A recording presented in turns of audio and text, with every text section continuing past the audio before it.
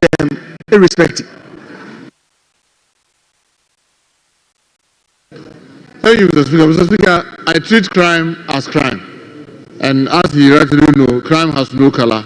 And definitely, once you commit a crime, it does not really matter which party or which tribe or which religion or which you commit a crime. Crime has been committed. And I can assure him that once crime is committed, I will support the police 100% to do the needful and make sure that the perpetrators are brought to book. Thank you, Mr. Speaker. Mr. Speaker, the Minister again tells us that there were some changes in the command at the regional level because of such failings. Is he able to tell us whether, as a result, some disciplinary action is being taken, or, as has been the usual practice, these officers are only being reassigned to other units of within the police service? Thank you, Mr. Speaker. Mr. Speaker, all the information the police gave me was that the command had to be changed because of the security breach. I want to find out from them whether what happened, the command structure that they are saying had been changed, requires that those officers that have been changed be punished. Because remember, they also have regulations that guide what they do and what constitutes a crime, what can institute a punishment or an inquiry on an officer. So I'll find out from them. But the information to me is that the command structure was changed to enable them have a different strategy for the re-election, which happened and it was very successful. Thank you, Mr. Speaker. Mr. Speaker, finally on this matter, can the Minister assure us that with the change in the command structure, the people of the Ashanti region should be assured of their peace?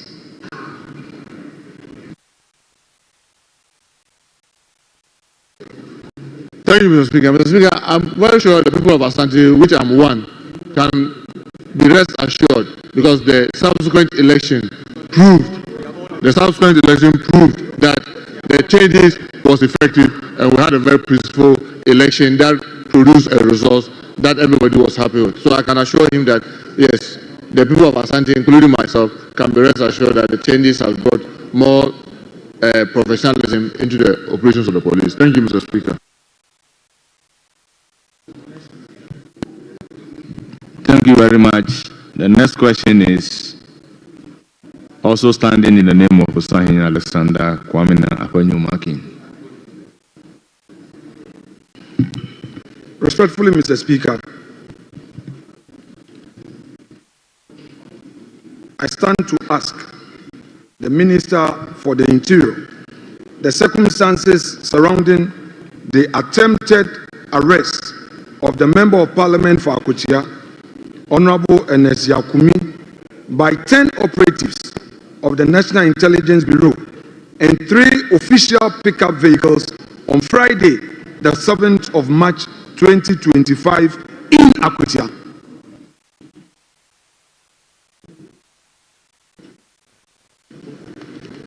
Thank you very much, Mr. Speaker. Mr. Speaker, the Koforidua High Court on 19 February 2025 issued a bench warrant for the arrest of Ernest Yakumi, Member of Parliament for Akutia constituency. The warrant was served on the National Intelligence Bureau (NIB's) Eastern Regional Office through the National Security Coordinator. Right Honorable Speaker, the circumstances surrounding the attempted arrest of the Member of Parliament by the officers of the NIB was therefore to carry out the orders of the High Court per the warrant dated 19 February 2025 for committer for contempt. Thank you, Mr. Speaker.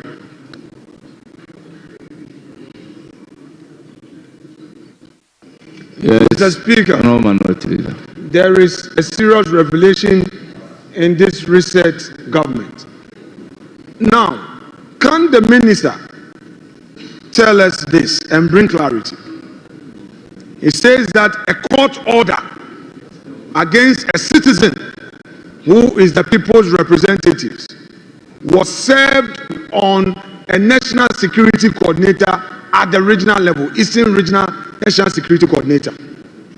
And this metamorphosed into NIB operatives enforcing a court order. Can the minister tell us who served this, directed this order to be given to the Eastern Regional Coordinator of National Security for it to be enforced by the NIB against the Honorable Member of Parliament? Can the minister tell us who served this order? Because he said the order was served in his answer. He said the order, the bench warrant, was served on the Regional Security Coordinator. The regional, yes, there is a National Security Coordinator for the region, the Eastern Regional Coordinator. So, Honourable Minority Leader, are you asking of the name of the server of the process? No, please, respectfully. The institution, let's deal with the institution. Yes. He says the order was served, yes, on the Regional National Security Coordinator. And the Regional Security Coordinator also directed NIB. Mr. Speaker, it is important to draw the distinction. National Security Coordinator, he has his institution by law, and then we have NIB also operating by law. I want to know from the minister, which institution directed the order of the court to be served on the National Security Coordinator for it to be effected by his office or her office against the Member of Parliament. We want to know who. Thank you, Mr. Speaker. Mr. Speaker, a while ago I just drew the attention of this House that crime will be treated as crime. And once a court issues a bench warrant for an individual for a crime committed, it is for the state to ensure that that person is arrested. And Mr. Speaker, this was done in line with our laws. He committed a crime. The court said he has committed crime of contempt. And the court issued a warrant for his arrest. And they took the warrant to the National Security Coordinator or to the police. Remember, you are an officer of the court and you know better than I do that in the court building where you are, you have police, you have all the other operatives. Once the court issue a warrant for an individual for committing a crime, I just earlier said it, crime is a crime. It does not know a member of parliament or no member of parliament. He committed a crime, the court says he should be arrested, and we have to effect the arrest. Give me the Speaker. Mr. Speaker,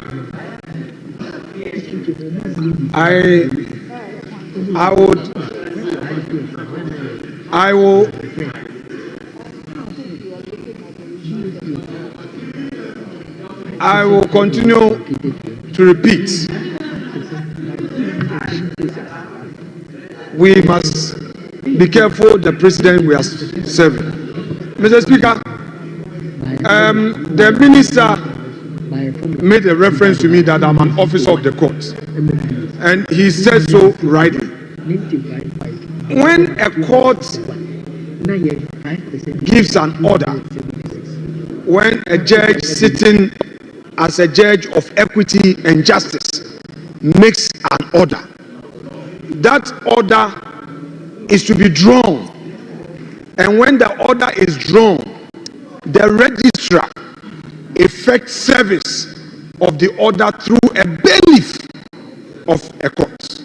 Mr. Speaker, there's a matter of law and procedure, and I know that there are well-respected lawyers not only on this side but on the other side. The minister is saying that once the court made an order, the NIB, the national security, had a duty to be going around enforcing a court order. My question is very specific. Did the court registrar, Honourable Minority Leader, what was the order? Let's make a distinction. I said the National Security coordinator was served. He was served. Service, as you rightly said. Service, as you rightly said, is done by bailiffs.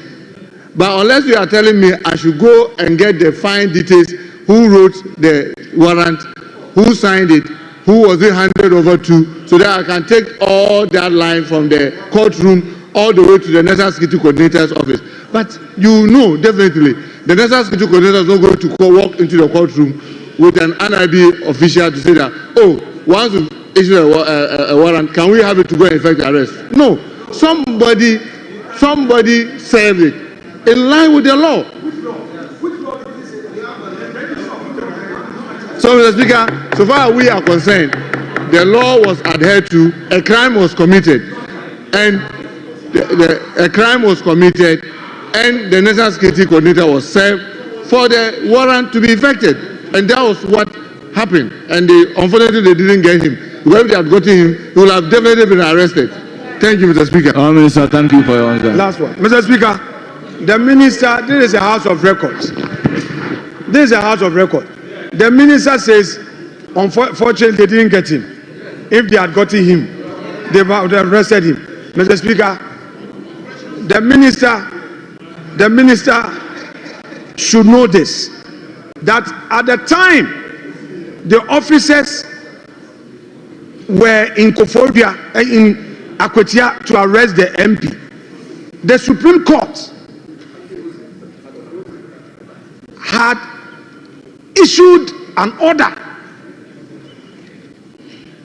by a 4-1 decision freezing the enforcement of those orders. That is one.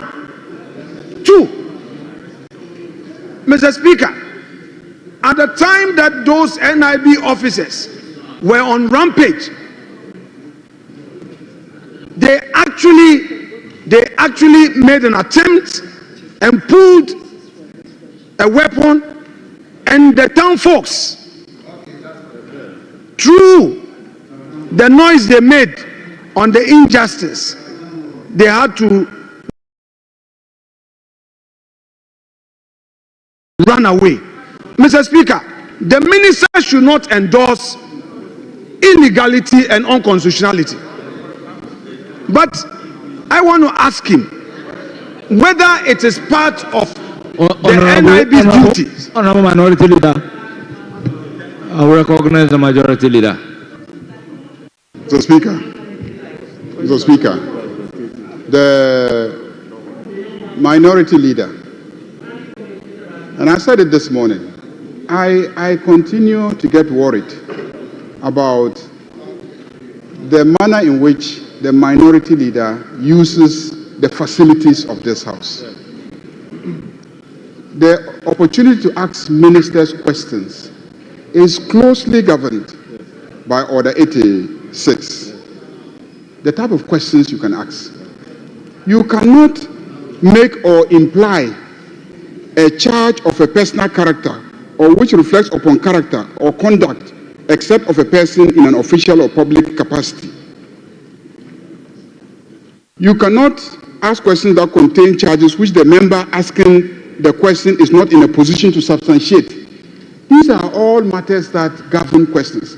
You've just made statements about some people wielding guns, attempt to use a gun, and etc. If we ask you to substantiate that now, can you do that? With videos and etc. Can you do that now on the floor? Can you do that? Secondly, you've just made a statement questioning the character and integrity of the minister, asking him not to condone unconstitutionality. Says, because this is inappropriate. You've asked questions, he's come to answer the questions, to give you answers. You can ask him further questions. But to make a statement that don't condone unconstitutionality and illegality is totally out of place. And coming from you, the Minority Leader, who is supposed to offer leadership on this side, is quite unfortunate. It's quite unfortunate. Don't use this platform for political gimmicking when it is not necessary. And you've consistently tried to do that. We've accommodated you, and I think that you are overdoing it. Please, ask your questions and let him answer the questions. But don't descend into politicking with the questions. Yes, Honorable Minority Leader, per the rules, you are right. Honorable Minority Leader, ask question. Mr. Speaker, with respect, thank you. He made an intervention. He went beyond the intervention. I have a right to respond to him. It is very rich that the majority leader and leader of this House is not concerned about an illegal attempt to arrest. Honorable Minority Leader. To arrest a member of this House. Honorable Minority Leader, ask question.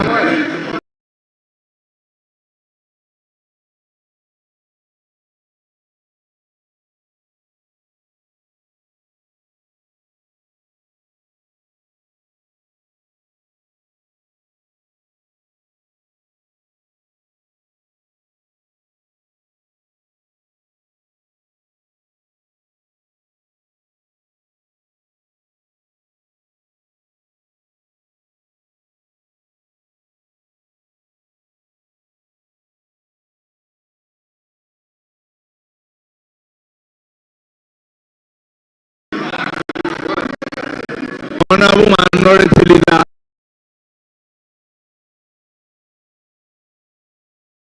You do not have the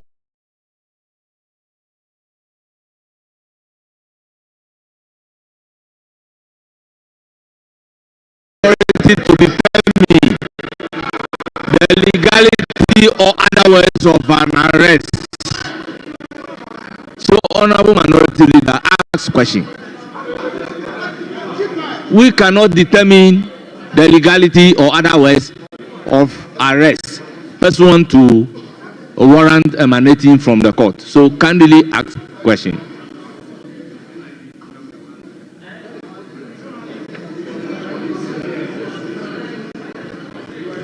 Thank you, Mr. Speaker. Mr. Speaker, from his explanation, he's telling us that the court's registrar served an order on the national security for the purposes of enforcement.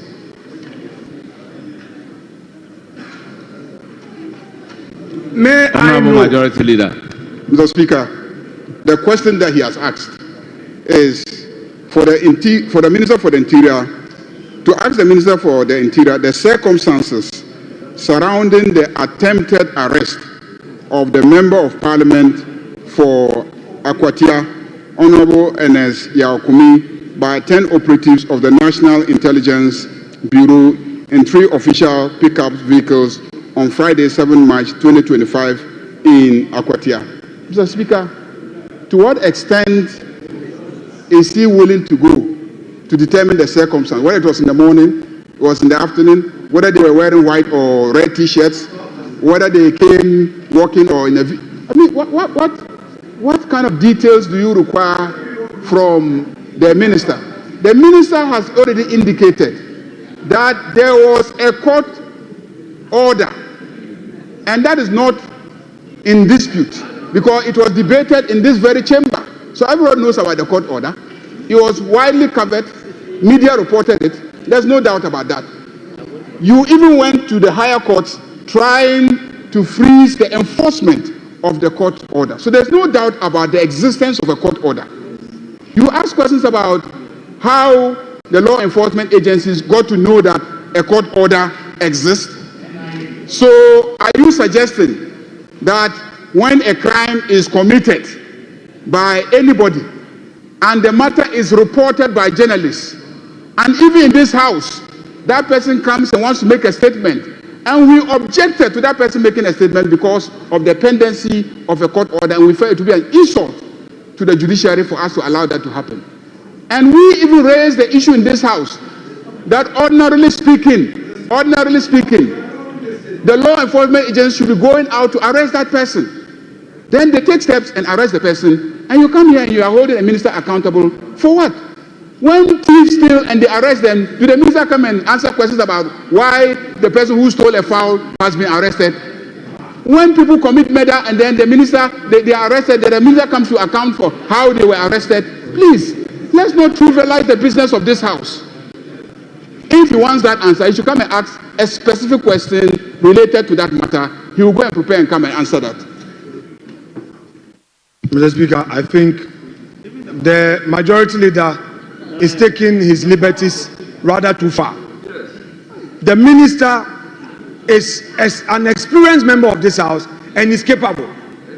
This attempt at obstructing the whole process, Mr. Speaker, must be stopped. He's a leader of this House and he should know better. This is unacceptable. My question asks about Honorable the Minority Leader, with all due respect, we know the rules that when a question is asked, there is a room for a supplementary, and the supplementary must emanate from the answer given by the minister. So you are now supposed to ask a supplementary question emanating from the answers provided by the minister. Mr. Speaker, with respect. Mr. Speaker, please, with respect. Order 89 is very clear. I'm holding Order 89. Mr. Speaker, I am not asking anything outside of this. As soon as a question is answered, any member beginning with the member who asked the question may, without notice, ask a supplementary question for further clarification.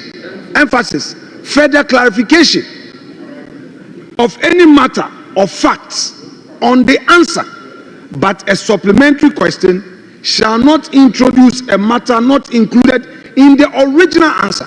Now, pay attention. Don't think too political and misconstrue. So, Honorable Minority Leader, what I said and standing Order 89, is there any difference? No, Mr. Speaker, with respect, I need my colleagues opposite me to appreciate the government of my supplementary question. The minister said that National Security Officer in charge in Eastern Region received a court order and directed NIB operatives to effect an arrest. Now, Order 89.1 allows me to ask a question for clarity's sake. So my question for clarity is, how was that court order served? Because contrary to the argument of the majority leader, the fact that a court has made an order does not mean that any state security operative can, upon hearing, go on his own and say, I'm enforcing a court order. So I want to know, for the record, did the court directed the order to be served on the National Security Officer in charge of Eastern Region for the purposes of enforcement? That is my question.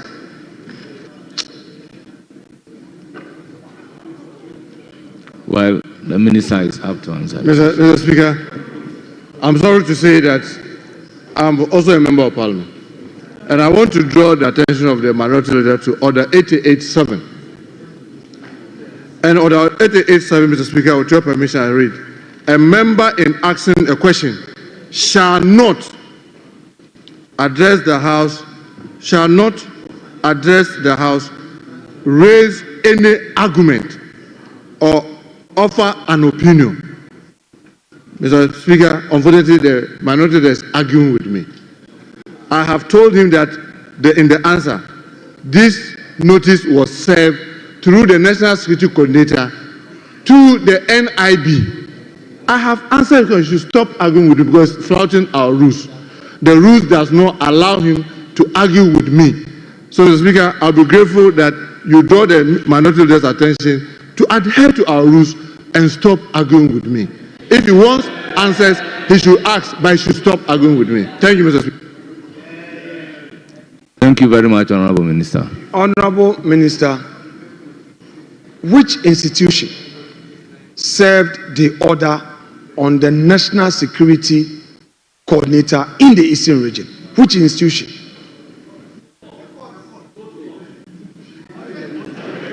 Thank you, Mr. Speaker. Mr. Speaker, the court. Mr. Speaker, that will be all for him. Thank you. Thank you very much. We move to question number C.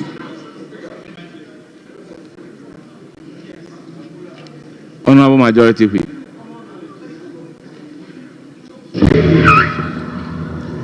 Speaker, I thank you for the opportunity.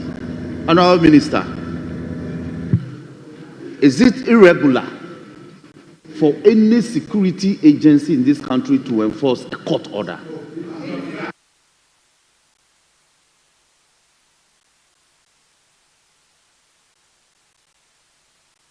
Mr. Speaker, it is not.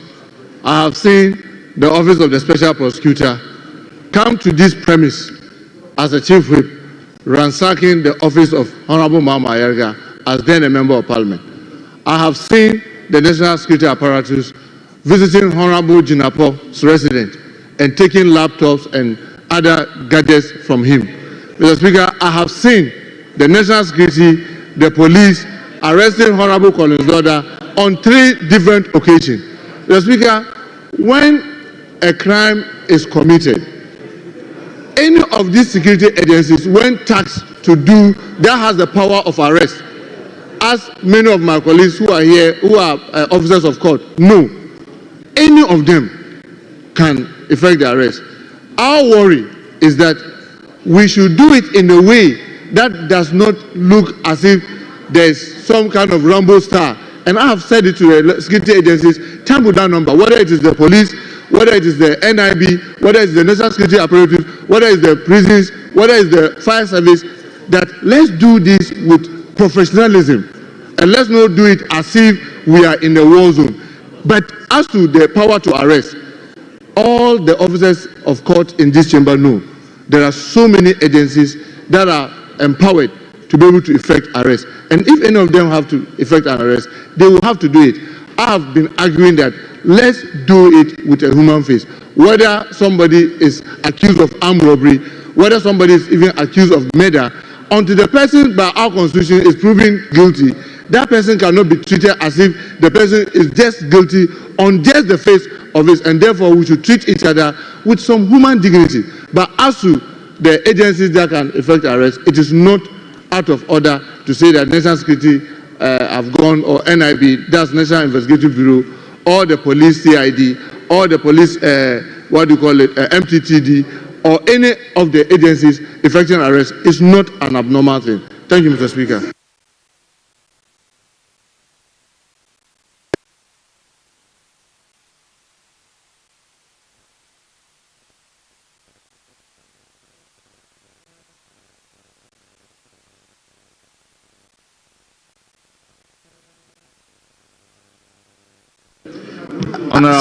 Speaker, I thank you for the opportunity.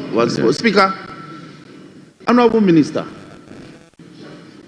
when a lawyer is aggrieved with a service of a process, you file a search at the registry of the courts to find out matters regarding the mode of the service of the process. Where you sit, has any lawyer, especially in this matter, served you with a search answered by the court to the effect that the process served on the national security officer was not served by the bailiff of the court? Well, Honourable Minister. No, Mr. Speaker. Speaker, thank you. That will be all. Honourable Animedo NG. Thank you, Mr. Speaker. Mr. Speaker, I would want to find out from the minister whether he is satisfied with the processes that led to the quasi or the attempted arrest of the honorable member. I ask this question against the backdrop, Mr. Speaker, of the fact that I know this minister personally. When it comes to Parliament, he defends Parliament to the core, and is one person I had looked up to even before coming to Parliament. My question is that this is a process. Somebody did not go to court, and there was a bench warrant issued. Now you are telling us that it was this coordinator, Eastern Regional Coordinator, the court served it on him, and it ended up with the NIB. And I want to find out from the minister whether he, as the minister, personally is satisfied with this process. Thank you. Honorable member, you know that the legitimacy of service or processes is not at the satisfaction or the pleasure of the minister concerned. So you may please ask another question. Thank you, Mr. Speaker. Mr. Speaker, I asked whether he was satisfied with the processes. May I find out whether he had had any opportunity to rebuke any person that was involved in the process? In the process of arrest? In the process of the service of the warrant of arrest. Honorable Minister, do you have a cause or to rebuke anybody involved in the process? No, Mr. Speaker. Honorable Jerry Ahmed Shaib. I can yield to you. I can yield to him first. Very well, Honorable Nitiwul. No, it's fine. Mr. Speaker, the Honorable Minister is the Minister of Interior, who oversees the activities of the National Security Council. Mr. Speaker, I want to find out from the Honorable Minister whether his officers at the National Security Council were aware, particularly the coordinator, was aware that the Supreme Court had prohibited the actions that his officers were attempting to do. Service is a different matter, but going to do the arrest, the Supreme Court had prohibited before they attempted to do it. Were your officers aware of the action? Honorable members, having regard to the question, the issue of the knowledge of the decision of the Supreme Court does not come into the question. It doesn't also come into the answers. The question is simple. The Minister for Interior, the circumstances surrounding attempted arrest of the circumstances surrounding the arrest. Mr. Speaker, I picked a cue from his answer. But if he's uncomfortable to answer that question, I can understand him. But I still want to find out for him whether, as the member asks, the circumstances that led to the attempted arrest of the member. I'm coming. The attempted arrest of the member, as he asked, could have been avoided.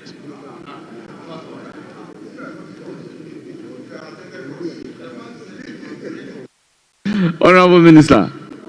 Yes, Mr. Speaker. It could have been avoided if my colleague had gone to court. If he had gone to court the day they needed him, it would have been avoided. The court wouldn't have issued bench warrant. Mr. Speaker, I recollect very much that my colleague from Bimbila and I were in this chamber when the clerk was reminding each and every one of us to take our oath that if you know there's any service on you and you go ahead to take the oath, you should be ready to follow the consequences.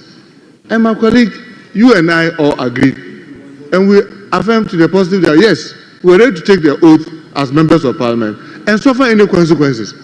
So if our colleague is going through this predicament, when he knew that he had this court issue, it's clear on his mind that he was going to have this challenge. And secondly, Mr. Speaker,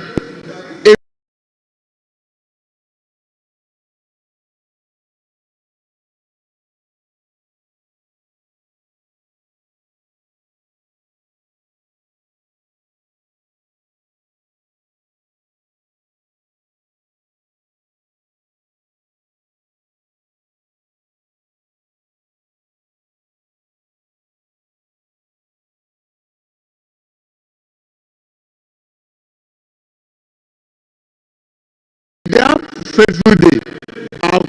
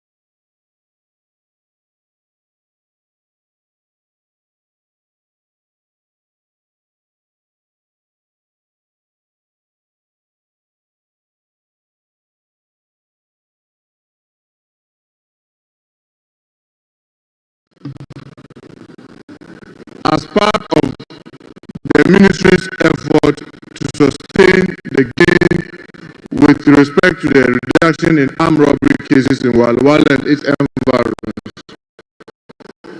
Mogduri districts was found to be was found to be too large for effective supervision by one officer. To ameliorate the situation, the Mogduri police bases have been established in Janga and Gombiliga, respectively in the West Mamprose municipality. This, in addition to the Walwale Form Police Unit base, brings the number to 3 form police bases in the constituency, with each base manned by 30 personnel. Police patrols have also been intensified in the jurisdiction. Escort of market women to the various markets in the Walwale area has also been factored into the operations to provide security for the market women and ward off potential armed robbery attacks. Mr. Speaker, another measure to reduce, if not eliminate, robbery in the area is the intensification of public engagement and creation of neighborhood watchdog committee in selected communities in the Walwale enclave. This enables the police personnel to engage community members to share information with them, educate them on basic personal security tips, encourage them to volunteer information to police, etc. This ensures that the people feel being part of the security architecture in the constituency. Mr. Speaker, following the continuous attacks on passenger buses on the Nasia-Walwale-Bolgatanga Highway, the Ministry of Interior, with the recommendation for the Northeast Regional Security Council on Saturday, 15 February 2025, imposed a dusk to dawn curfew, Mr. Speaker, in Walwale and its environs. The police and the military are enforcing the curfew. Police personnel have also been drawn from Tamale to support the district command in Walwale, while vehicles and other resources have been allocated to the Walwale Police Command. Thank you, Mr. Speaker. Honourable Member, any supplementary question? Thank you very much, Mr. Speaker. And then I would like to follow up to ask the Minister for the Interior whether with the statistics given with the cases of armed robbery, particularly for this year, whether there have been any arrests of any suspect in connection with those armed robberies. Thank you very much. Thank you. Yes, Honourable Minister. Thank you, Mr. Speaker. Mr. Speaker, I don't have any information as to whether some arrests have been made. As he knows, the predominant mode of transport around that place is using motorbikes. But I assure him that I'll continue pursuing the police, because we've sent some drones to help in the area watch of the enclave. So we want to believe that all those will improve, and once those things improve, it will reduce the armed robbery. But whether there's specific arrest to any of these robberies that has happened since January, I don't have any information. I'll try and get that information from the police and get my colleague to have them. Thank you, Mr. Speaker. Thank you very much, Mr. Speaker. I would like to thank the Minister for answering to the questions. Thank you very much. Since this is a constituency specific, question number 4. In the name of Kinsley Ajiman, Abokwa South. Thank you very much, Right Honourable Speaker. I seek to ask the Minister for Interior, measures being taken by the Ministry to enforce insurance of public and commercial buildings in compliance with Section 218 of the Insurance Act 2021, Act 1061. Yes, Honourable Minister. Thank you very much, Mr. Speaker. The Safety Directorate of the Ghana National Fire Service considers insurance policy on all designated premises, including commercial buildings, as a prerequisite to fire certificate acquisition. The acquisition of the certificates is mandatory and is in accordance with Regulation 1C(f) and 2(1) of the Fire Precaution Premises Regulation of 2003, LI 1724. the Ghana National Police, Ghana National Fire Service, and the National Insurance Commission embark on pre-enforcement and enforcement exercises annually to ensure compliance of the provision in Section 218 of the Insurance Act 2021. Thank you, Mr. Speaker. Yes, Honourable Member. A supplementary? Yes, please. Thank you very much, Honourable Minister. I seek your guidance that, fire has been a very terrific thing in recent times, and therefore crave your indulgence that if we could intensify the pre-enforcement and enforcement measures to make sure that most of the people who occupy commercial buildings really comply with this provision of the Act. Thank you. Honourable Minister, it seems you didn't get a question. Honourable Member, can you repeat your question? I'm asking the Honourable Minister to intensify the level of pre-enforcement and enforcement measures, since fire has been very rampant lately. Thank you. This is a comment, really not a question. Any further question? Thank you very much. Question number 42. Standing in the name of Honourable Vincent Eko Asafua, Member of Parliament for Old Tafu.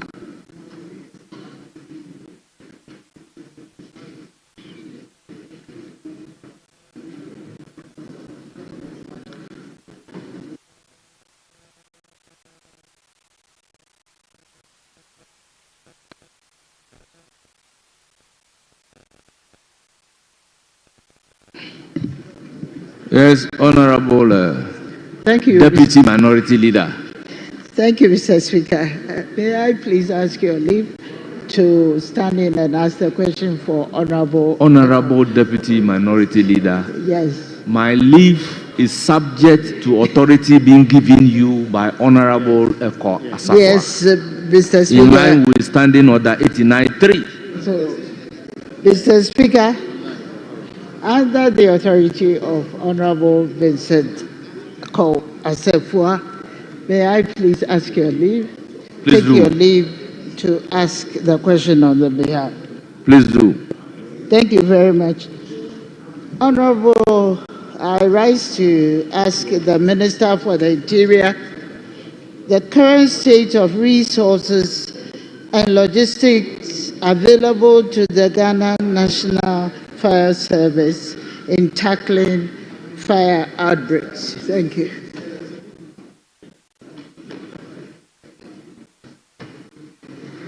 Thank you, Mr. Speaker. Mr. Speaker, the Ghana National Fire Service has a total number of 247 fire appliances across the country. Out of this number, 199 are in commission and 48 are out of commission and are being worked on at the various mechanical workshops of the service in the regions to ensure their continuous use.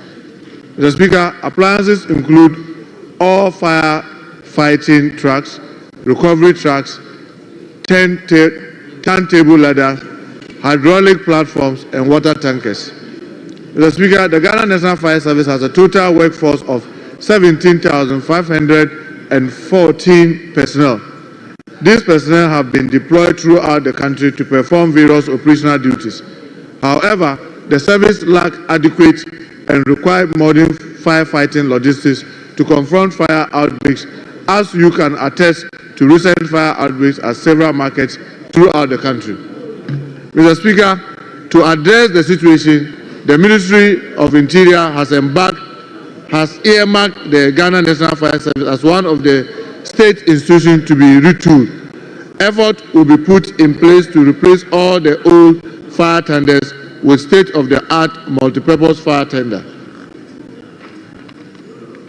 Thank you, Mr. Speaker. Thank you very much. Any follow-up? Yes, thank you, Mr. Speaker.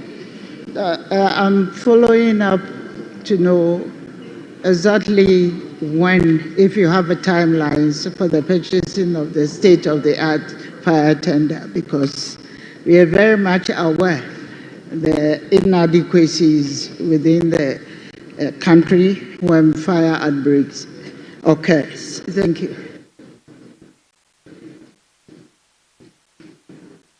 Thank you, Mr. Speaker. Mr. Speaker, as my colleague will rightly know, we are currently in talks with the finance minister to see how allocations could be made. So it will be very difficult to give a timeline as to when we can say specifically by this date we will have the first new fire tender coming in. So we are currently in talks with the Minister of Finance for him to appreciate that the newest tender that we have is over 15 years.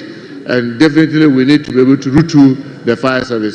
Knowing that the envelope is tight, the finances are difficult, we are talking to the finance minister to make room so that we'll be able to route to the fire service. Because, Mr. Speaker, as the House may know, between October and February, we have an average of about 50 fires across the country. And sometimes it is so devastating and very difficult. But obviously, their tools are obsolete, and we need to be able to route to them. And I'm sure the finance minister is very much aware of this and is taking steps to assist the ministry to get these fire tenders. But unfortunately, Mr. Speaker, I will not be able to tell when exactly we'll be able to do this. It is our hope that we'll get them like yesterday, meaning that they are very urgent. But because the finances is rests with Minister of Finance, I will not be able to give a specific timeline. Thank you, Mr. Speaker. Thank you. Honorable Speaker, just another follow-up, just to get a confirmation.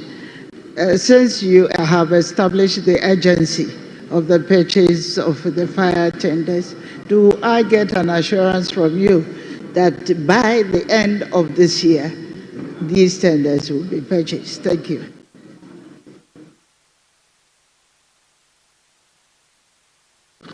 Mr. Speaker, that's still a very difficult one. Because, for example, in our talks with the finance minister, he's hopeful that during the mid-year review, he'll be able to look at what he can do.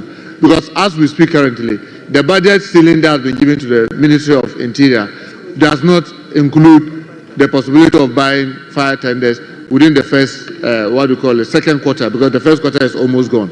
So it means that if there could be any hope, it is when the Ministry of Finance makes available resources, probably into the third quarter, that will be able to start.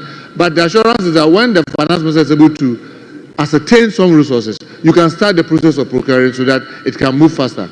But unfortunately, until that is done, it will be very difficult for the ministry to start any process. But I can assure you that the Minister of Finance appreciates this challenge, and the government of the NDC equally appreciates this challenge and has stated in our manifesto and repeatedly said by the Mr. President that we need to route to the fire service so that they'll be able to protect all of us. So that will be something that will be on top of our agenda. But unfortunately, Mr. Speaker, I will not be able to assure you that by the end of this year, you will begin to see all these new fire tenders. Thank you.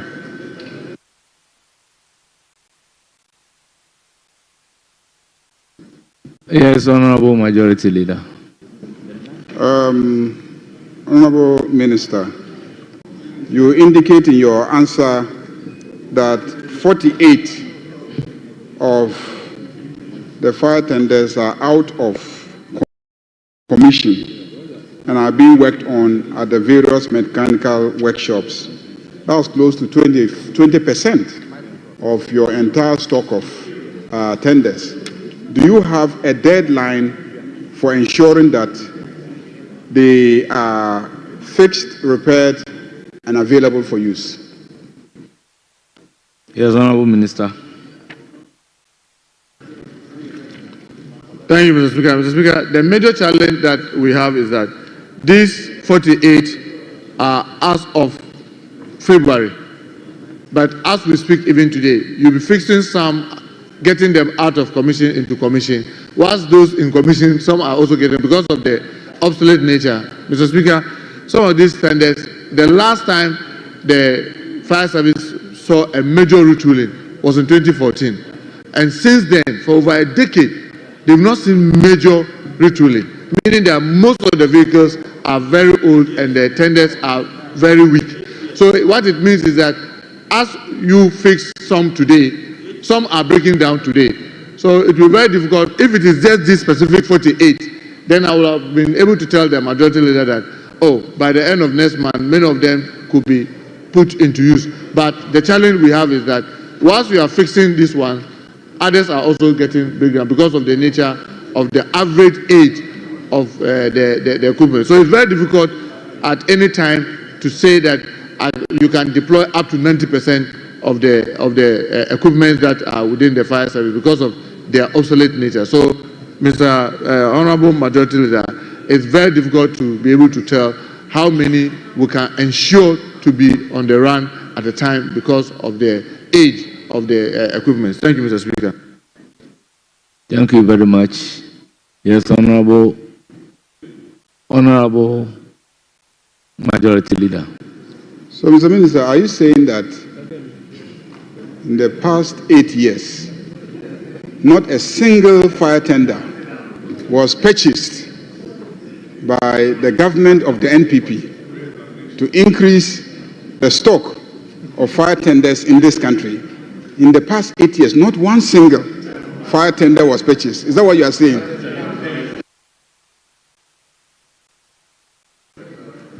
Yes, Honorable Minister, answer the question. Mr. Speaker, that is rightly so. When it comes to fire tender, no. You can talk about other logistical like pickups, this platform that was purchased during the period. But when it comes to fire tender, for the last decade, since 2014, we've not procured any fire tender to augment what the service has. Thank you, Mr. Speaker. I'll give the floor to Honorable Animedu Entry. Thank you, Mr. Speaker. Mr. Speaker, the Minister is very right that this was done as of February. Last Friday, I gave a statement, and Mr. Speaker, you benevolently said that you were forwarding the statement to the Minister. In the statement, I indicated that the Konongo fire tender, because of the experience we had on the eve of the Independence Day, is now out of commission. My observation is that your previous predecessors had given attention to the police and have often neglected the Ghana National Fire Service. My question is, would you give us the assurance that the Ghana National Fire Service will be treated equally like the other three ministers? If you can give us the assurance. Thank you. Yes, Honorable Minister, your answer to the question. Thank you, Mr. Speaker. Mr. Speaker, if my colleague had listened to me since I went to the ministry, I've been emphasizing that fire service, the Ghana Prison Service, will no longer be orphans. It means that I'm going to pay serious attention to whatever they are doing and to ensure that they get the necessary support. And I also take this opportunity to, Mr. Speaker, encourage our citizens, especially the philanthropists, to come to the aid, because most of the time, since I became the minister about a month ago, a number of volunteers come forward to say that they want to donate these items or that items to the police. And constantly I have to remind them that, look, those who are really terribly in need are fire service and the prisons. And they will now go back and say, oh, okay, then we are extending same to the fire service and the police, to the prisons. It's not because the police is fully adequate, but because they are more visible to the citizenry. When challenges come, the tendency to rush to solve that of the police is much higher than the others. But I can assure my colleague, Mr. Speaker, that equal attention will be given to all the services to ensure that their services are rendered professionally so that they protect all of us. Because what they also do are equally important, especially during some specific period. In the case of the fire, between October and February, is very devastating, and sometimes it's very, very disturbing for a country. So I can assure him that that attention will be given. Thank you, Mr. Speaker.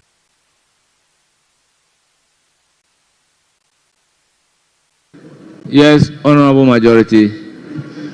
Speaker, I thank you for the opportunity. Speaker, may I find out from the Honorable Minister that as we speak, we don't have maintenance regime properly, so-called, for maintaining the tenders.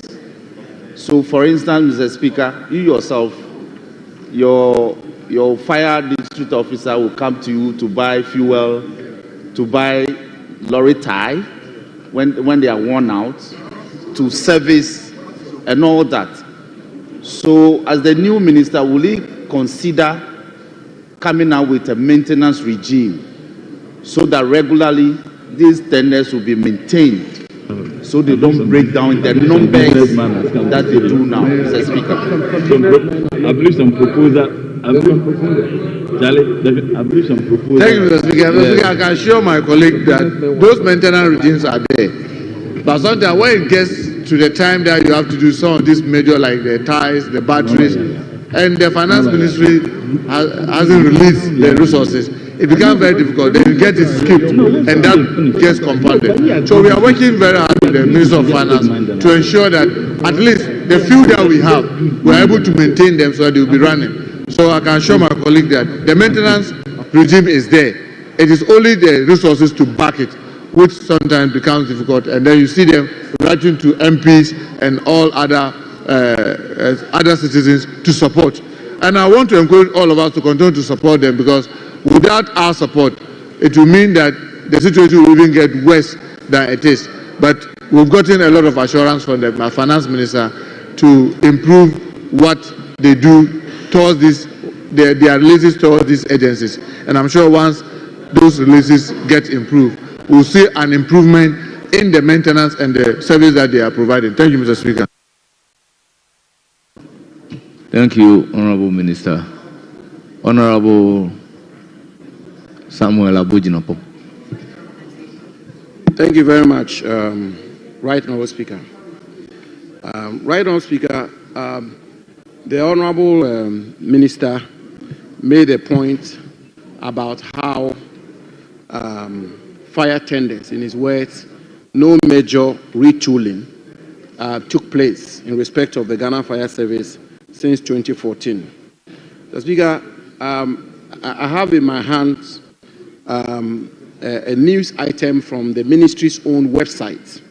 The ministry's own website. And Mr. Speaker, with your indulgence, I will read where it says that the government has procured 200 rapid intervention vehicles for the Ghana National Fire Service by the end of as at 2023 to augment its own fleet and also help the service navigate its way through traffic to arrive at emergency scenes on time. And Mr. Speaker, it goes on and on how the sector minister inspected these rapid intervention vehicles, and it actually shows a photo of these fire tenders or these rapid intervention vehicles. And Mr. Speaker, this is captured on the website of the Ministry of Interior. Mr. Speaker, the question is, given that, and I don't doubt what the minister said, I mean, perhaps it's a matter of records, because the minister used the word major retooling. Major retooling itself, Mr. Speaker, as you will agree, is subjective and relative. And therefore, given the information I pulled out of the Ministry of Interior's own website, which suggests clearly that, contrary to the records that have been provided to the minister, 200 rapid intervention vehicles were procured and were procured for emergency services. Will the minister be in a position, if not now, but later, will he be in a position to give us a breakdown of the various equipments, logistics, and route tooling of the Ghana National Fire Service as from 2014 to date? Thank you, Mr. Speaker. Honorable former Minister, if you are asking the minister to give you a breakdown from 2014 till date, I advise you to file a fresh question. Yes, so it should be in the form of a fresh question, but not for him to answer now. Very well, then the substantive question. I appreciate that, Mr. Speaker, but Mr. Speaker, I wanted to provide some clarity with what he's saying. Remember the question, the supplementary question was about fire tenders. And I even qualified and said that, yes, over the period, pickups and other, I even mentioned the hydraulic platform. The hydraulic platform are the one that you see are able to put fire at a very long distance like the Job 600. Those were procured. When you talk about the rapid equipment that you are talking about, currently, just find out, you have about 266 districts, political districts that we have. Even the 200 that you mentioned, it means that not all the districts could even get the pickup. So when we are talking about major retooling, what will be the essence of a firefighters if there's fire in this chamber, may God forbid, and then you have 200 fire officers running here, all of them with the gears, but without fire tender? What are they coming here to do? It will be a useless adventure. So yes, getting them pickups to be able to move, getting them water hose to be able to run to a place, getting them the foam to be able to put minor fires off, without a major retooling of the fire tenders that they use to collect water, get hydrants, repaired, and making sure that water runs into them. You agree with me that that's not retooling? Because to retool, you have to make sure that even when you have the fire tender, the hydrants that we have across the city must have water in them, because the tender will be there. When there's fire and they run to a hydrant, there's no water running through it. You still have not been able to retool the fire service to deal with the challenges that we are talking about. So the specific question was in respect of fire tender.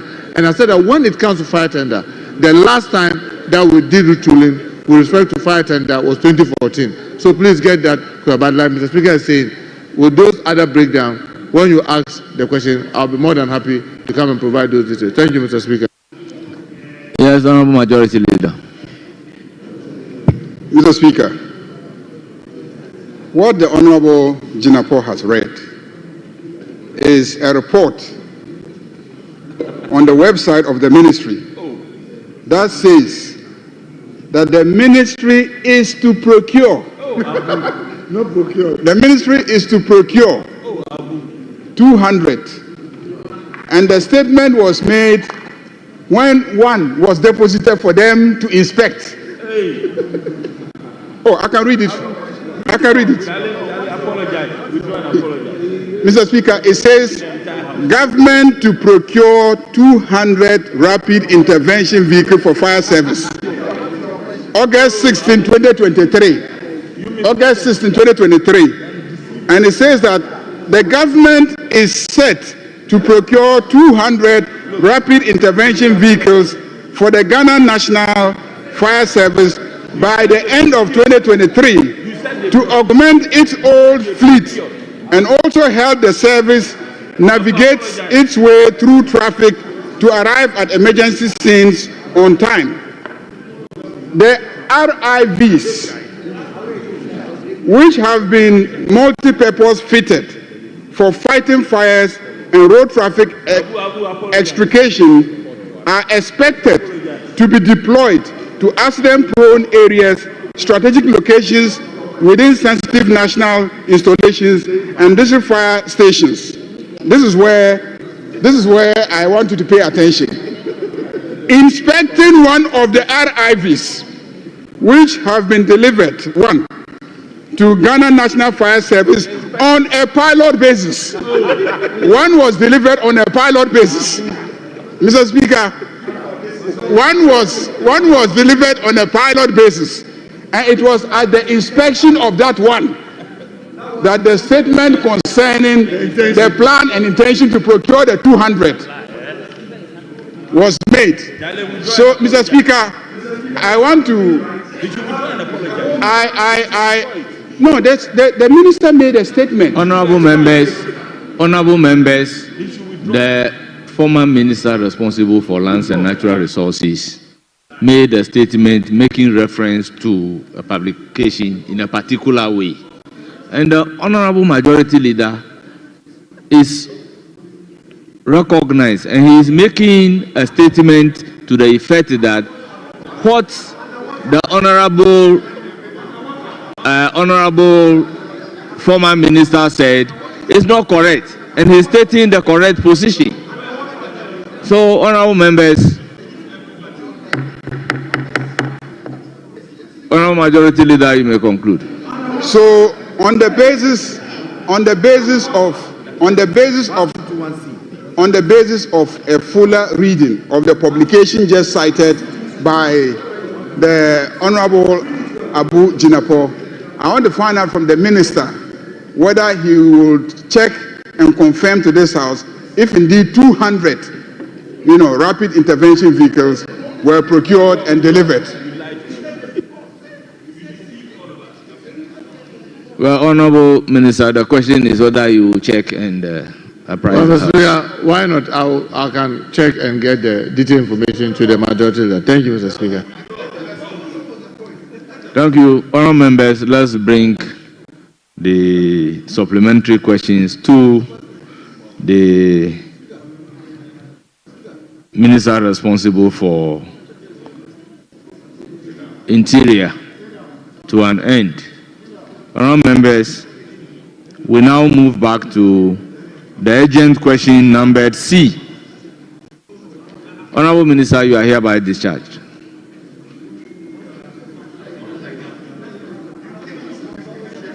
Honourable Finance Minister, you may please take the chair.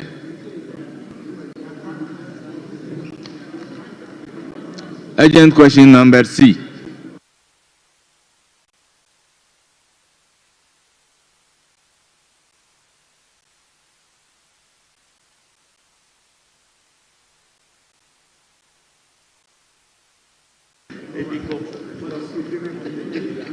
Speaker,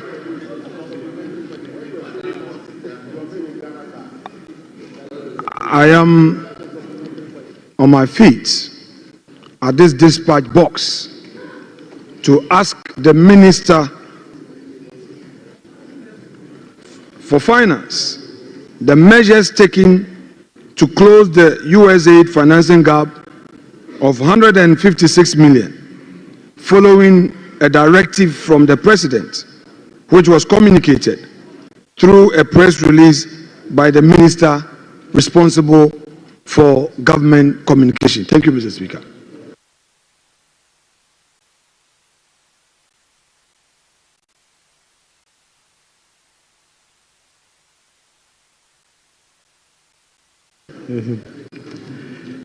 Mr. Speaker, thank you. Right Honourable Speaker, given the reality of the funding gap of $156 million, the government would take the following measures to close the funding gap. Mr. Speaker, as part of the resources that will be made available as a result of the uncapping of the National Health Insurance levy, part of it will be used to close the gap created following the suspension of the USAID funding. Additionally, an amount of 100 million Ghana cedis is being allocated in the goods and services budget of the Ministry of Health under the expenditure line Global Fund. This will be used to procure vaccines that hitherto were being funded by the USAID. Thank you, Mr. Speaker. Any supplementary? Rightly so, Mr. Speaker. May I know from the Honourable Minister how much is to be expected from the uncapping of the NHIS fund? Because, Mr. Speaker, the Minister is talking about decapping of the fund. Now, he should be able to tell us how much, as a result of the decapping, would be available.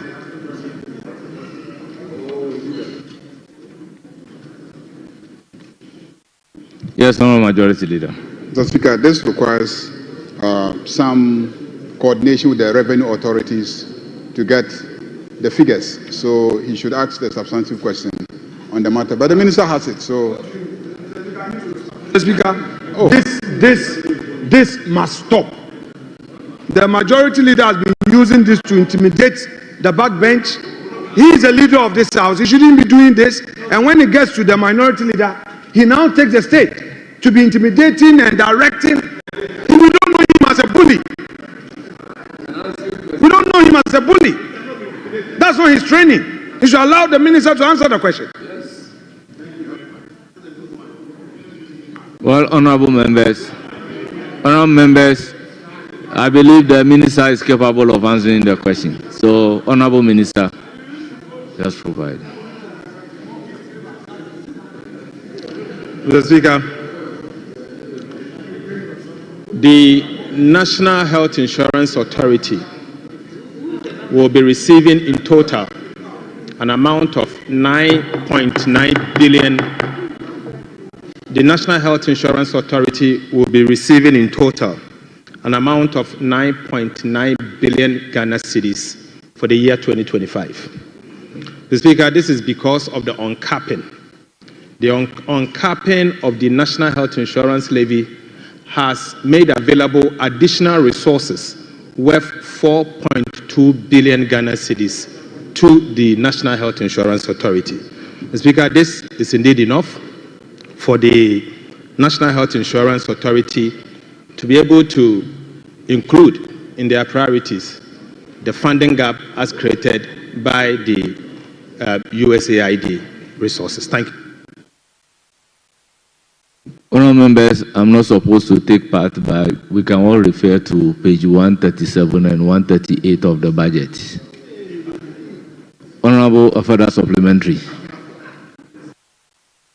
This government promised 1.5 billion for the agro sector and made provision for 924 million in the estimate. So don't let us go there. Mr. Speaker, don't let us go there. Don't lead yourself into temptation. The same thing with their big push. They should give proper assurances. They say one thing and do another. It's only talk government. They say women banking only gave 51 million.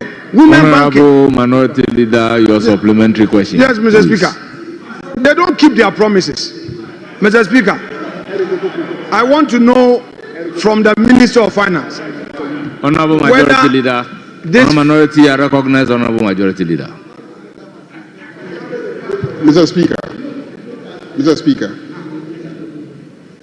the Minority Leader should learn to behave properly in this chamber. He should learn to behave properly in this chamber. Please, let's treat each other with respect. Please, you cannot stand here and just point accusing finger and say they don't keep their promises. This is a government that so far has kept every promise that it has made to Ghanaians. Every promise that we have made to Ghanaians, we have kept. Every promise we have kept. We said we will appoint not more than 60 ministers. We have done so. We said we will do that. We said we are going to abolish taxes. We have abolished the taxes.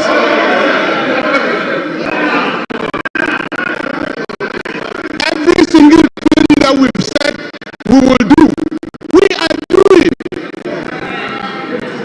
Go out there and conduct a survey.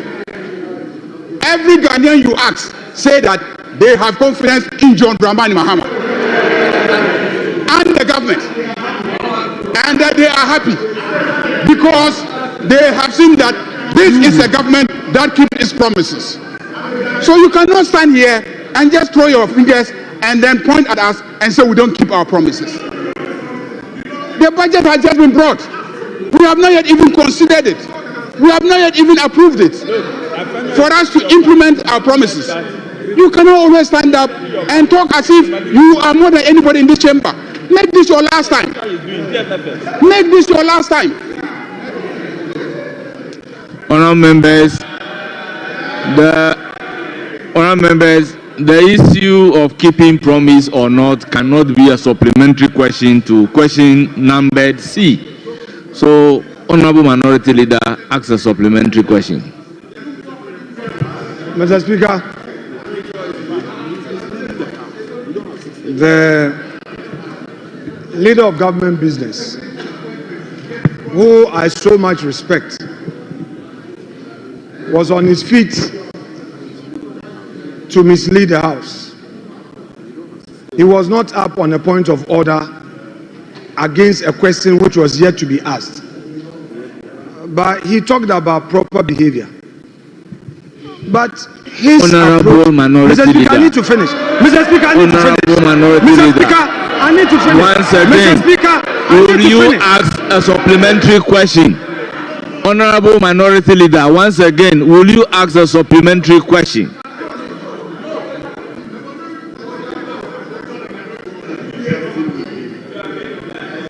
Mr. Speaker, I am asking my supplementary question. However, I need your leave to respond to certain matters that have gone into the record of this House, which matters were raised by the majority leader. And it is my right, far right, to respond to these, because he introduced them. Mr. Speaker, if the majority leader talks about improper behavior, I dare say that his is worse. Because he's saying that his government has kept all promises. Even appointing ministers, you gave a promise last week. The 4 that are remaining, you are refusing to. You can't. Which promise have you kept? Which promise have you kept? You said 30% of women. Have you complied with affirmative action? No. You come here and then you say you kept your promise. Which promise have you kept? Then you say improper behavior. Yours is worse. Women in banking, only 51 million. Agriculture, the farmers, the poor farmers in the north, the poor farmers in the south. What promises didn't you give? Today, you only allocate a paltry sum for the agro sector. The 924 million, a chunk of it goes into compensation. What is the Minister of Agri going to do? A redundant minister? What about your big push? Nothing. And you say you kept your promises. You've not kept your promises. You've not kept your promises. This government is even becoming a lame duck. This government is even becoming a lame duck. If elections are held today, you lose. Members. If elections are held today, you become the minority. If elections are held today, you will be the minority. Your majority will go down to less than 100. If you like, declare election. Let the president declare election, and we'll see. If you trust, we can go around this House that, true to his commitment in his own budget, he's going to comply with this funding gap. We want assurances because health matters. We are not supposed to joke with them. Is he going to assure this House that he's going to comply and there would be no story? Honourable members, before giving the floor to the minister to answer the question, I think we owe it as a duty to set the record straight. Honourable members, I was part of the people who shepherded the affirmative action bill into law. Honourable members, if you look at the first schedule of the Affirmative Action Act, the 30% is a range, and the target was up to 2026. The law is very clear. Honourable members, the law is very clear. You can make reference to Schedule 1 of the law.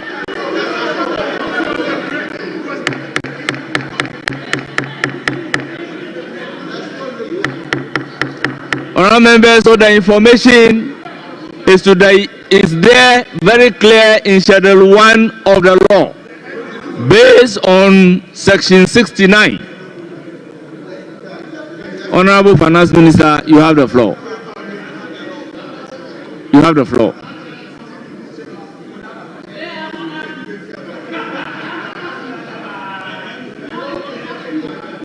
Yes, you have the floor. Mr. Speaker, I would like to use this opportunity to, one, assure the House that unlike the previous government that capped the national health insurance levy, we will not cap the national health insurance levy. And as such,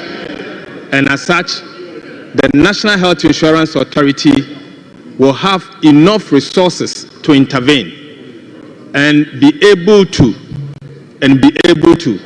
resolve all the challenges that has arisen as a result of the amount that is not coming from USAID. Thank you, Mr. Speaker. Mr. Speaker, that will be all for you.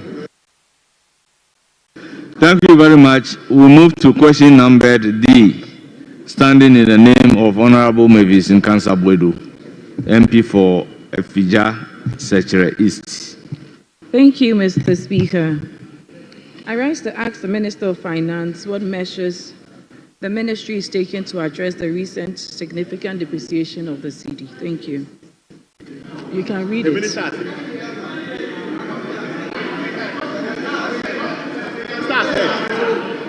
Mr. Speaker. Honorable members, let's listen to the question in silence. Honorable members, I intend to ask her to repeat the question, but let's have the courtesy to listen to the question in silence. Thank you, Mr. Speaker. Mr. Speaker, since significant depreciation of the cedi. Thank you. Order.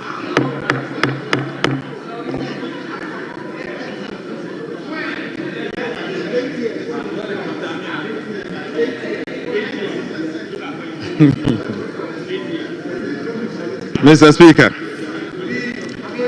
as at March 14, 2025, Right Honorable Speaker, as of March 14, 2025, the Ghana cedi and dollar exchange rate was 15 cedis 53 pesos to a dollar, and the cedi has depreciated by 5.3% against the US dollar. Mr. Speaker, this compared to 5.7% over the same period in the year 2024, when the cedi dollar exchange rate was 12.6 to the dollar. Mr. Speaker, last year, the same period, the Ghana cedi has depreciated by 5.7, as against the same period, 5.3 this year. This shows a reduction in the depreciation by 0.4%. Mr. Speaker, the cedi depreciation is driven by tight FX liquidity, increased demand from energy sector payment, and commerce. Mr. Speaker, the cedi has, however, witnessed stability since the 19th February on the back of central bank's forex intervention aimed at improving FX liquidity and market confidence. To maintain this exchange rate stability that we've seen relatively from February 19th, the Ministry of Finance, working with the central bank, have outlined a number of policies. And this includes the establishment of the Ghana Gold Board to enhance the generation of foreign currency to help the central bank accumulate enough forex and to intervene as and when they are supposed to intervene. The Bank of Ghana will also continue the implementation of its FX forward action to support the stability of the Ghana cedi. The government is also front-loading its fiscal consolidation through expenditure reduction, and we believe that will also help in the support of the Ghana cedi. Mr. Speaker, aside, we are also planning, as part of the 24-hour economy, to introduce a number of measures which will be announced to Parliament in the coming days And we believe that will help as a result of our import substitution policy to also support the Ghana cedis. Mr. Speaker, in view of that, I believe in the coming days, the Ghana cedi will see some significant stability. And I strongly believe that the cedi will improve from its current state. Thank you, Mr. Speaker. Honorable Member, do you have any supplementary question? Honorable Mavis Nkansabwedu, do you have a supplementary question? No, I don't. Thank you. So, yes, Honorable Member, you have the floor. Thank you very much, Mr. Speaker. Mr. Speaker, I'd like to find out from the Minister responsible for finance whether or not the gold for oil deal that has been purportedly suspended could be a factor in why some pressure has come to bear on the dollar. Because the whole essence of the gold for oil deal was that the BDCs, instead of going to buy dollar, scarce dollar, will no longer be doing so, but rather we would buy gold with cedis. Honorable Member, file a substantive question on gold for oil. We'll buy gold with cedis. Honorable Member, file a substantive question on gold for oil. Thank you, Mr. Speaker. Honorable Member, file a substantive question on gold for oil. Any further supplementary?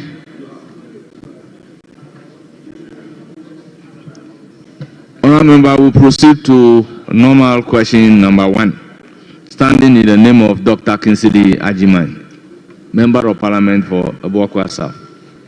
Thank you very much, Right Honorable Speaker.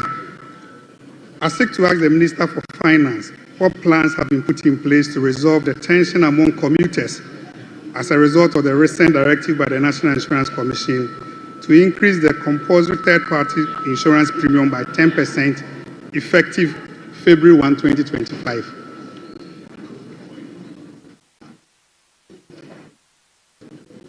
Yes, Honorable Minister.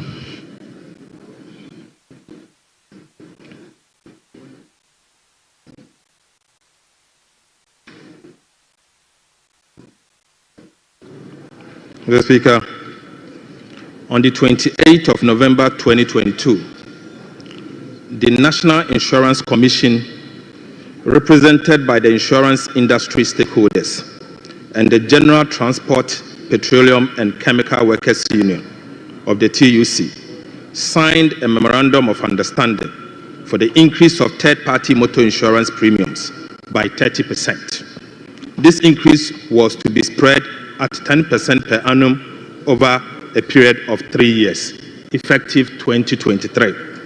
The Speaker, for the purpose of clarity, this 10% annual adjustment was to be applied in the first quarter of every year, effective 2023, and renegotiated by end of year 2025 by all interested parties as per a memorandum of understanding that was signed. Mr. Speaker, following a meeting between the National Insurance Commission and the industrial players on the 19th February 2025 to address the challenges associated with this increment in the third-party motor insurance premium, the component that determines the minimum motor third-party premium will be reviewed and determined as a percentage of the third-party property damage limit. Mr. Speaker, as a result, the National Insurance Commission, working with the stakeholders, agreed that in line with the MOU that was issued and signed in the year 2022, they will implement the 10% additional increase for the year 2025. Thank you, Mr. Speaker. Thank you very much. Any supplementary question? Thank you very much, Right Honorable Speaker. Two quick supplementary questions. With regards to the subtitle, Way Forward on the Concern, paragraph 1, you did indicate that there was a stakeholder engagement on the 19th of February, that they were going to come out with some review mechanism. may we please know any timelines that were assigned to, since these are usually annual policies?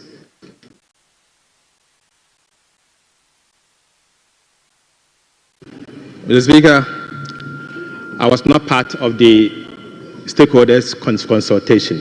I will consult and come back to the House if need be. Thank you.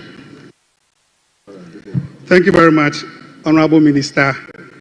The second paragraph, you did indicate that one of the key interventions was the scrapping of a VAT or motor insurance policy. I'm not sure, but can you inform us if this is really a policy on VAT that has been implemented all these years? Because so far as I'm concerned, there has never been a VAT on third-party motor insurance. Thank you. Yes, Honorable Minister. Mr. Speaker, as part of the 2024 budget, the then administration introduced VAT on non-life insurance.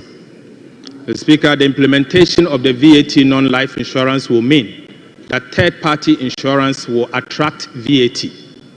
Mr. Speaker, I have said in the budget that before we implement such a policy, I believe strongly and the government believes strongly that third-party insurance should be exempted from the payment of the VAT. And that is why, Mr. Speaker, you will see in the budget statement and as part of the policies that we've submitted, to exempt third-party insurance or all insurance on motor vehicle. And we believe that this will reduce or this will not result in an increase in insurance premium that will be paid by motor vehicle users. Thank you, Mr. Speaker. Thank you very much, Honorable Minister. I don't know if I did not hear right, but my question was to the effect that is there a charge, a VAT or a VAT charge on third-party motor insurance?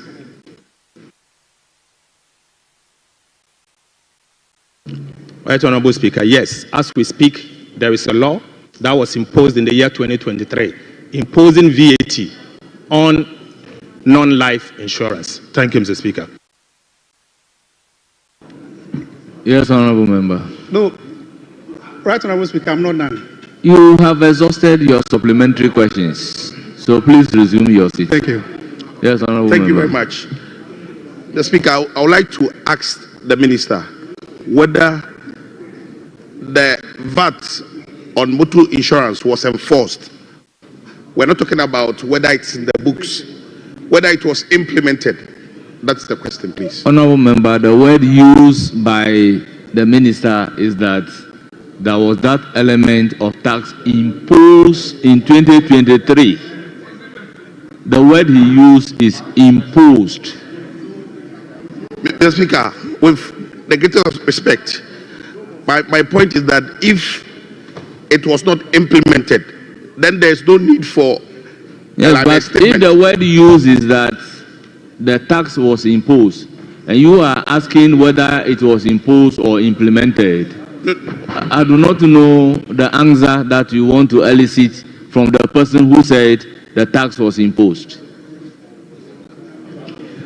Mr. Speaker, I just want to be very clear on this. It's just a Just rephrase your question. A simple question that the Minister, the budget statement read to us last week said, categorical, that there is motor insurance, VAT on motor, third-party motor insurance.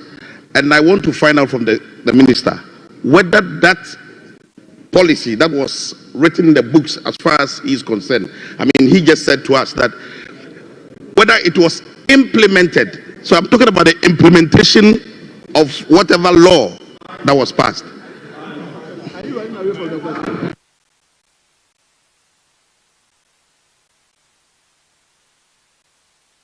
Honourable Minister, your answer.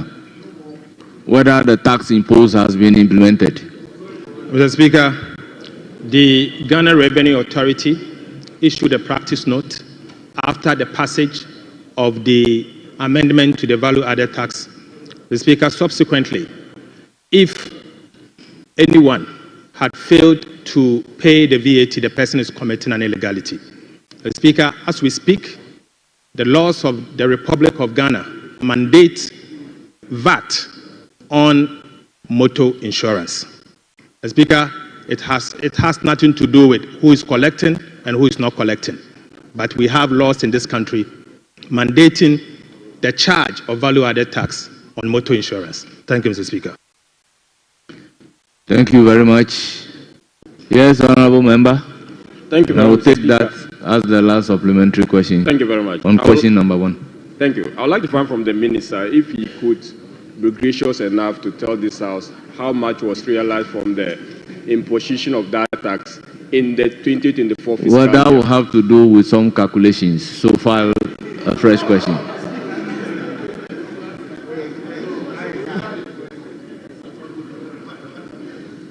Honourable members, we have come to the end of questions. We've exhausted item numbered 7 and 8 together. We then move to the item numbered 9. Statements. Honourable members, the budget statement and economic policy of the government for the year ending 31st December 2025. Yes, Honourable Majority Leader. Mr. Speaker, there's an addendum to the order paper. Mr. Speaker,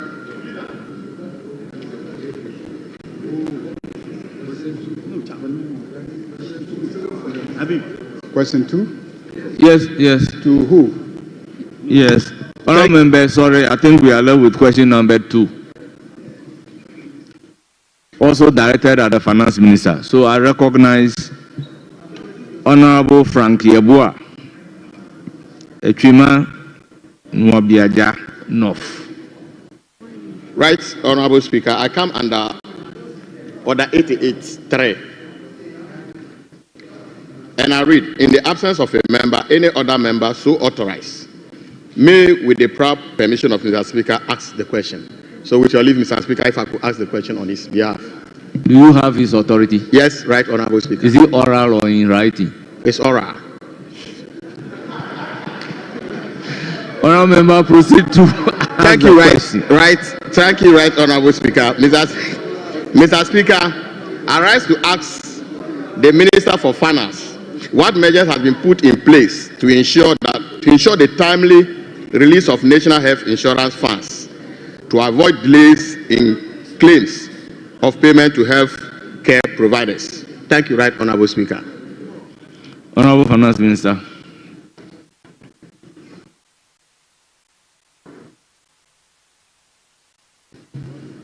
Mr. Speaker, releases from central government are made in line with quarterly allotment to address this issue. Right, Honourable Speaker, the Ministry of Finance has engaged the Controller and Accountant General to prioritize release to social protection programs, including the National Health Insurance Authority. The Ministry of Finance will also streamline its internal processes to speed up the releases to National Health Insurance Authority. Additionally, the Ministry of Finance has increased the resource envelope for the National Health Insurance by uncapping the National Health Insurance levy for the year 2025.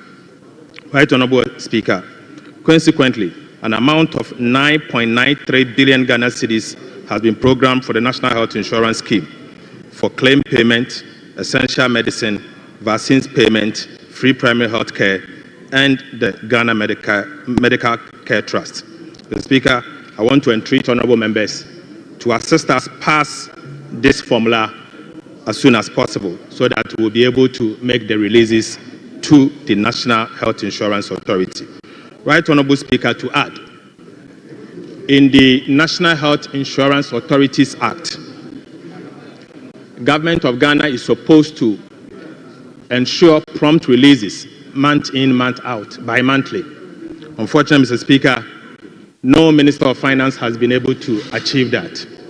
Right, Honourable Speaker, my assurance to the House is that I will try as much as I can to implement prompt releases to the National Health Insurance Authority. Thank you, Mr. Speaker. Thank you very much. Honourable Member, any supplementary question? Thank you, right, Honourable Speaker. I'm happy he said he will try as much as possible to make sure that prompt releases are being made to the health insurance. But Mr. Speaker, he is entreating this House to pass the formula as soon as possible. I want to find out from the Minister if he can confirm to this House whether these formulas are already in this chamber. Thank you very much. Well, Honourable Member, you may answer the question.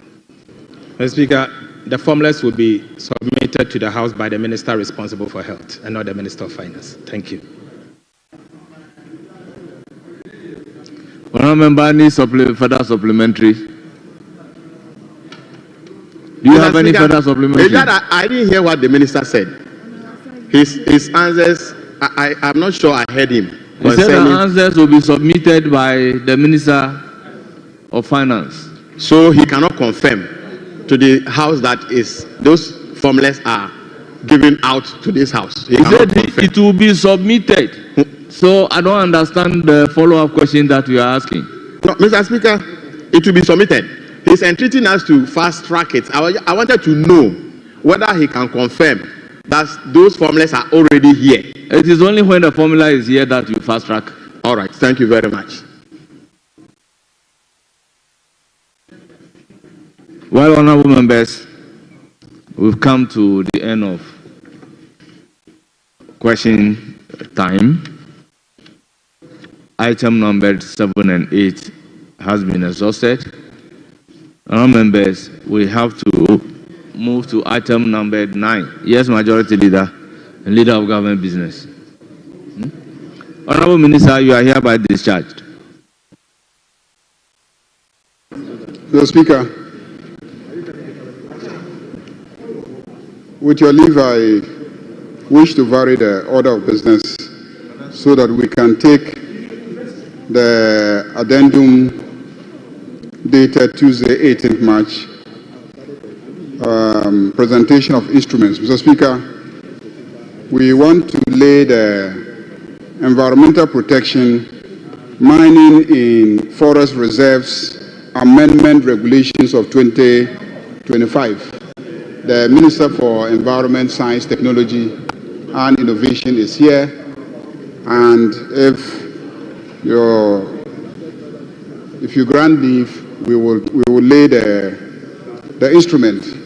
That's the environmental protection, mining in forest reserves, amendment regulations of 2025. That is the amendment intended to take away the discretion from the presidency to grant authorization for mining to take place in forest reserves. Mr. Speaker, this was a major promise of President John Dramani Mahama and the government, and today we are seeing the implementation of a major promise aimed at dealing with the issue of galamsey in our forest reserves. We are taking away the discretion of the president to grant permission for concessions to be given for mining to take place in forest reserves, and that is what this regulation is all about. The minister is ready, the instrument is in the House, and we want to lay it. Thank you, Mr. Speaker. Honourable Minority Leader, the application is for me to vary the order of business so that they can lay the item contained in the order paper addendum. What do you have to say?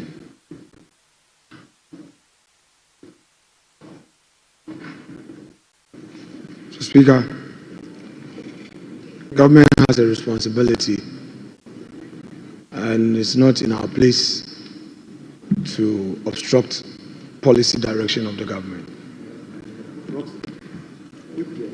I am not opposed to the application to vary the order of business.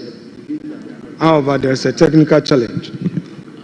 The technical challenge is founded on a precedence of this House, which precedence and practice we've all respected. That is to do what we call a prelay of such important instrument so that a broader stakeholder consultation would ensue before the actual laying is done.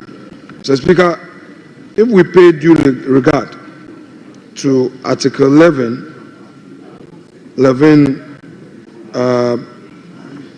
7 of the Constitution, this is what Order 11.7D provides. With your leave, I proceed to read the Constitution. Any order, rule, or regulation made by a person or authority under a power conferred by this Constitution or any other law shall c.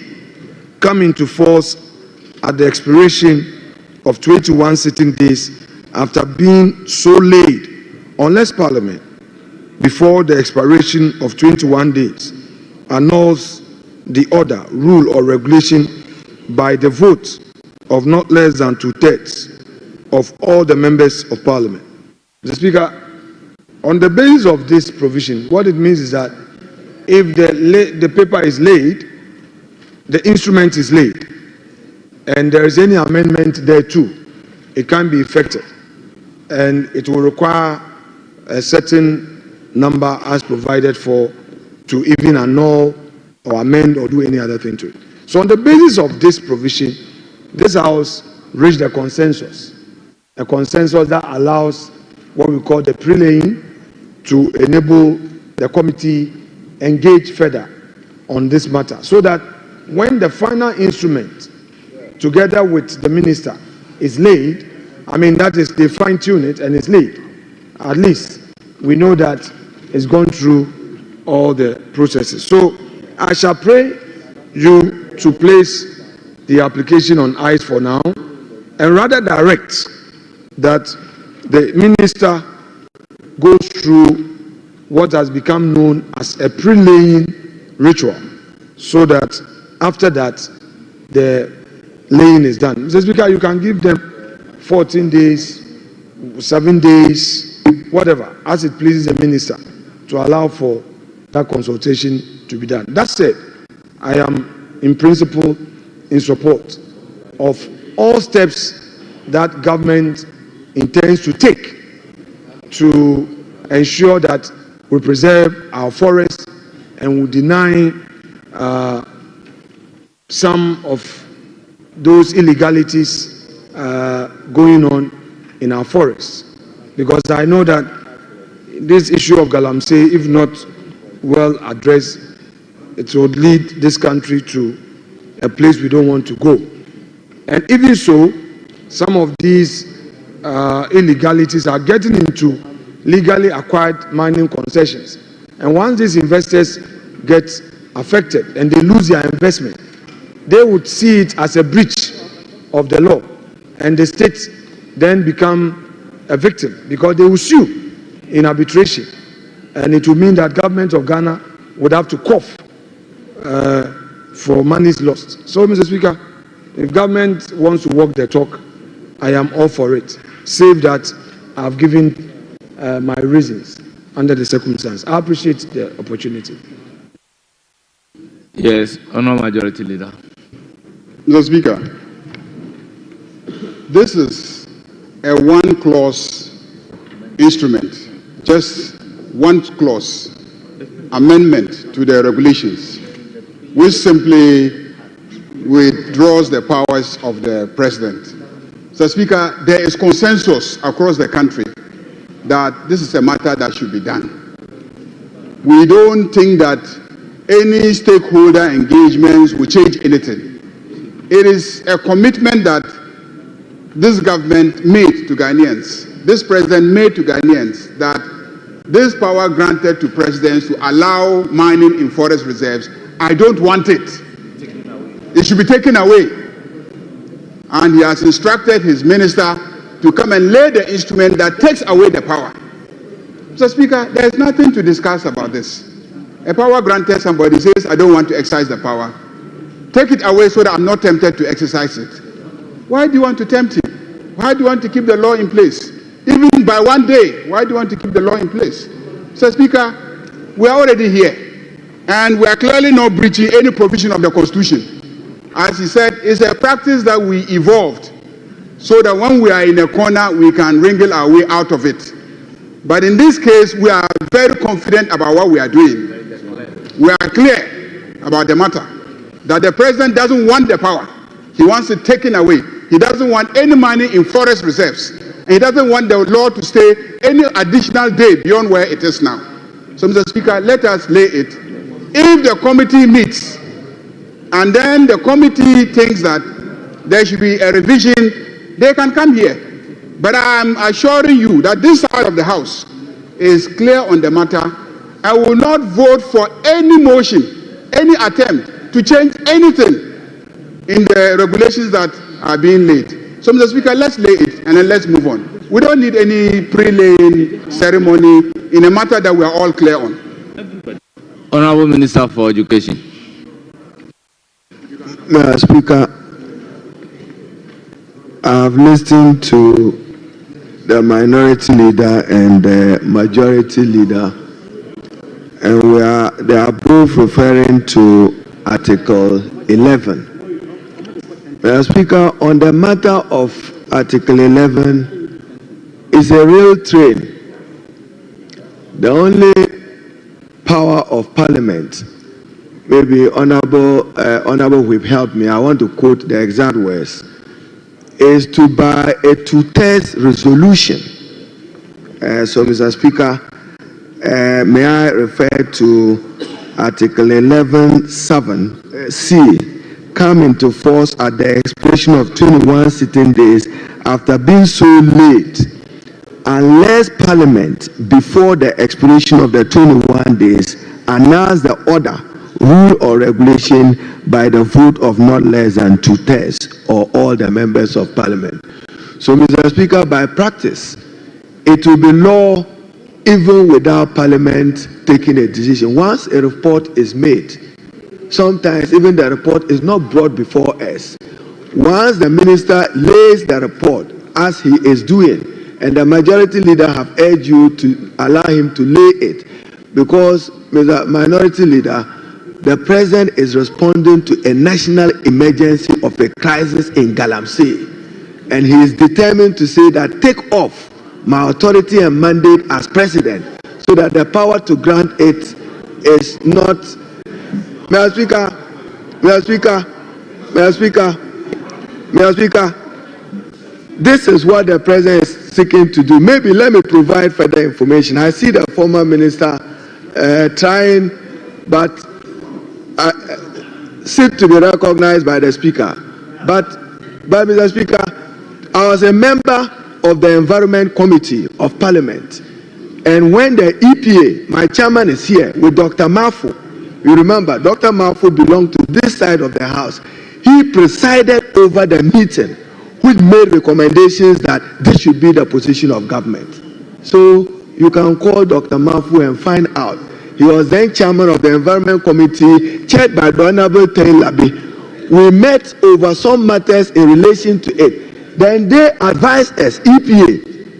It was the advice of the EPA that please, these regulations, I think the Attorney General came to work on it, that the Attorney General have laid is wrong. It is not best and good for the country. So, Mr. Speaker, what the majority leader is saying is that, yes, if it is a matter you want to do pre-consultation, he says it's one clause, one off. What consultation? I'm taking off a power and a mandate. This House is just there that I think that this House was not going to have any opportunity to say we are voting. Save today he has the numbers as majority leader, so he's the only person who can marshal a two-thirds and say no, annul this instrument. But let's not get there.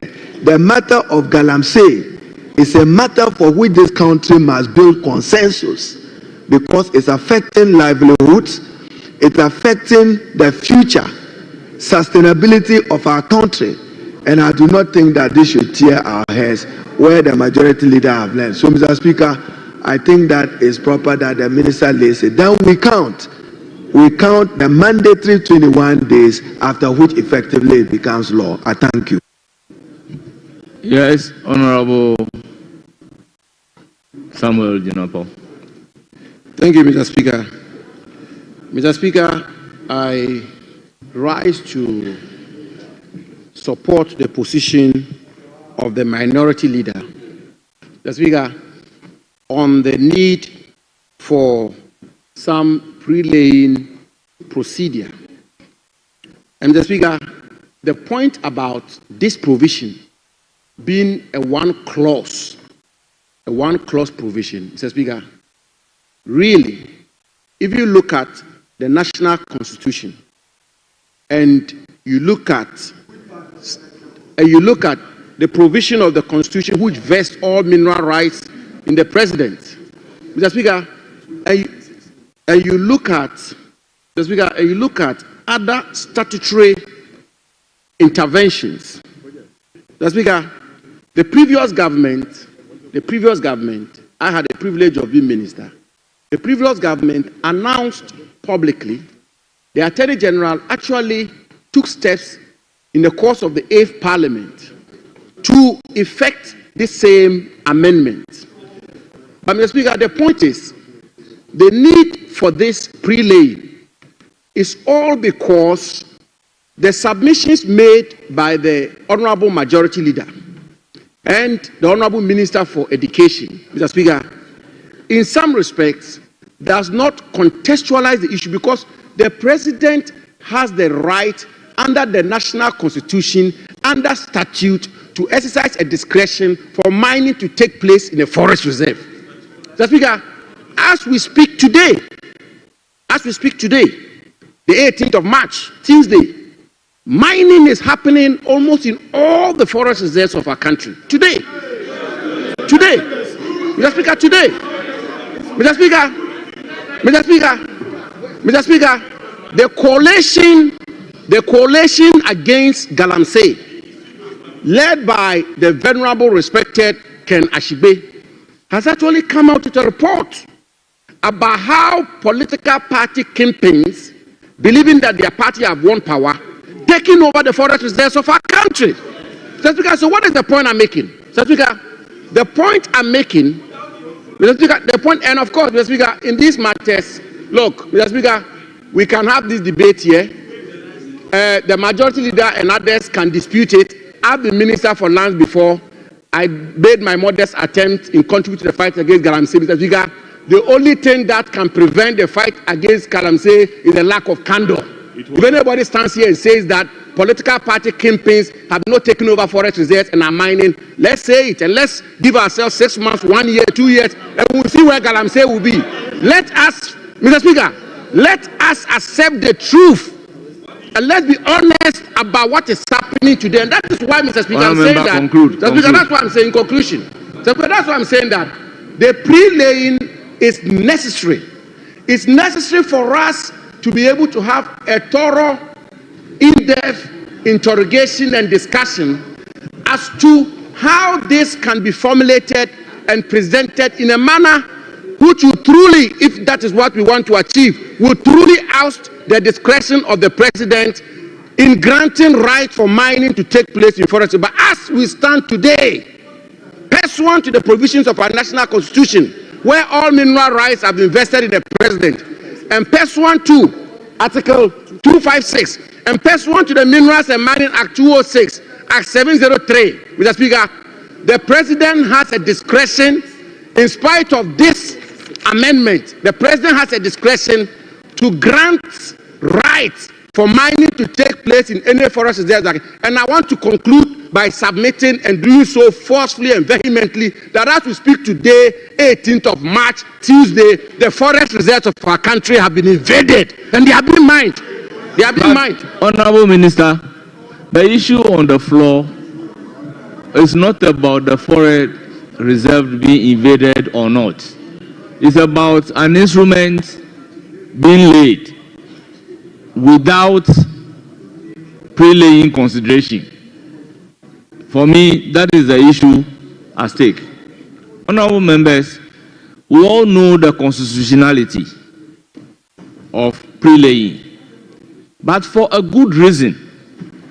The practice and the convention is that before the instrument is introduced, it is subjected to a pre-laying consideration, owing to the fact that by a lot of Supreme Court authorities, once the document is laid, you can dot I or cross T unless you have two-third majority in line with Article 11.7 to annul it.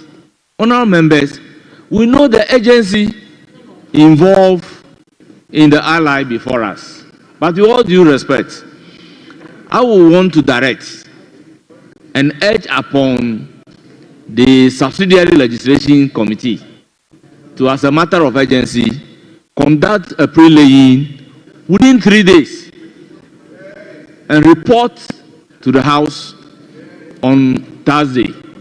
Honourable members, with all due respect, we established the practice to be conducting a pre-laying consideration.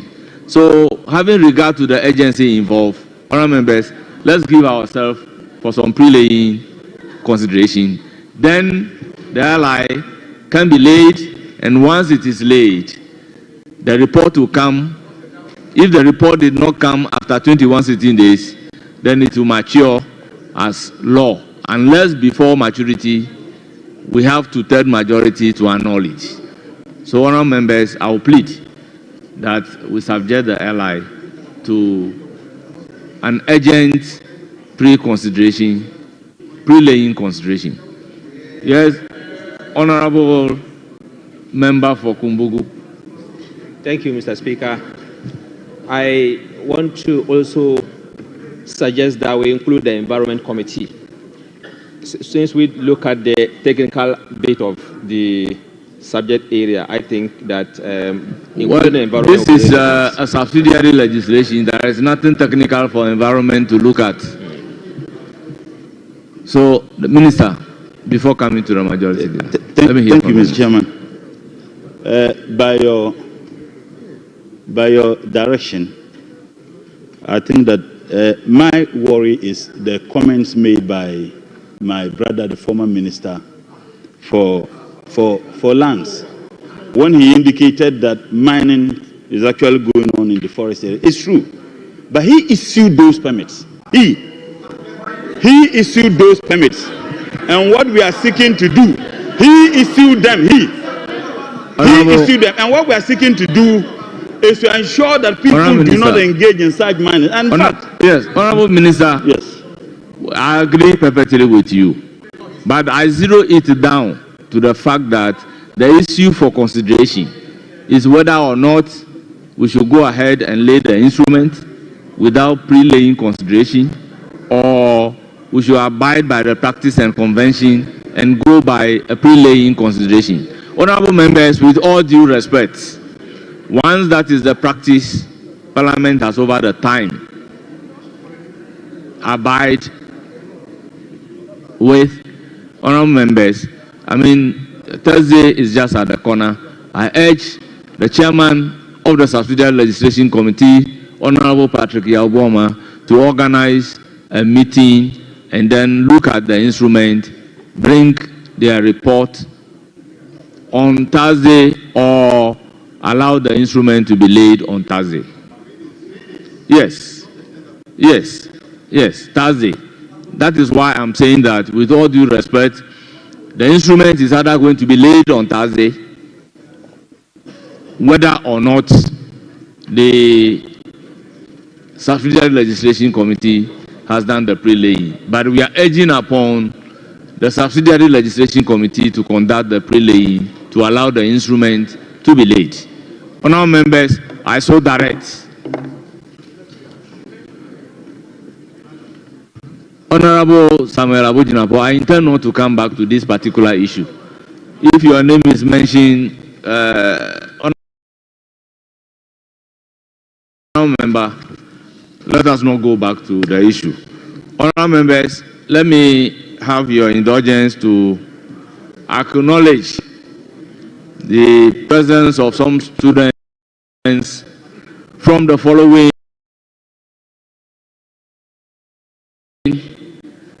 institutions visiting us in Parliament. First on the list is Mangus Senior High School, led by Dr. Tevia Agbesi, headmaster. They are located in Ekropon North constituency, 55 in number.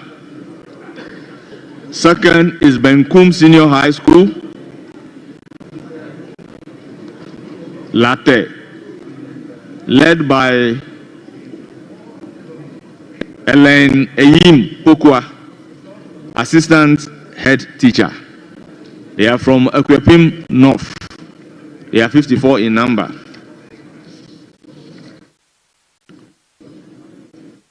We also have Amponampong, Ghana Muslim Mission School, led by 28 in numbers. We also have Liberty Academy and New Will Academy, led by Florence Caesar, teacher, New Job and South constituency. They are 65 in numbers. Our dear students, you are mostly welcome. May you have a fruitful visit to Parliament of Ghana. Honourable members, leadership, we move to item numbered 9, statement. Yes, Honourable Samuel Abu-Jinapo, on the statement. Mr. Speaker, I come under Order 93.1, Mr. Speaker. And Mr. Speaker, with your indulgence, I will read. By the indulgence of the House and leave of the Speaker, a member may explain a matter of personal nature or make a statement on a matter of urgent public importance at the time appointed for statements under Order 67. Mr. Speaker, I believe that the matter I'm about to raise is one of public importance, urgent public importance. And so with your indulgence, Mr. Speaker, I may want to refer the House to Order 195, Mr. Speaker. And Order 195, Mr. Speaker, Order 195, with your permission, I read. 1951 states, the statement of the estimate of revenue and expenditure of the government in respect of each financial year referred to in these orders as the quotes, budget statement and economic policy of government, end quote. Mr. Speaker, with emphasis, and I repeat, quote, budget statement and economic policy of the government, end quote. Mr. Speaker, that statement is defined by Order 1951. It names it, defines it as a budget statement and economic policy of the government. Mr. Speaker, I then will respectfully refer you to Order 201. Mr. Speaker, Order 201. Order 201 is titled Debate of the Budget. Mr. Speaker, with your indulgence again, I will quote. It states, on a day to be determined by the Business Committee after the budget statement and economic policy of the government is presented, and at a time that the Business Committee may allot for the purpose, the House shall debate the budget statement and economic policy of government. So, Mr. Speaker, you will see that under Order 195, where the statement is classified as budget statement and economic policy of government, in Order 201. But, Honourable Member, is that not the same issue raised by the Deputy Minority Whip, Honourable Habib? Honourable Member, come along to Standing Order 1235 and read.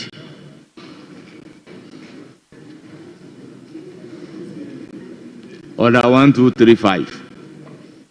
So, Speaker, if I may finish. So. No, just read Order 1235.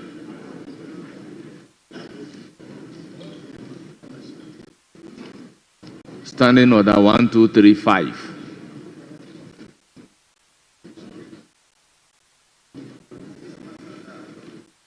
Read it for the purposes of the House. Mr. Speaker, it says, a member shall not raise any specific question upon which the House has come to a conclusion during the current session, except on a substantive motion for rescission. End quote. Mr. Speaker, I'm raising a different matter altogether. So, honorable members, Mr. Speaker, I'm raising a different matter. Honorable members, let us be honest to ourselves.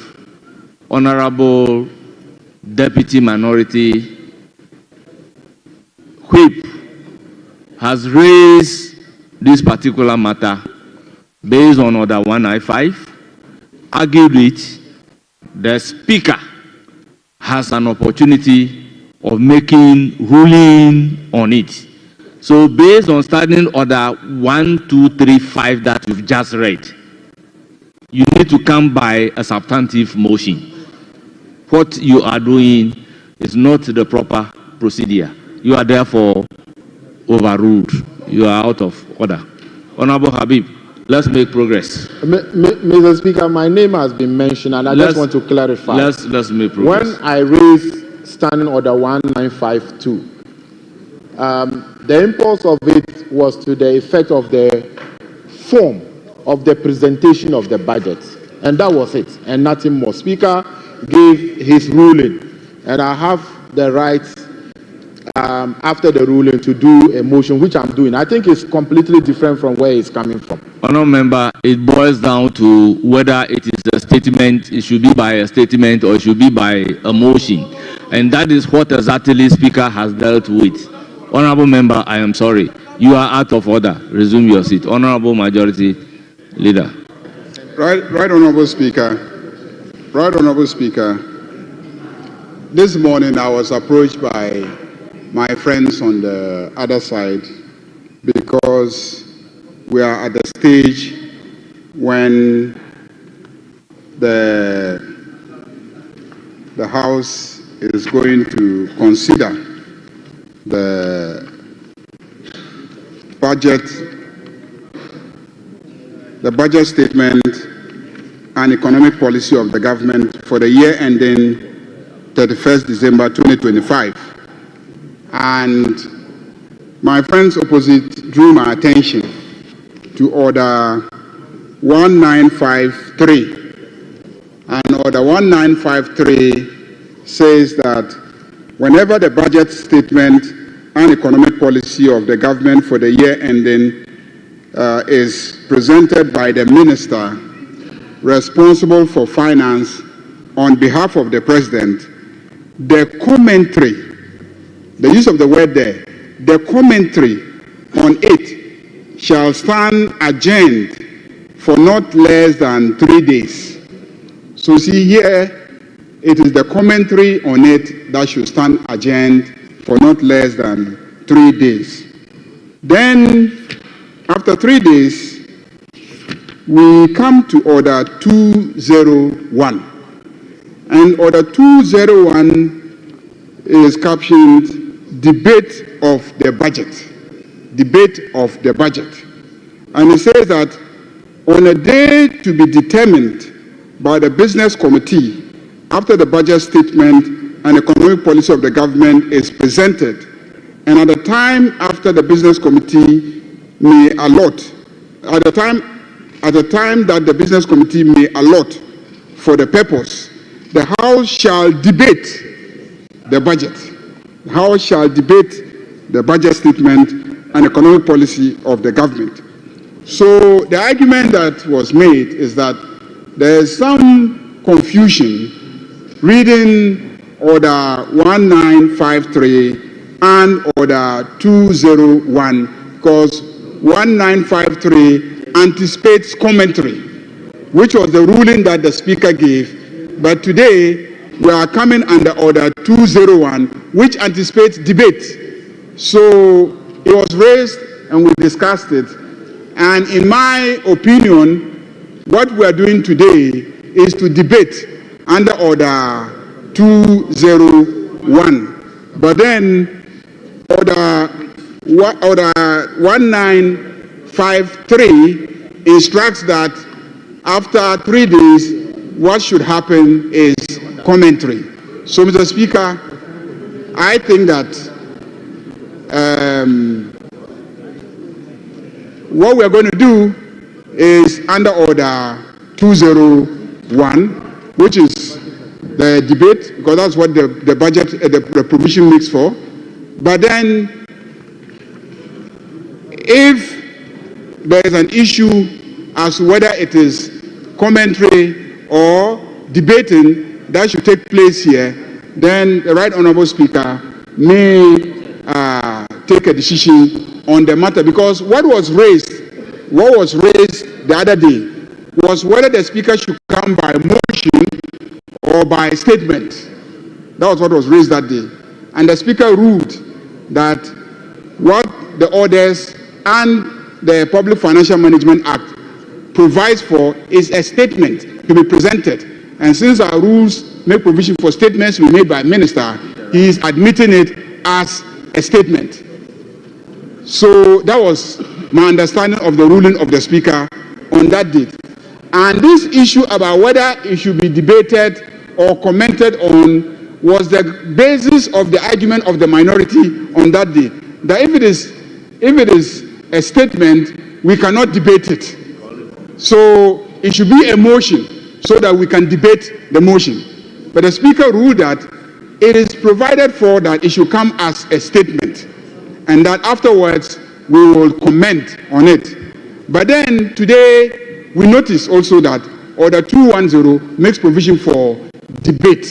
So, Mr. Speaker, I think that this is a matter that, in my opinion, I think the drafters of our standing orders, probably there was an oversight, and so let's just allow the process to continue unless you want to make a ruling on the matter.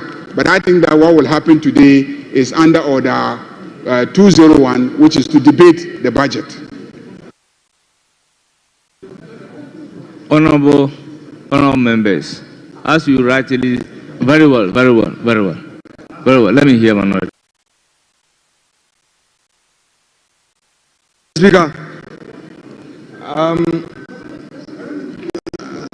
you see, sometimes we are impatient when matters come up in this chamber. Mr. Speaker, first of all, let me respectfully disagree with you on the point you made that the respected colleague Abu Jinapo was out of order and to resume his seat. I mean, Mr. Speaker, flowing from what the leader of the House just said, I want to add my voice to what he just said by saying that our colleague was not in any way out of order. In fact, he wasn't rooting his submission on Order 1952.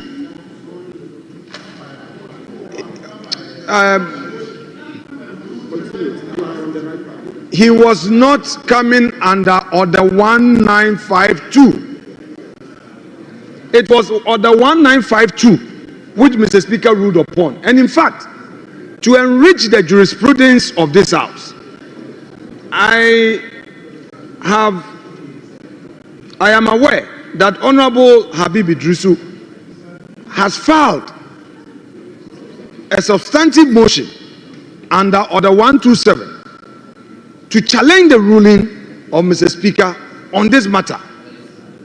And I don't know when the motion will be taken, but it was raised to cure this very important matter.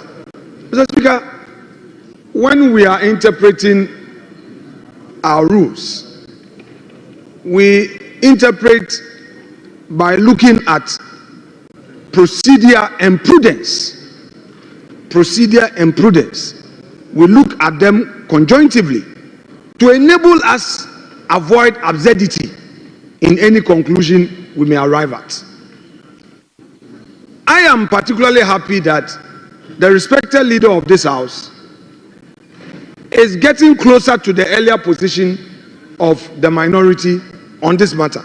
Because, Mr. Speaker, on the said date, the gravamen of that contention really was this House is empowered to determine the form. And we did so mindful of Order 201. We did so, mindful of Order 201. But here we were, because we are a mighty few, and there's a super majority. We know what happened. I wouldn't want to repeat. Today, we are getting to the cul-de-sac. That cul-de-sac was created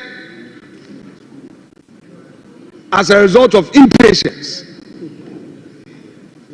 And he, the member, a respected lawyer who has been in government before, who knows the procedure, is this day drawing our attention to this important matter, that as we find ourselves, are we going to make commentary or debate on this matter? Mr. Speaker, this house is stopped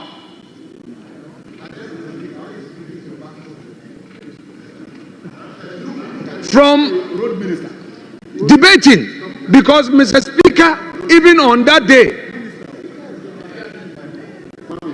directed me not to debate, but I should make comments. Mr. Speaker, let us always be thinking about tomorrow. Whenever we set precedents that will tie our hands, we should remember tomorrow. Mr. Speaker, please, I would plead with you, because the respected majority leader has now put the application in proper perspective, that this application is not about 1952, and at least it is clear with us. I would pray that with your special leave, the applicant be allowed to mount his application, conclude his submissions, so that we can, as a house, make a determination on this matter. No, Honorable Kwame Abuja, I am not, the application was not rooted on 1952. As for that ruling by Speaker, nobody is attacking it. There is a formal motion to deal with it. But he is coming under 201, and he's laid the foundation through order 91. 93 or 91? 93. So he laid that foundation to take oxygen from 93 to proceed. So, Mr. Speaker, now that there is clarity, especially from the majority leader, and I supporting that view, may you allow him to please make the application, unless there's something else. Majority leader. I thought the clarity was to terminate any attempt to hijack this house. I thought that was the essence of the clarity that I brought. The clarity that I bring to this discussion is that the issue is whether or not we should be commenting or we should be debating. That is the issue. Should we be commenting or debating? And I'm saying that let's not belabor the point. Order 1953 makes reference to commentary after 3 days. Now, Order 201 then makes provision, elaborate provision, for how to deal with the budget statement, and it says debate. Mr. Speaker,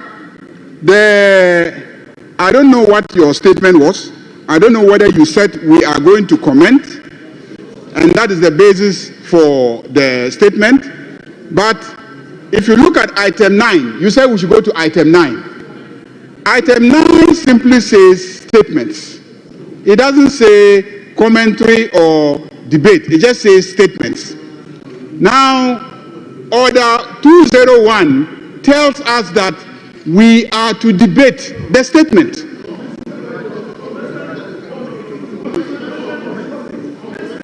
Oh, yes.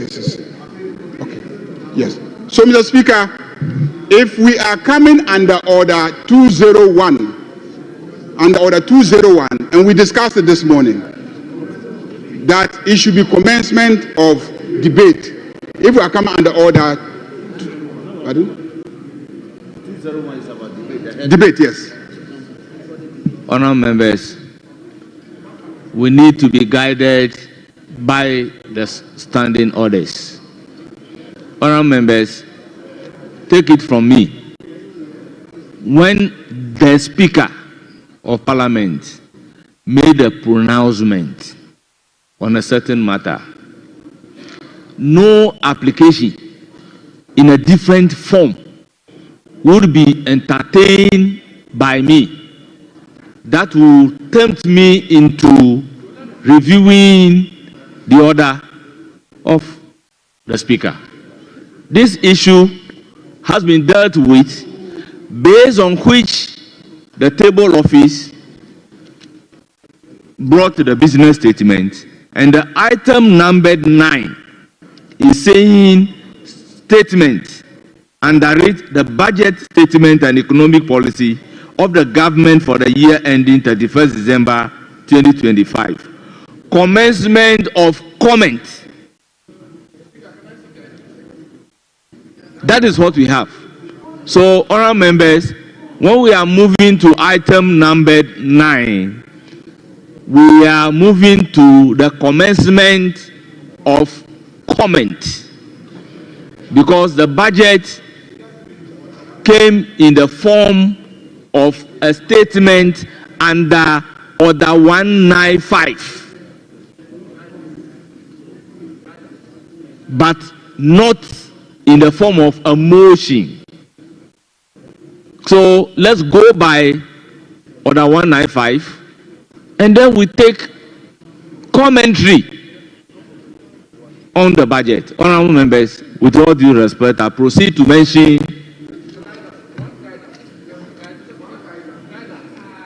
honourable members,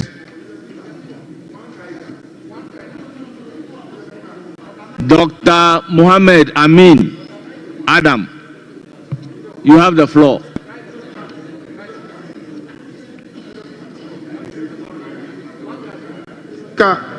We abide by your guidance. Mr. Speaker, I only wanted to make application to you to relax the rule in Order 91.3. And with your permission, I read Order 91.3, that a member may comment on a statement and the comment shall not provoke debate. Mr. Speaker, the budget itself is debatable. So I just wanted you to please relax that rule as members comment on that statement. So that when members comment on that statement, this is not the first budget time itself is already generating debate. Honourable members, this is not the first time that we'll be taking comment on budget. This is not the first time. This is not the second time we'll be taking comment on budget. We've done this severally, so we know what to do when we are supposed to make comments.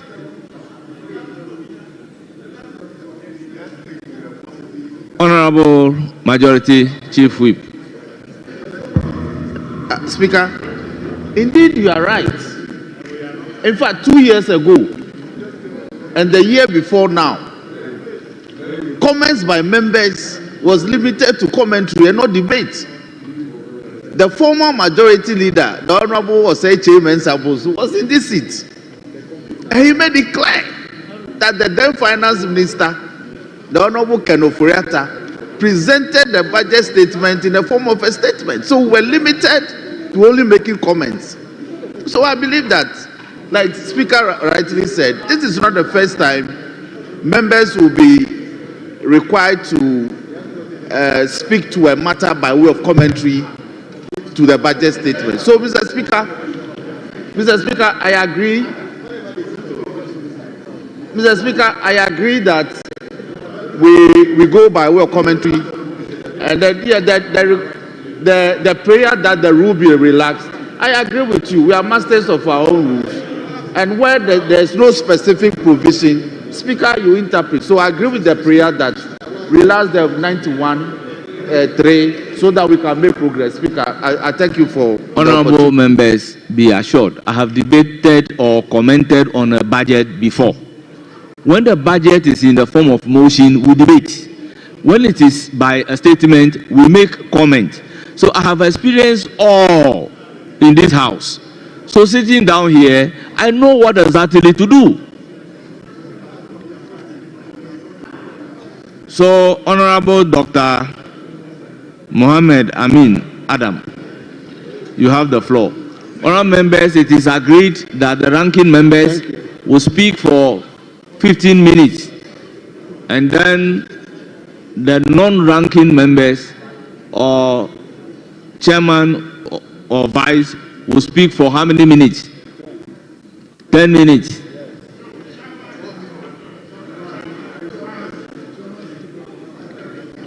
Honorable members, I want to be guided.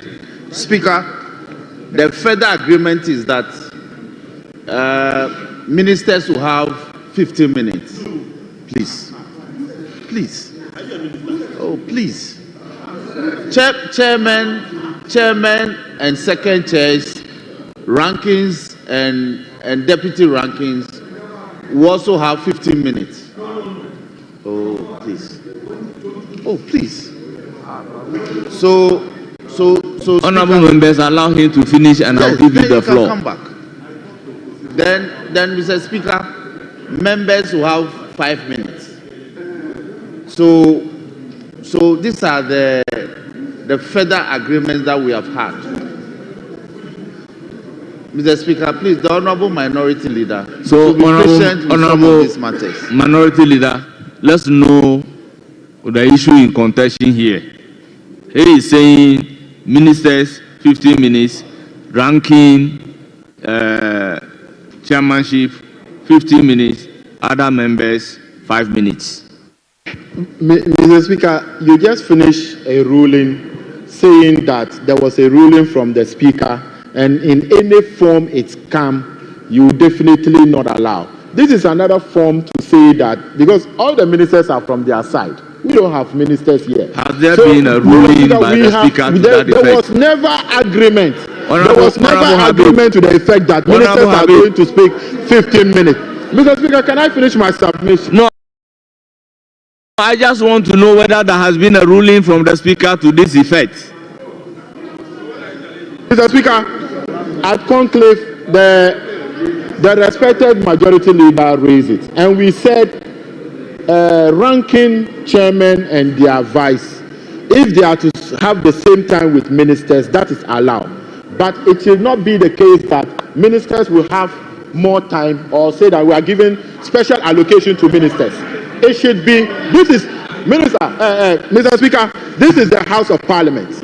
And if you want to see how things are even ranked, go and read Order 21. When we are debating or we are talking about ranking of how people speak in this chamber, we are recognized as members of parliament here, and we agree that if ministers and chairmen and ranking have the same time, we don't have a problem with it. Yes, but what you are saying, what you are saying is that you are saying that they should have 10 minutes, but and the ministers will have 15 minutes. Honorable member, what he said, I put it down. He is saying that ministers 15 minutes, ranking chairman 15 minutes. So ministers don't have a time different from the ranking and chairman. So it means you are all speaking the same language. So honorable members, let's make progress. But what you said was that the ministers, ranking and chairman should be given the same time limit. And that is what exactly is here. Very well. Majority Leader, I think we've resolved the issue. Yeah, but Mr. Speaker, an additional matter that we discussed at pre-sitting meeting.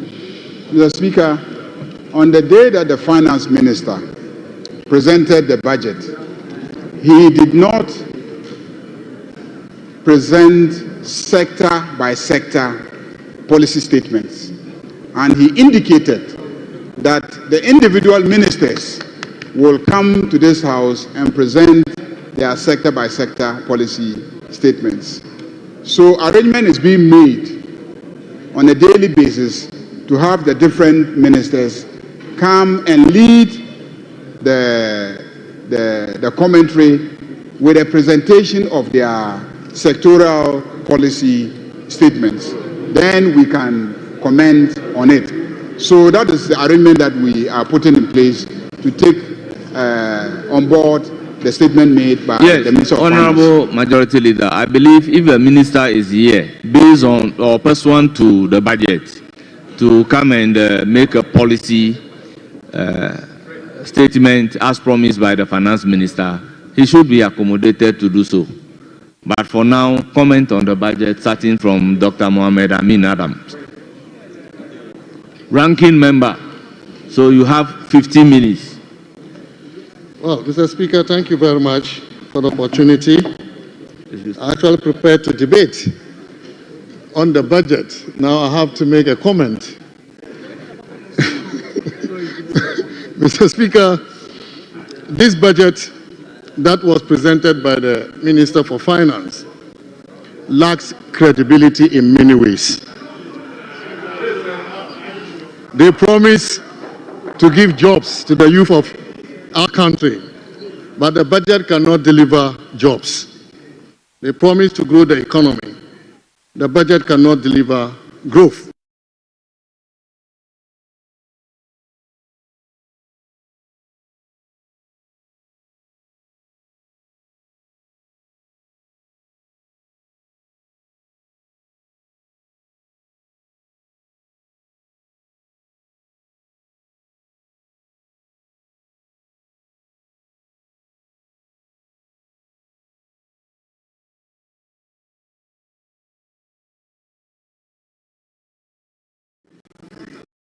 Criminalists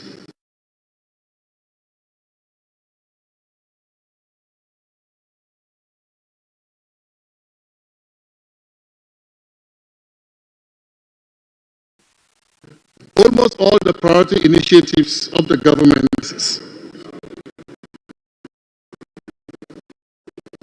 But the goods and services vote, Mr. Speaker, is heavily underfunded in this budget. If you look at appropriation, it's heavily underfunded in this budget.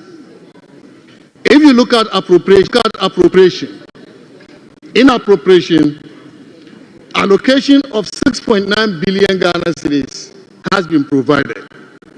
Services total 22 billion Ghana cedis. And so I see a mismatch, inconsistency between what is in appropriation, which led to the fiscal balances the minister announced, and what is actually contained in the appendices under expenditure allocations for the various MDAs. And so goods and services has been heavily underfunded to the extent that we have a funding gap of about 15 billion Ghana cedis. Mr. Speaker, I am wondering how the minister is going to implement this budget when you have a funding shortfall for goods and services of 15 billion Ghana cedis. And this is why I say that this budget lacks credibility. I'll give you, Mr. Speaker, and honorable members, another illustration in the area of education priority initiatives. Paragraph 374 provides for the free tuition for first-year students in tertiary institutions. The amount allocated under this paragraph 374 is 449.8 million Ghana cedis. In paragraph 375, allocation for sanitary pads for students, 292.4 million Ghana cedis. Paragraph 380 provides for 565.6 million Ghana cedis for textbooks. If you total all this, Mr. Speaker, you get 1.3 billion Ghana cedis. Meanwhile, when you go to appropriation in the appendices, only 800 million Ghana cedis is provided, a shortfall of 506.7 million Ghana cedis. Again, Mr. Speaker, how is the government going to implement these education priority initiatives when the same government is heavily underfunding these initiatives? Mr. Speaker, let's look at agriculture for economic transformation. The budget lists the initiatives under this program as Feed Ghana, Ghana Grains Development, Vegetable Development, and Nkoko Nkiti. Mr. Speaker, paragraph 390 of the budget provides that a total of 1.5 billion Ghana cedis has been allocated towards the implementation of the Agriculture for Economic Transformation Initiative. But, Mr. Speaker, again, you go to the appendices, which is the meat of the budget, and only 924 million Ghana cedis is provided there. Again, a shortfall of 575.6 billion Ghana cedis. And so, Mr. Speaker, we can also look at the Big Push initiative. It's a $10 billion initiative. Average for the 4 years of President Mohammed's term will give you 2.5 billion United States dollars. If you use the exchange rate used in the budget, 16 cedis to $1, $2.5 billion will give you 40 billion Ghana cedis. Meanwhile, in appropriation, only 13 billion Ghana cedis is provided for the Big Push for this year. Again, there is a funding gap of 27 billion Ghana cedis. Mr. Speaker, all the major initiatives are underfunded. Many inconsistencies between the text of the budget and the appendices. And Mr. Speaker, with this underfunding of these great initiatives, as they want us to believe, I am wondering if President Mahama is ready to fulfill the promises that he made to the people of Ghana. Minister, be careful. Mr. Speaker, the credibility of the budget is further questioned by the fiscal balances announced in the budget, both for the 2024 outturn and the projections for 2025. A deficit of 7.6% for the overall fiscal balance on commitment for 2024, and a deficit primary balance of 3.6% on commitment for 2024. These fiscal balances, Mr. Speaker, do not reflect the true fiscal performance of the economy. The IMF now demands, as part of the IMF program, a condition for a comprehensive audit of the famous 49 billion Ghana cedis, which the minister manipulated to arrive at the fiscal balances that he announced. Mr. Speaker, the Honorable Minister himself said in paragraph 135 of the budget. Honorable Majority Leader. Honorable Majority Leader. Honorable members, if the rule is that if the Majority Leader and the Minority Leader are on their feet, I should not recognize them. Please, let's set it out like that so that we can all go by it. But when I am advised that when leadership, Majority Leader and Minority Leader are on their feet, they must be recognized. I must do so. Mr. Speaker, Honorable Majority Leader. Mr. Speaker, the former Minister for Finance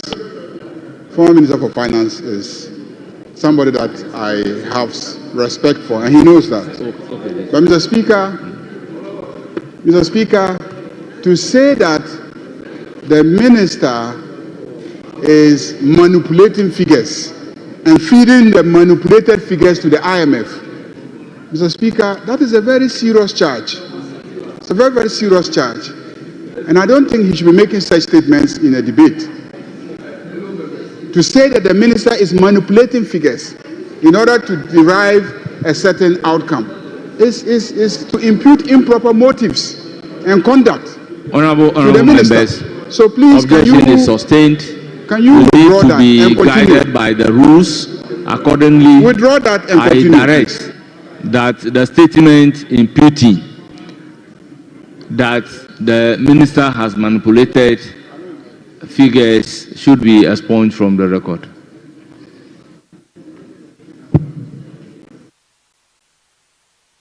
Yes. Mr. Speaker, first, I want to make this plea to the House. This issue about the budget is all political. This House is the highest debating platform in our governance structure. If the understanding is that we should allow the comment to flow, I will plead with all of us through our leader that we should allow same to be observed. If we will take 10 to be raising point of order to, then we should say so. As far as I'm concerned, the former Minister of Finance made that statement in context. And what has happened within the last 5 minutes is basically to distort the flow in his comment. Mr. Speaker, you see, it should never be said of the majority leader. Majority leader, it should never be said that you are now, distorting the debates. It shouldn't be said that this is being done by the majority leader, because since morning, from trying to arrest a question, raising constitutional issues and standing orders and all that, now to Honorable Amin Adam, a very innocent soul.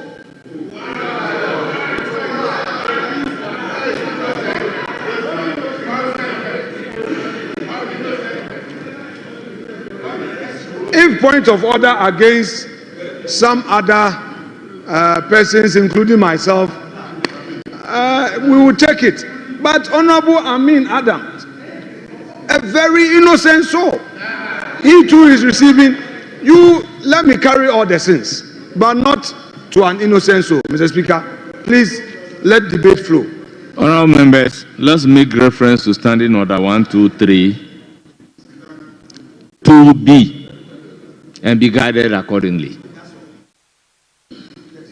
Honourable member, you may proceed. Thank you, Mr. Speaker. The Speaker will take the chair.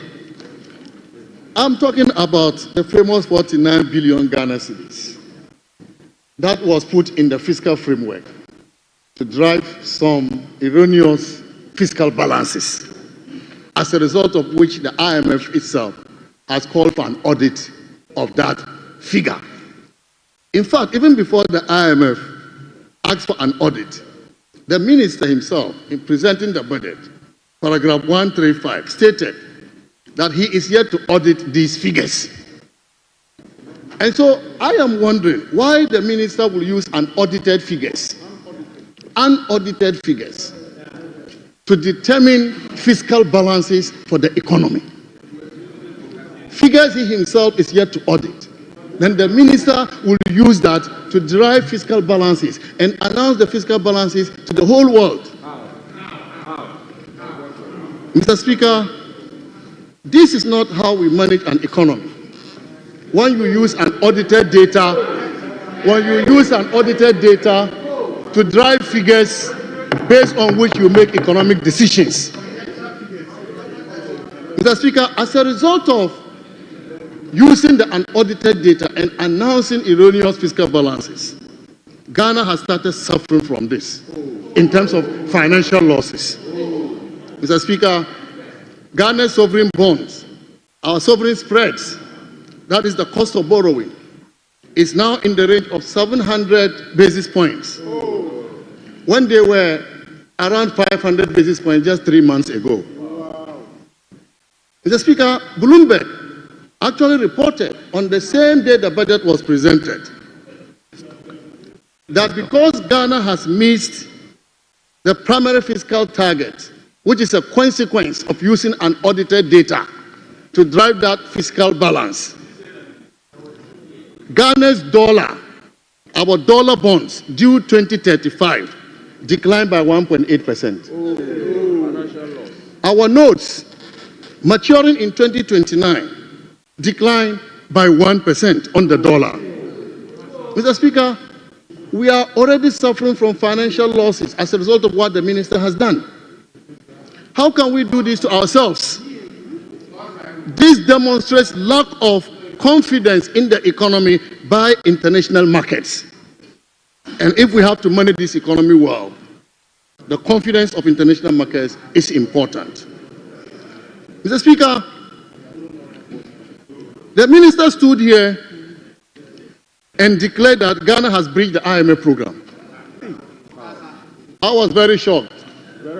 Why the Minister of Finance of Ghana would stand on the floor of Parliament and declare that his country has breached an IMF program when the IMF itself is to start the conduct of the review in April this year. Mr. Speaker, this is not done. After realizing the effect of such declaration, that infamous declaration by the minister, the government is now considering waivers. They are now considering asking for waivers before the IMF does the review in April. If you're asking for waivers, it shows that you have no credibility in implementing an IMF program. It means that you are failing in implementing an IMF program. That is why you are asking for waivers. But we know why they are asking for waivers, because they still want the review to happen, because they need the IMF money. If you take the budget on the financing side, for example, Mr. Speaker, the budget projects to receive $720 million from the IMF and $600 million from the World Bank, which are tied. But what the minister also does not understand is that it is not only the money that will come from the IMF and the World Bank. The reliefs we got as a result of the skilled negotiations we did with our international Eurobond holders, $4 billion in outright debt cancellation and $7.5 billion in debt service relief will all be lost to Ghana. This is why the minister, after declaring that Ghana has breached, is now thinking about applying for waivers, because they know the implications of what the minister has done. Mr. Speaker, this will be in addition to the policy credibility Ghana will lose of breaching an IMF program, an important yardstick for attracting international investors into our economy. Mr. Speaker, what the minister has done is just put Ghana in unnecessary challenges. And as we often ask, who will bear the consequences? It is the people, the very people who have voted for them to come and solve problems. It's the very people, innocent Ghanaians, who will suffer from this. Mr. Speaker, when we look at revenue performance, in 2024, Honorable Minister, conclude.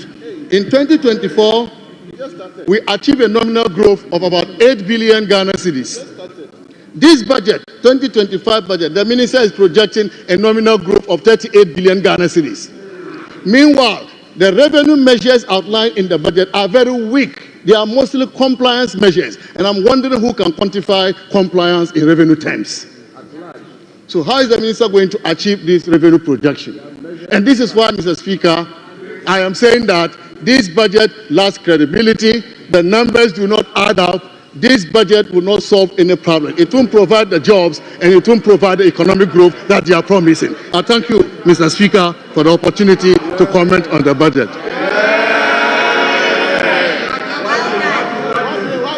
Honorable members, order. I proceed to give the floor to Honorable Azika Dongo. Honorable Azika Dongo, thank you very much. You have 15 minutes. Mr. Speaker, listening to my colleague, I can understand they are very dazed and they are still recovering from the kind of budget they never expected Ghana would ever have. Mr. Speaker, they are wondering how we put together such a budget without going to borrow $3 billion from the international capital market. For them, that type of budget can only be financed with borrowing on the international capital market, and even use some of it to celebrate with kinky and fish. So we have come to teach them how to run an economy properly, so to speak. In fact, at some point in time, I was almost going to ask MTN to audit their books whether some of the quick loans have not found their way to these people. Because they were so loan-driven that they didn't know that you could manage an economy from generating internal resources. But, Mr. Speaker, in 2019, the government of Ghana, led by Ken Ofori-Atta, the then finance minister, went to the IMF after he failed to meet the performance criteria and applied for waiver for the non-observance of performance criteria. So if we have those people who have ever asked for waiver for non-compliance with performance criteria, there they are. They did it in 2019. So in 2019, they did not end the program. They ran away from the program by asking the IMF to forgive them because they simply didn't have what it takes to complete the program. That is what they did. But Mr. Speaker, audited financial data. When did we ever come here to present a budget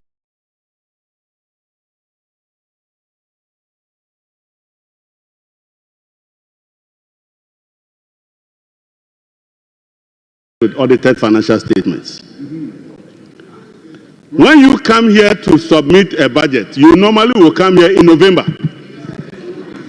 I'm saying that you normally will come to this house with your budget in November.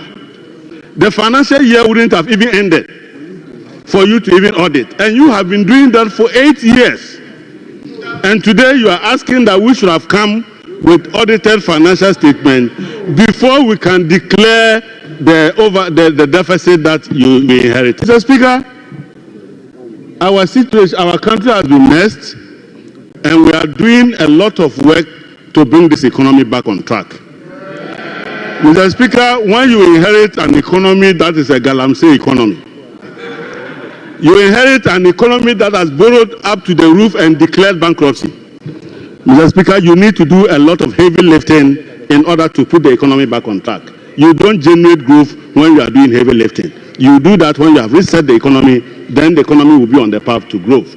So wait until the following year, you will see when the resetting starts working, that the economy would overperform. In any case, when they believed in the economy, they budgeted for growth of 3.2%. That was the budget you brought here. So why are you speaking to outturns? Wait till the outturns come and you will notice that we may likely achieve a target of more than 4%. We are being cautious because we understand the amount of heavy lifting that we need to do. Mr. Speaker, they are surprised that we are running an economy where we understand that as social democrats, you don't take money from the poor to take care of the rich. So when they were taking money from the poor, Ghana now has a president which is very empathic, a humane president who says the poor has been shouldering the development of our country, so I am going to give you respite. So here, today, you will find that we are abolishing all those taxes that you impose on the poor. E-levy is no more. We are abolishing e-levy. And tomorrow, he will be with me to move the processes towards abolishing that tax so that His Excellency can sign it into an act and repeal it. Mr. Speaker, we have a country where the government of the day was looking in all places for taxes. Every least excuse, they will impose a tax. They said there is Bola sitting and Nima, sanitation tax. They said there's a disease called COVID-19 tax. The people of Ghana are very lucky. By now, we have been hearing deportation from the United States levy in our country. The war of tariffs, the tariff war, we have been hearing tariff levy because our economy is suffering from Donald Trump. But here, Ghanaians don't even know that there's a tariff war. Ghanaians don't even know that Ghanaians are being deported because we will not ask them to pay levies for their people that are being deported. And this is how we are going to run this economy and teach you so that next time in 2058, if you ever happen to come back here, you will not be imposing taxes on the poor. Mr. Speaker, I heard somebody mention gold for oil. Please, and please, this is the last time you should even attempt to talk about gold for oil. I'm surprised that as a government, we decided to carry the risk of everybody onto the Bank of Ghana. So the Bank of Ghana was losing money from price fluctuation in the purchase and sale of gold. Then when we gave it to BDCs and BOST, the leakages and the losses on fuel, Bank of Ghana was bearing it. Exchange losses, Bank of Ghana was bearing it. The net effect is that our net worth at the Bank of Ghana is now 73 billion Ghana cedis. That is what we are seeking to stop. That is what we are seeking to make the people of Ghana know how the best people who manage economies operate. You can't take a bank with stated capital of 10 million and generate a deficit of 73 billion and still counting. And you are asking us to continue that obnoxious policy which created this type of situation. We will not do that. We will find a better way to support the system and make sure that the city is truly stable. And you will see how we are going to do that. And we will show you how to do it. Mr. Speaker, I heard him talk about the budget allocations for education. We were in this country when a government refused to provide textbooks, but rather teaching our children PASCO. You go and buy past questions for our children. So, chew, pass, and forget. Our children were learning past questions here. The minister is bringing interventions that will bring critical learning and critical training of the brains of our children. We are providing enough textbooks and not past questions. And you should be praising us for that. The people who capped the GET fund are today asking the minister who is uncapping it how much money he will make from the uncapping. You are not even ashamed. Who capped it? When you were having this red, gold, green in our secondary schools, and our children were lying and sleeping everywhere on the corridors, you were rather centralizing GET fund money and sending it to the government so you could construct a hole just behind here called the National Cathedral. You were taking the money from GET fund just so the president can fly a private jet. And we are making sure that those monies are spent properly, and you are questioning that also. But Mr. Speaker, we live in a country where a minister of agric that was supposed to be growing rice was importing polished rice. Why is my good friend? When he launched the Planting for Food and Job 2, he rather was importing polished rice from China.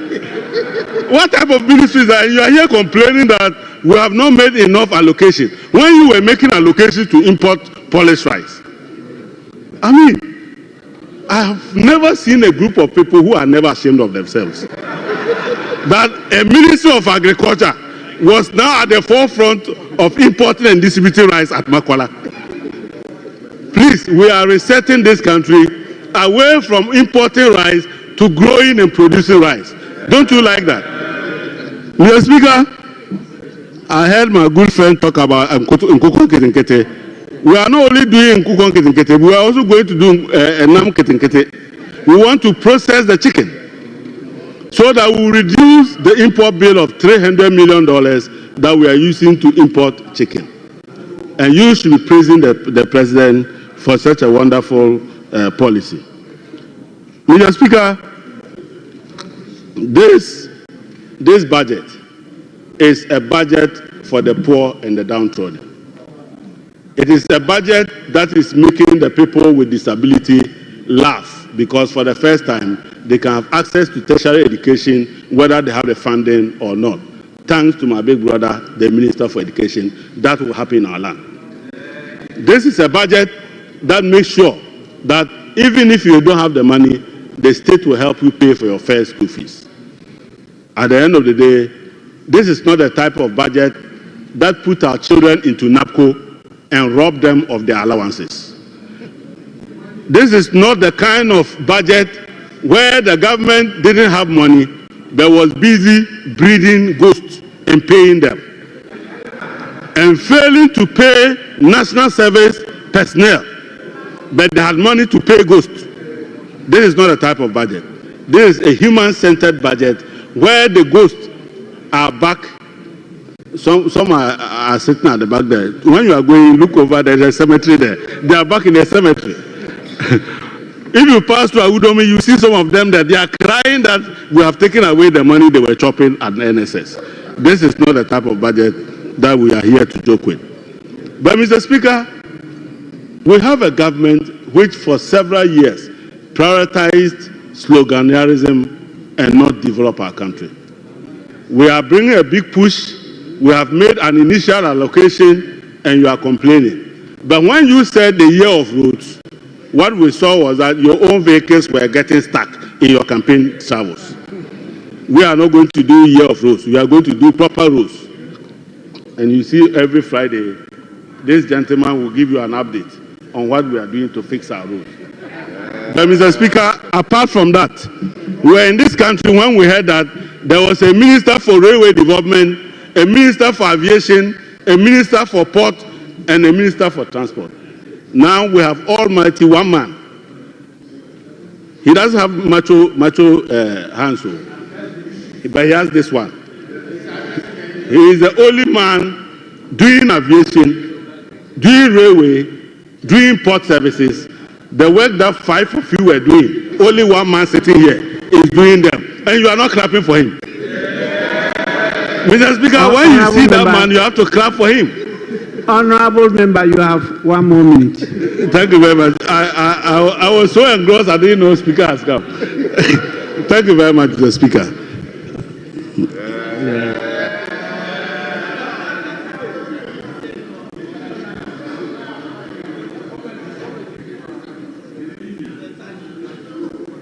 I said you had 1 more minute, but we are happy you have concluded.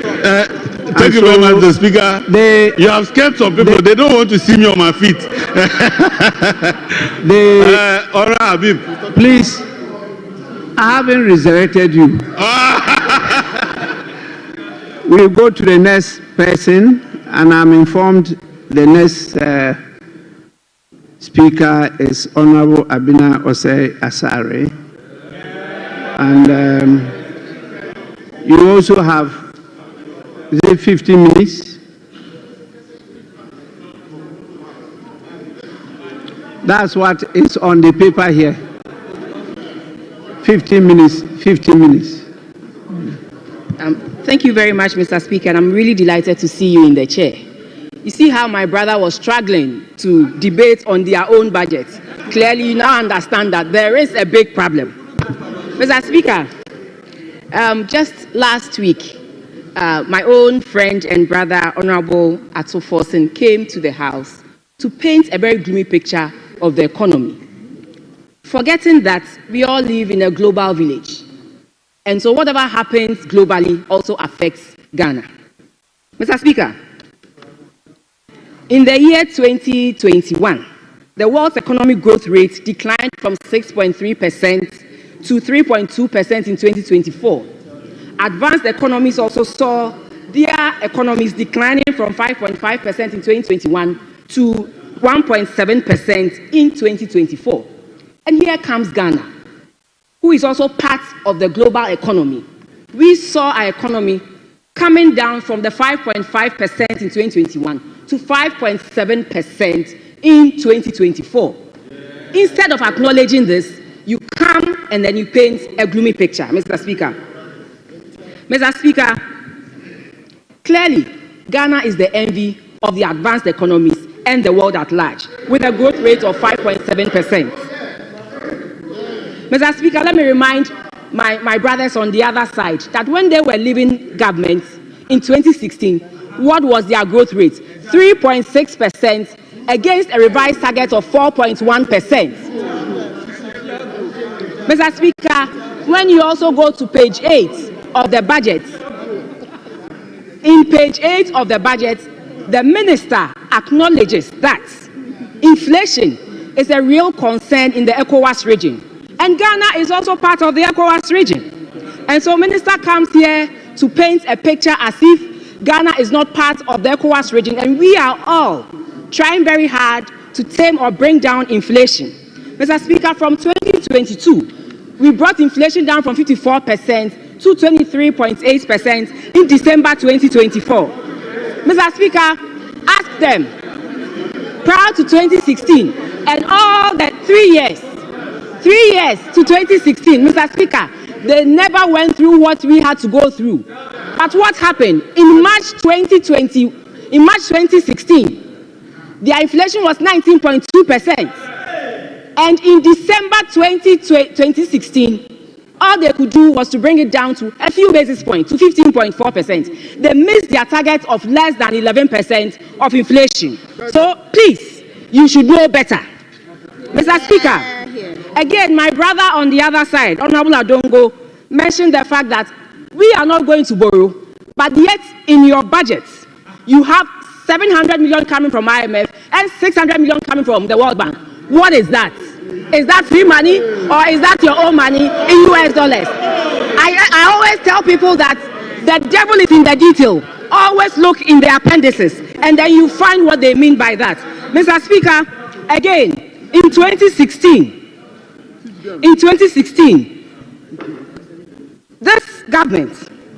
this government increased their debt from 2009 to 2016 by 20 billion. And what did this result in? It resulted in a dip in the GDP by 8.8 billion Ghana cedis. This same 20 billion is what we put on our debt from 2017 to 2024. And what did we do? We rather added $20 billion to our GDP. Now GDP is 1.2 trillion Ghana cedis. 1.2 trillion Ghana cedis. I know they always come up with one thing or the other, but facts are sacred, Mr. Speaker, and it has found its way in their budget. Mr. Speaker, let me come to one thing that is really of a bother to me. I heard my former minister talk about it, and I also want to talk about it. That is the issue of expenditure. Mr. Speaker, they presented to us, to the people of Ghana, that this government is a government that was going to rationalize expenditure and cut waste. But Mr. Speaker, they should tell us, where in this budget have they rationalized expenditure? Where in this budget have they cut waste? Rather, they have sought to add 43.5 billion Ghana cedis to the expenditure budget. This is not Abna saying it. This is your budget speaking to that. Mr. Speaker, they are hoping that at the end of appropriation, we will give them the permission to spend 290 billion Ghana cedis. When, Mr. Speaker, this year is not an election year, so there are certain expenditures that they are not going to incur. We, in an election year, did an appropriation of 250 billion. So when you come and you tell Ghanaians that you are rationalizing expenditure and you are cutting waste, what are you doing? Nothing. Mr. Speaker, again, to be honest with you, I was hoping that the NDC would take advantage of the good rule that the Ghanaians gave to them and voted massively for them to really show us some real cuts that will promote fiscal discipline and endear economic growth. But what have we seen? Spending spree, Mr. Speaker, spending spree. Most of this is being seen in fattened salaries at the office of the president, Mr. Speaker.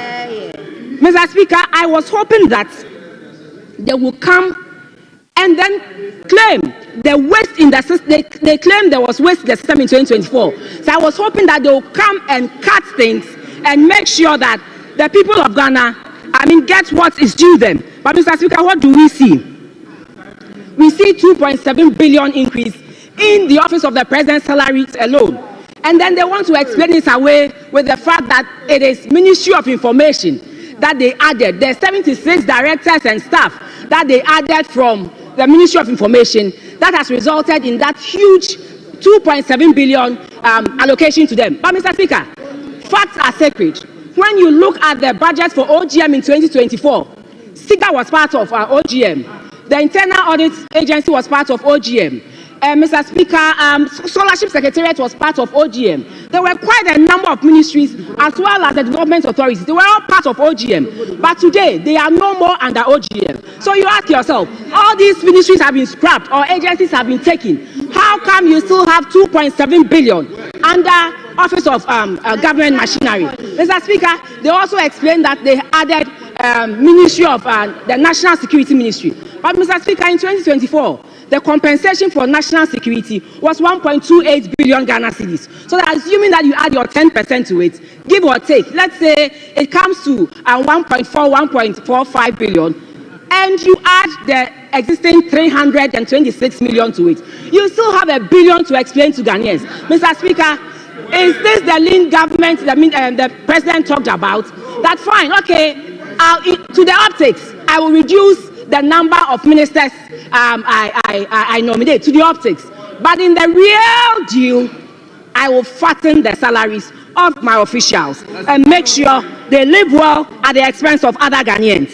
Mr. Speaker, again, let me also speak to the fact that the big push and other initiatives, Mr. Speaker, there were already existing initiatives that I believe if this government had continued to have served a very good purpose. One is the Youth Start. The Youth Start was an initiative that was addressing problems of the youth and the SMEs. And they were adding on to growth because they found themselves in the productive sector of the economy. But Mr. Speaker, funds have been taken from Youth Start and they have been given to the National Apprenticeship. Sorry, funds have been taken from 1D1F, which was allocated just 120 million in 2024 to help boost the economy. And we have given National Apprenticeship 300 million Ghana cedis. You ask yourself, look at the amount of jobs, the number of jobs 1D1F provided, more than 200,000 jobs. These are permanent jobs. And then we are now going to do what? Spend 300 million for National Apprenticeship, where after the apprenticeship, where are they going to find the jobs, to engage in? Mr. Speaker, so this is what we say, that it is not about cutting expenditure, but rather promoting wasteful expenditure.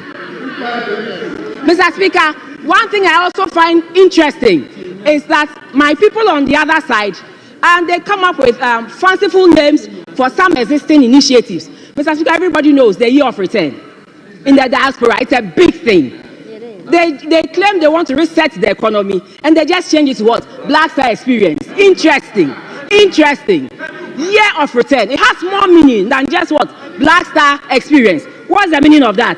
Mr. Speaker, before I sit, I also want to talk about the fact that the minister raised concerns about the state enterprises and the fact that they should do more to make sure they encourage reforms and make state enterprises fit for purpose. So I was thinking that just as they saw the National Apprenticeship as a very important thing and gave it 300 million, they would have also given SIGA, which is the agency to take care of state-owned enterprises, some money. Mr. Speaker, in the budget, it is just 50 million Ghana cedis. Meanwhile, we have close to 2.7 billion Ghana cedis at the office of the president. How then do you want the state-owned enterprises to reform and then to function as they are supposed to function? Mr. Speaker, I also heard my brother on the other side say that, oh, they are social democrats. Yes, social democrats government. Mr. Speaker, social democrats, you are supposed to make the poor and the vulnerable the heartbeat of all your policies. But what do we see here, Mr. Speaker? Clearly, in the 2024 budget, Mr. Speaker, for human trafficking fund and the domestic violence fund, we gave 2.7 million Ghana cedis for the domestic violence fund. Ask me how much they have allocated for this. A social democratic party, they have put in just 337,000 Ghana cedis. A social democrat, 337,000 Ghana cedis. I thought your heartbeat was the poor and the vulnerable, Mr. Speaker. And then when you go to the human trafficking fund too, they reduced it from 2.41 million Ghana cedis in 2024 to an abysmal 497,000 Ghana cedis. And Mr. Speaker, they claim they are social democrats. Is this champagne democrats or what, Mr. Speaker? They have to come again. They have to come again, Mr. Speaker.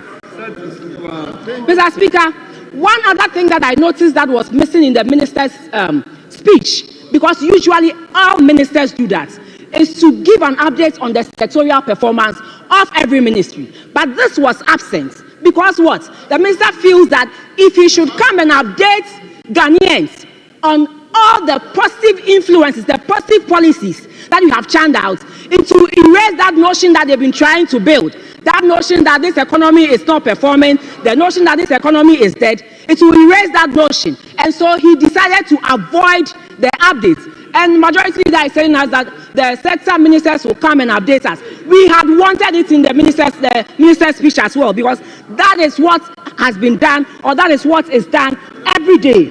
Mr. Speaker, yes, in conclusion, I just want to say that ultimately they failed to recognize in their updates that we moved GDP from 219 billion Ghana cedis to 1.2 trillion in December 2024.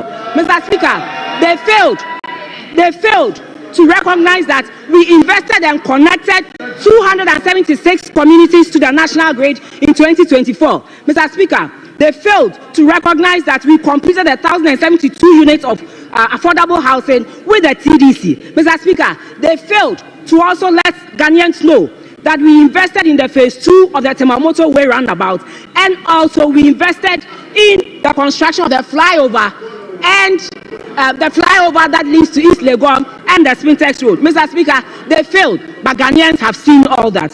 So, Mr. Speaker, finally, I just want to conclude by saying that isn't it a shame, Mr. Speaker, isn't it a shame that the policies that they talked about so much, the 24-hour economy, did not find any meaningful expression in this budget. Rather, we are being told to go and come back again, and that we should give it another week to bring it back. And Mr. Speaker, isn't it scary that no feasibility studies has been done, yet government decides to push our oil revenues close to 13.8 billion, our oil revenues and our mineral revenues, 13.8 billion, to a policy that, Mr. Speaker, they did not bring any framework for us to implement it. Rather, for the oil revenues, Mr. Speaker, it was funding free SHS. It was funding the second phase of the motorway. It was also going to fund the Agenda 111 that they are refusing to talk about. Mr. Speaker, so you ask yourself, clearly, this budget is all talk and nothing. Thank you very much, Mr. Speaker.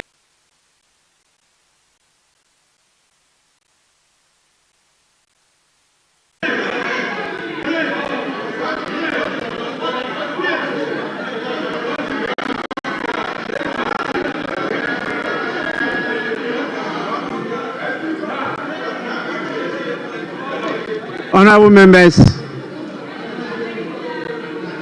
members, let me remind you that the Right Honorable Peter Alajite ruled that the use of the word shame is unparliamentary. I think that was a good ruling, and I'll go by it. So please, members, stop using the word shame. It's now, honorable members, it's now the turn of Honorable Richard Achampon. 15 minutes. 15 minutes. Mr. Speaker, thank you very much for the opportunity to comment on the statement made by the Finance Minister. Mr. Speaker, I heard my honorable member say that a lot of items, a lot of issues are missing in the report. But, honorable member, sit down and listen to me before you leave.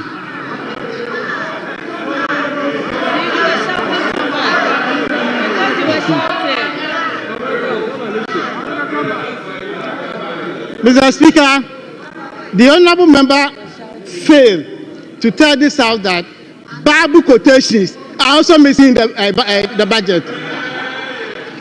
Did you find any Bible quotation in the budget? And the honorable member told this House that we said we are cutting waste, but it can't find any expression in the budget.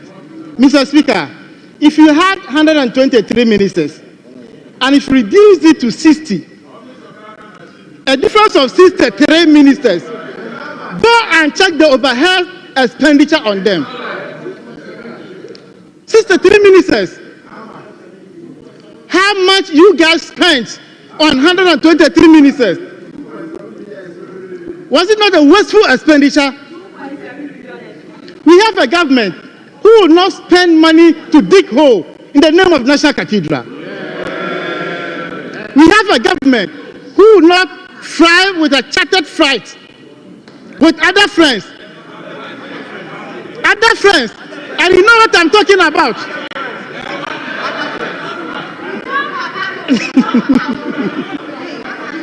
Mr. Speaker, we have a president who will not take national resources to pay ghosts.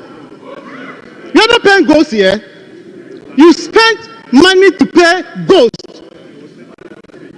And you are saying that GDP grew by 1.2 billion.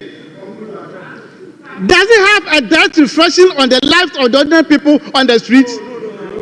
So what's the meaning of 1.2 billion GDP that you're talking about? If you have a growth of 1.3 billion or 1.2 billion, there must be a physical manifestation, Mr. Speaker.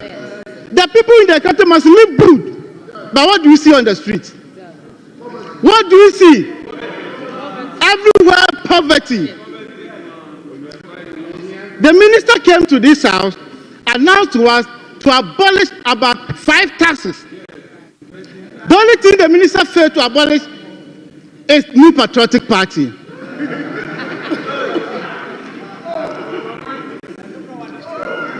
Mr. Speaker, I refer my colleagues to the 2017 budget presented to this house by Honorable Ken Ufuriata.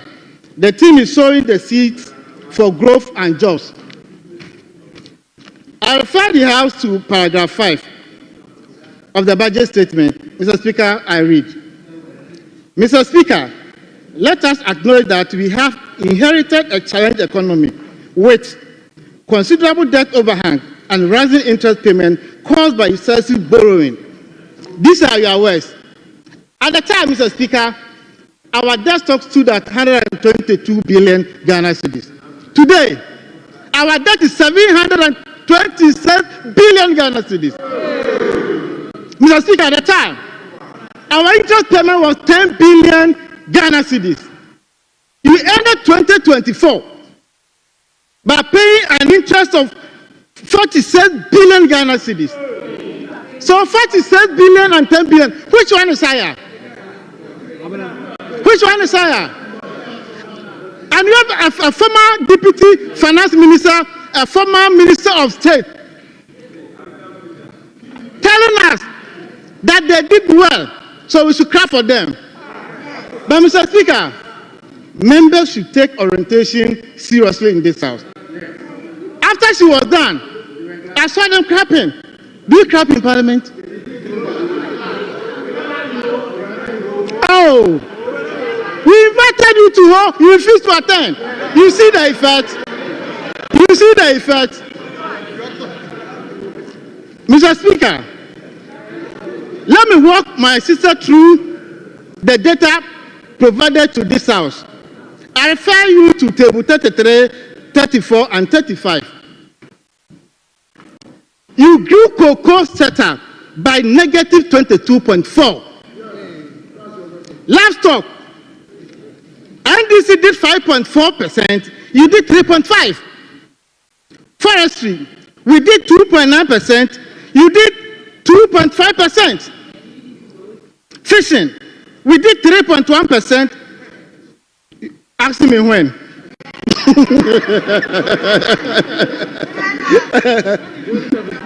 Manufacturing, Mr. Speaker, we did 7.9%, they did 7.8%.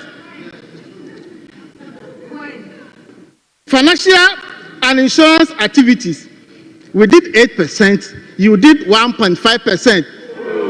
This is your scorecard. And you are here, want us to clap for you. We can't do that. The results is the 88 that you have over there.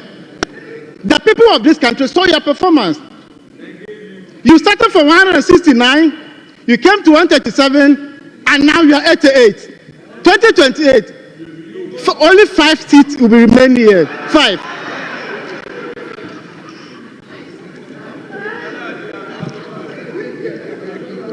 Mr. Speaker, depreciation of the city. By the end of 2016, and NDC, it was 9.6%. In 2024, the city depreciated 19.2%. From 9.6 to 19.2, and they want us to clap for you. Mr. Speaker, inflation stood at 15.4%. Just recently, 23.8% inflation. And you have the boldness to even talk, organize press conference. Mr. Speaker, sometimes I get confused when I hear them speaking. I will not use some of the words my sister used. Mr. Speaker, I also hear them say that they left 4 months of import cover. Mr. Speaker, you are not paying your debt. Interest and principals have been deferred. And if you are not paying your debt, would you have reserves? Go and pay the debt and see. Go and pay the debt. You suspended payment of interest and principals. You are here bragging that we left 4 months import cover. Take off the payment of interest and principal. You will see your level.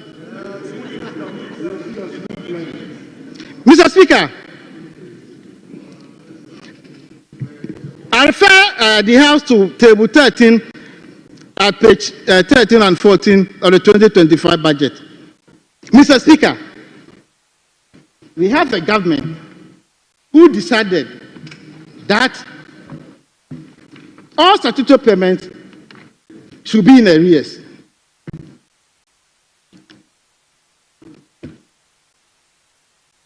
I refer the House to Appendix 2A, Mr. Speaker.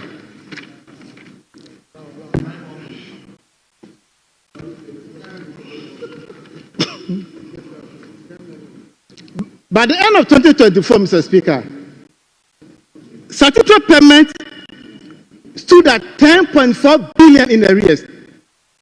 Common fund, health insurance, GET fund, road fund, all were in arrears.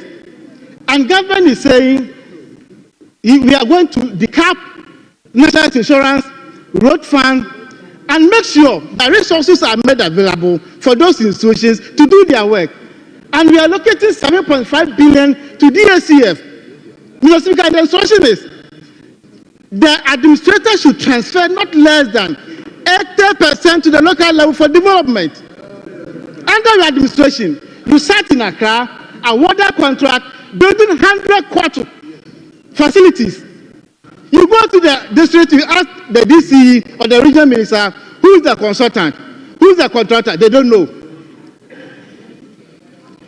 How much did it cost the state to put out this facility? They don't know. We invited the Chief Justice. He has no idea whatsoever. So the money that was meant for local development, somebody sat in Accra, awarded contract, and imposed those contracts on the assemblies. So go to our villages, you see poverty. Officers are there working, but no resources.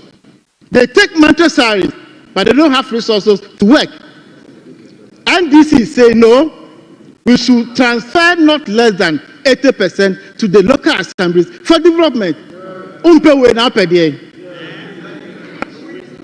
To wait, you don't like this good news. Do you want people to beat you again?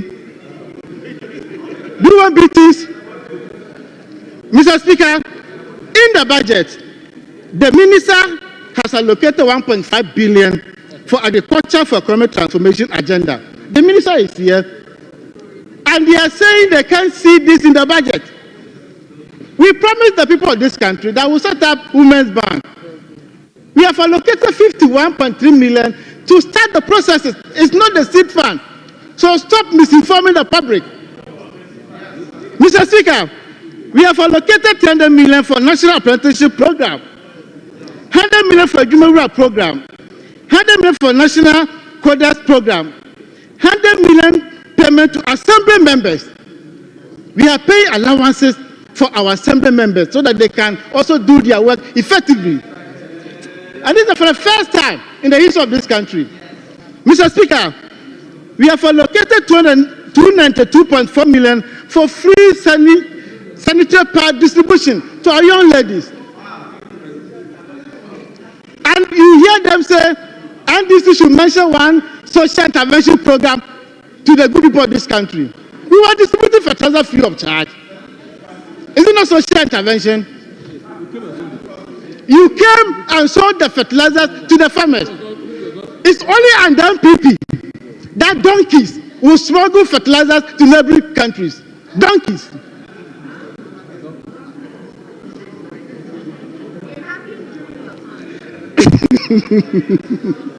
Mr. Speaker, so this budget that was presented to the House is giving us hope. It's budget of the future. We need to put our hands together and make sure the implementation is done and done well. Because by the end of the day, if prices of goods and services are stable, all of us will benefit. If you go to the market, nobody will ask your political affiliation before they quote the prices for you. So this is a government, because the good people in this country gave the NDC 1.7 million vote difference. It tells a story. They wanted to separate us from you. So, Mr. Speaker, we are inviting everybody, including our friends from the other side. Because you know, whether you join us or not, we can do government business. But it will not be fair to leave you behind. Come on board so that together we'll develop this country. Mr. Speaker, I thank you very much for the opportunity.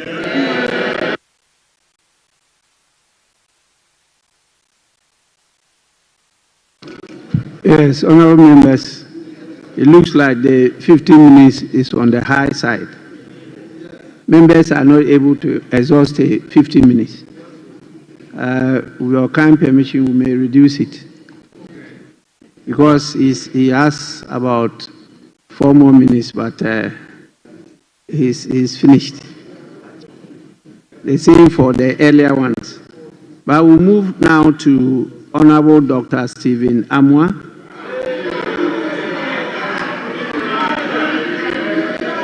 Fifteen minutes.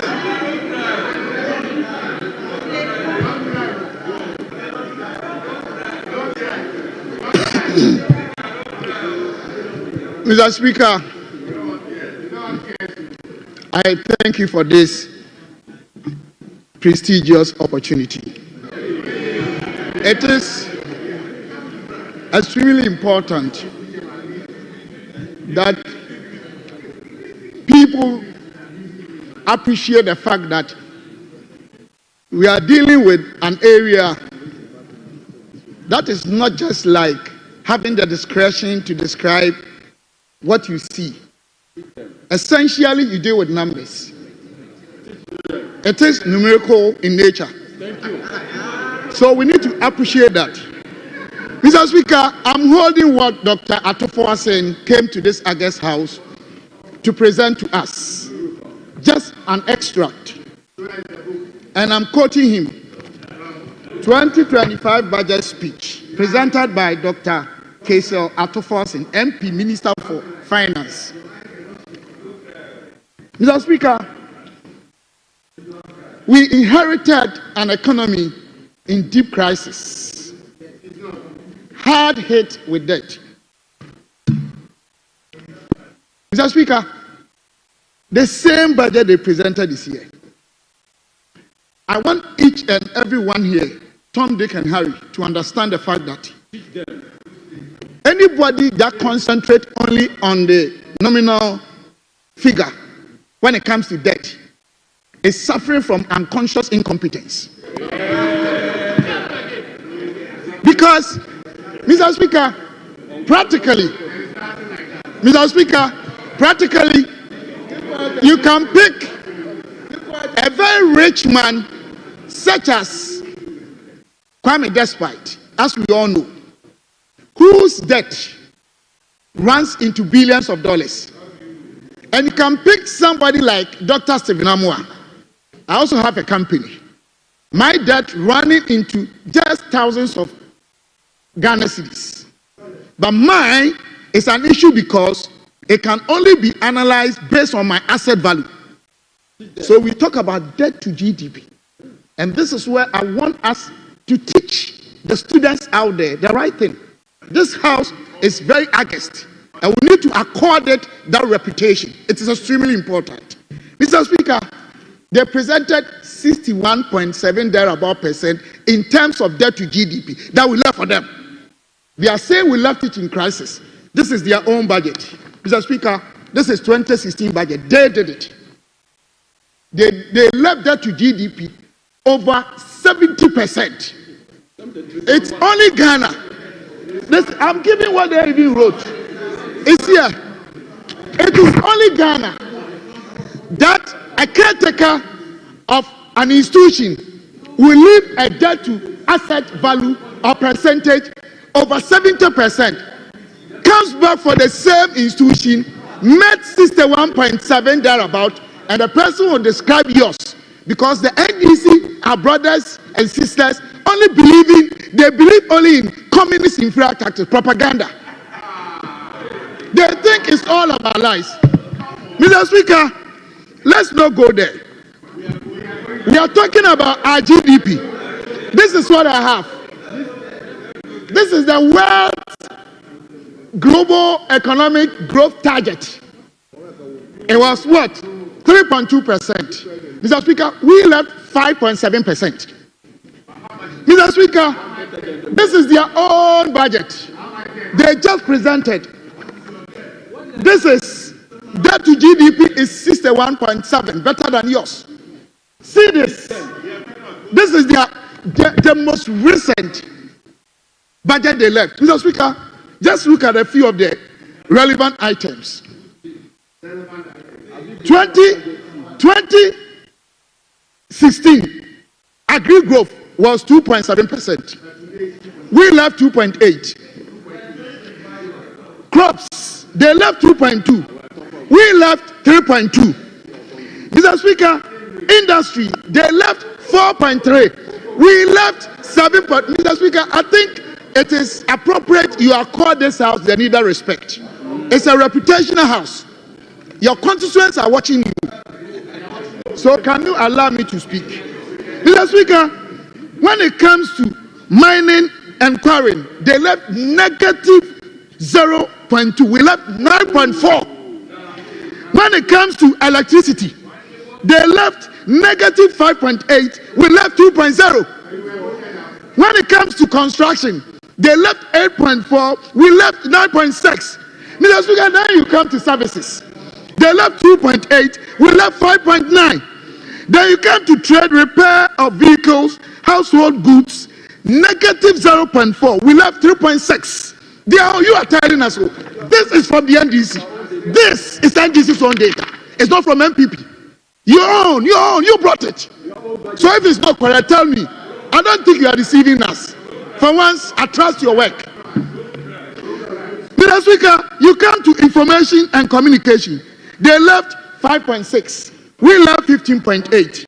Mr. Speaker, education, all over the world, the most essential areas in any serious socio-economic jurisdiction is twofold: education and health. That was why a lot of Ghanaians were surprised that as a social democrat, you could even withdraw teachers and nurses allowances. You have no idea how to manage a sustainable economic framework. You only do propaganda. Mr. Speaker, 2016, they left 2.3. We left 2.7.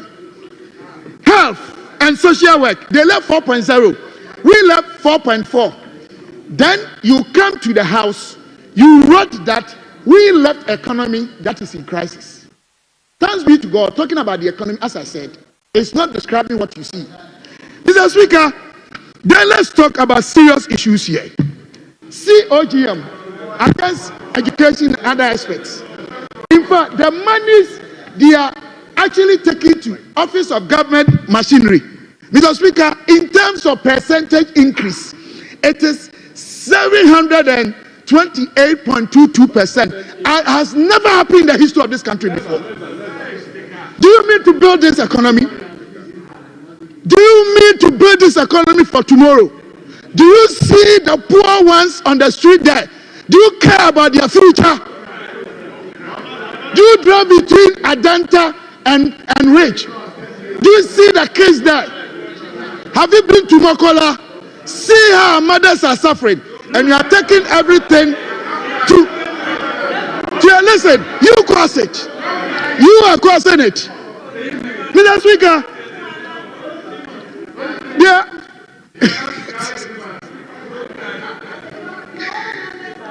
Mr. Speaker, then we want to come to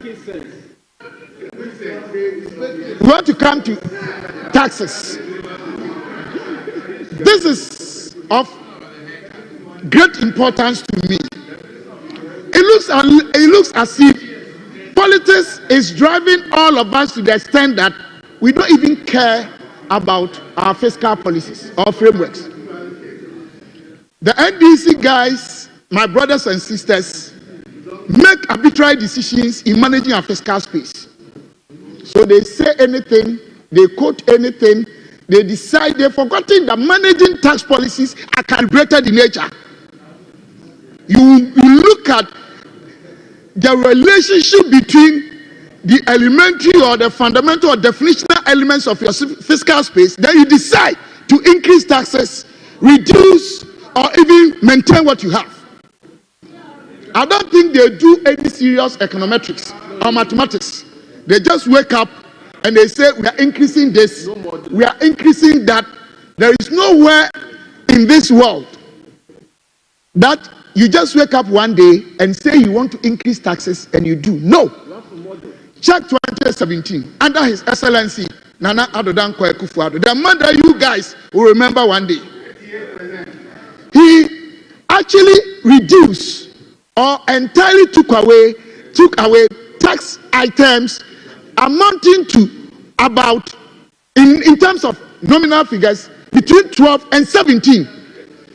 These were the days that Kayayo tax, condom tax, real estate tax, medicines imported but not produced in Ghana. Go and check.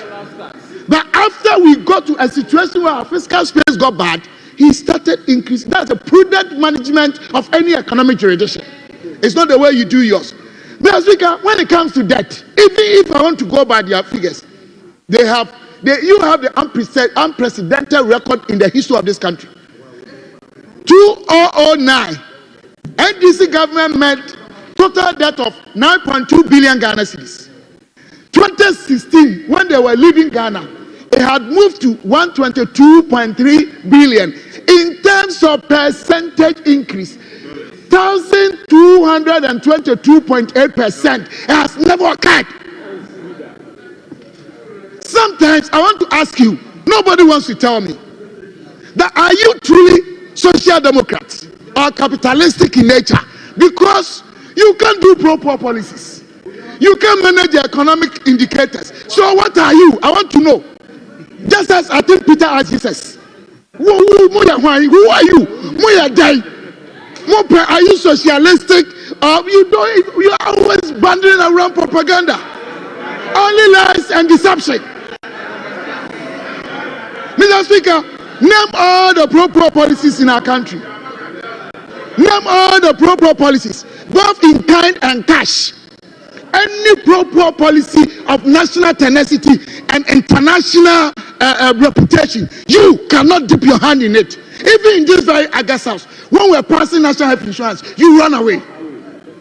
Only for you to come back and say you started it. When it was Roman Catholics that had started that as a pilot project in Kwanzaa and Techiman, every day it's about propaganda. We are doing free SHS. You kicked against it. You spoke against it. You insulted us. When you realized that Ghanaians were buying it, so we want to do it incrementally. Mr. Speaker, they only added 25 million that year to the education budget. The fact is, NDC has to be dissolved. You have to be dissolved. It's not about numbers. You have to be dissolved. Because we We are talking about quality numbers. See, our numbers are small, but quality, minority. Mr. Speaker, for this, I respect them, I will say it. But I'll tell them out there. Mr. Speaker, let's come to this, something they call 24-hour economy. I've conducted my own research. I've collected primary data from them. I've asked 31 NDC MPs. They all give different definitions. One policy, in terms of definitions, infinite. The fact is, the NDC guys do not sit down, analyze things before they come out. What is 24-hour economy? They have no idea about what they want to do. Mr. Speaker, what we want to tell them is that Ghanaians have regretted. Ghanaians is soon. And Honorable member. Prices of fuel. Honorable member. Mr. Speaker. Your leader is up. I just want to listen to you. Mr. Speaker, stop your work for me. I have your clock. I've stopped it. Don't worry. Yes, please. Mr. Speaker, he said he interviewed 31 members of NDC MPs and who did not understand what the 24-hour economy is. So, Speaker, that is not fair because you cast doubts on the integrity of the entire membership of the NDC caucus. You can engage in your debate, but clearly you haven't conducted any interviews. If you conducted interviews, mention the names of the MPs. It's not fair to this side for that particular statement to be allowed to stand. You can say all the lies you have said, I don't have a problem. But to add this one, I think that it shouldn't be accepted, Mr. Speaker. It shouldn't be accepted. Honorable member, you are called upon to name the 31 members.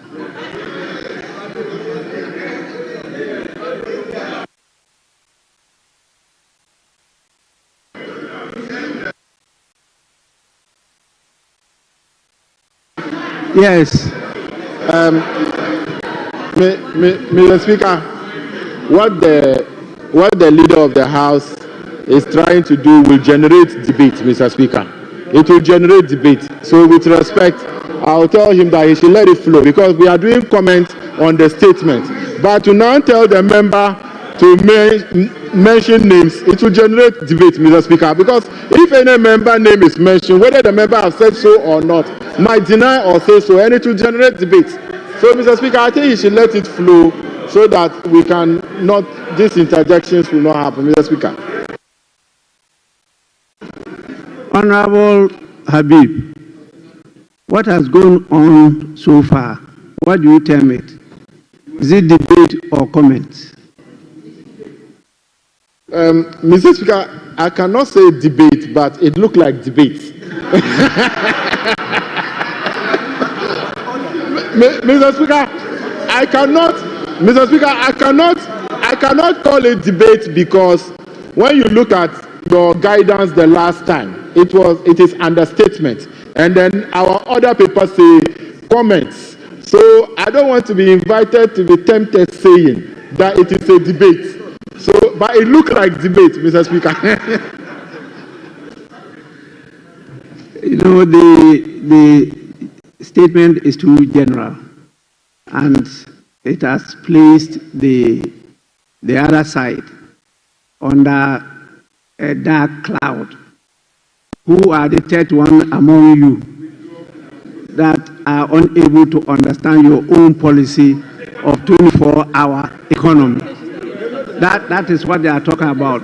So if you don't have the names, you may withdraw that aspect and go on.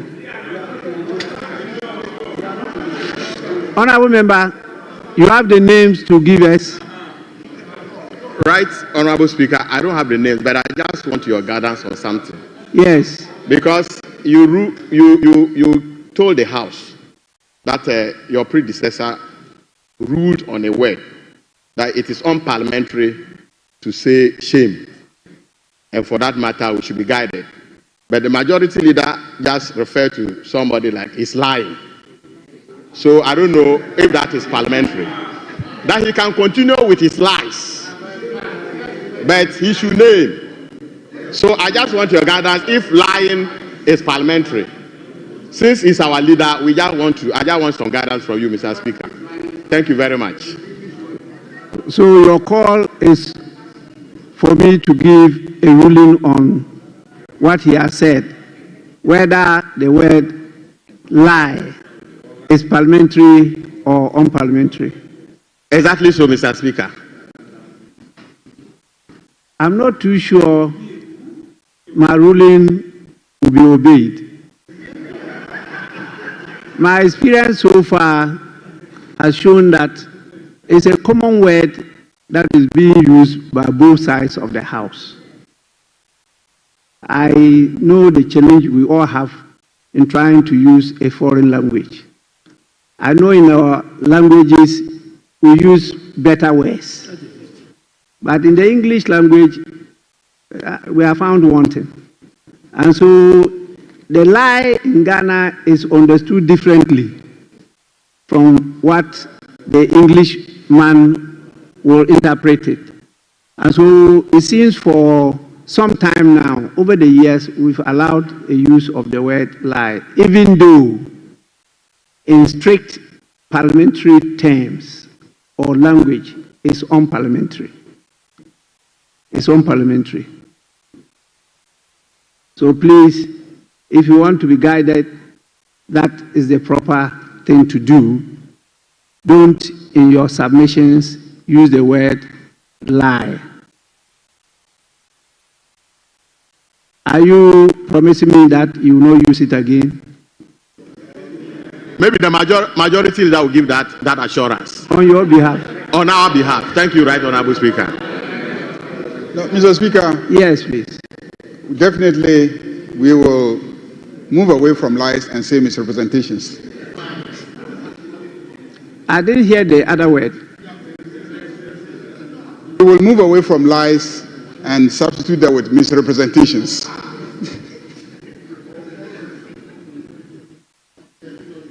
Well, there are a number of words you could use. Either is misinformation, misrepresentation, disinformation, misleading, or there are some softer words. Well, falsehood is better than lie, but that is in the same category. And so I will not encourage you to even use the word falsehood. Even untruth is also in the same category. So please, the communication people will guide you, and I think it's better to talk about misinformation or misleading, not lie. Because you are honorable people, and I know honorable people don't tell lies. Yes, please, you may continue. You have 4 more minutes. Mr. Speaker, you gave some directives. You gave either he mentions or he withdraws. Yes. The general reference. No, Mr. Speaker, I think my majority leader actually misconstrued what I said. I never said any of them got it wrong, but I said each of them gave a different answer. Mr. Speaker, I think when we have free time, I want us to conduct this exercise out of extempore and call them one by one and ask them. Some of them know I asked them. But Mr. Speaker, when it comes to data collection, you want to talk about ethics and integrity of your data collected. Unless your respondent allow you to mention their name, I would have mentioned their names. Don't you understand? I never said you got it wrong. But each of them, Mr. Speaker, I am in an August house. Each of them gave a different answer. So I was like, wow. Mr. Speaker, I will continue. I will ignore it for now. But I want to come in. Honorable member, let me get it right. Now, he says that what he earlier on submitted was that each of the 31 gave a different answer. That was what he stated. Mr. Speaker, our issue is that he said he conducted research and interviewed 31 members of this side. And I'm saying that he asked, and you directed that he should mention them or withdraw. No, that is my position on the matter. Mr. Speaker, on the contrary, for 2 weeks now, his side has been insisting that they don't have clarity on what 24-hour economy means. And so I went to the Flagstaff House and Jubilee House, the Flagstaff House, and convinced Guzitano to come here and present to us the meaning and the policy components of the 24-hour economy. And so this weekend, we managed to educate them on the 24-hour economy. We did that. And Mr. Speaker, the presentation was excellent and unusual of them. They had no questions to ask. They had no question to ask. For once, I was impressed. Unusual. They understood everything. And then it was only this side that was asking questions. They understood everything.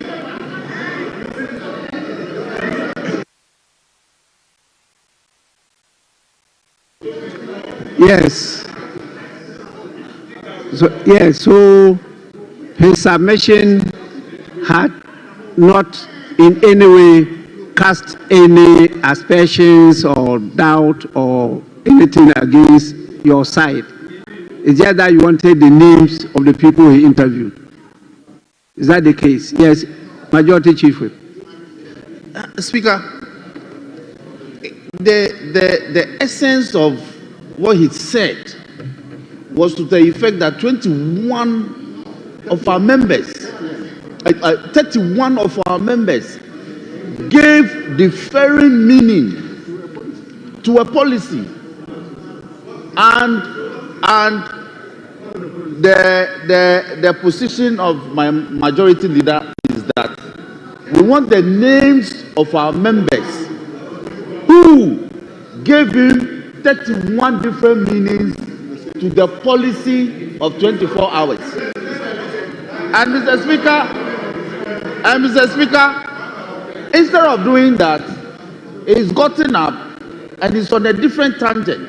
That was not your directive. Your directive was that the position taken by the majority leader has been upheld. So give us the names of the NDC members, 31, who after campaigning for 1 year with 24-hour policy will tell you, Speaker, the honorable member for Ishiaesu, different meanings. And this is a house of records. So please, can you be a bit patient so we do this properly? If we cannot, this is a house of records. If he cannot mention the names, he could humbly tell Mr. Speaker that, Mr. Speaker, I may not be able to give the names as you have directed, and therefore I withdraw that component of my submission as if it was never said. But I want to make progress. But if you insist that that should form part of the record, then Speaker's directive has to be obeyed. I think that is where we are, with all due respect, Mr. Speaker. Yes, please. Mr. Speaker, the majority chief whip should understand that when the member, you ask for clarity, he said he did a research. Mr. Speaker, since when have we are we going to share researchers to give us their respondents in their research work? Mr. Speaker, if he said he conducted a research, so that means that he has respondents. So how can we compel him to mention the names? And he never said. So, Mr. Speaker, I think that you should rule them out and let the member continue, rather than the member ministers and other agency head come here to give us present papers to us out of research findings and other things. We've never asked of who their respondents are. So this is a research work, and I don't think it is proper to tell him to disclose his respondents. So else it will hinder the work that he is doing, Mr. Speaker. Honorable members, I'm sure you know how research is conducted. It's not the same methodology or the same that you use.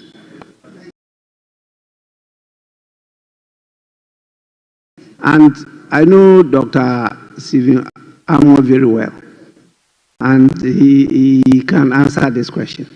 So please, let's listen to him. Yes, the 31 names, are you prepared to submit them to the information of the House? That is a request from the majority leader. Mr. Speaker, I think one way or the other, first, before I answer, I want them to understand that I conducted that research not in mailer fide. They should understand. I did that bona fide. They should understand. So, for the good of our country, I wanted to understand. I'm coming to your question, Mr. Speaker. No, but you have raised the issue of good faith. Yes. Yes, but nobody has raised that issue of good faith. So now you go to the main thing. Because they are taking prejudicial position. They think I have bad intention. No, I was doing to support them. But others here, if you conduct primary research, first thing is whether your respondent is ready to own up what he said or not. So that confidentiality is a critical definitional element of any professional research. Honorable member, you didn't tell us the type of research you conducted. No, I said you said I you did collected research. primary data. Speaker, no, you can check. Mr. Speaker, we can replay. I won't lie to you. And You it was see, oral. It was oral. Honorable member, have you heard the word he has used? Heard him? No, I said I shall primary. return. Mr. I will not lie. I shall return. You have returned. So have you heard him? Mr. Speaker, I'm sure in your guidance, you told us that it's unparliamentary, but it will be difficult for you to implement it. That was what you said. So let's all be guided by that. Although it's unparliamentary, it's difficult for everybody to enforce it. But you authorized the majority leader to speak for and on your behalf, which he did, that none of you should use the word. Now he has used it. What should I do to him? Mr. Speaker, the only thing I will ask I should of you, forgive him. You are Honorable Upon Nkrumah, are you saying I should forgive him?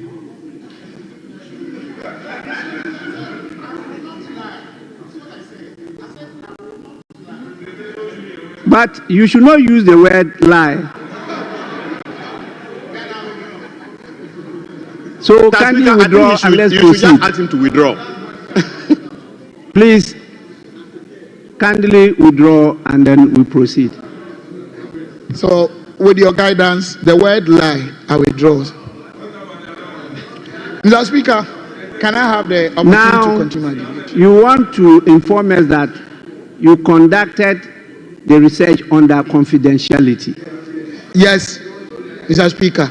Yes, And so was do oral. so and let's proceed. Yes, sir. Mr. Speaker, I think I said that initially. I talked about confidentiality and ethics. So thank you, Mr. Speaker, for this opportunity to continue my debate. Thank you. 3 more minutes. Yes, sir. Mr. Speaker,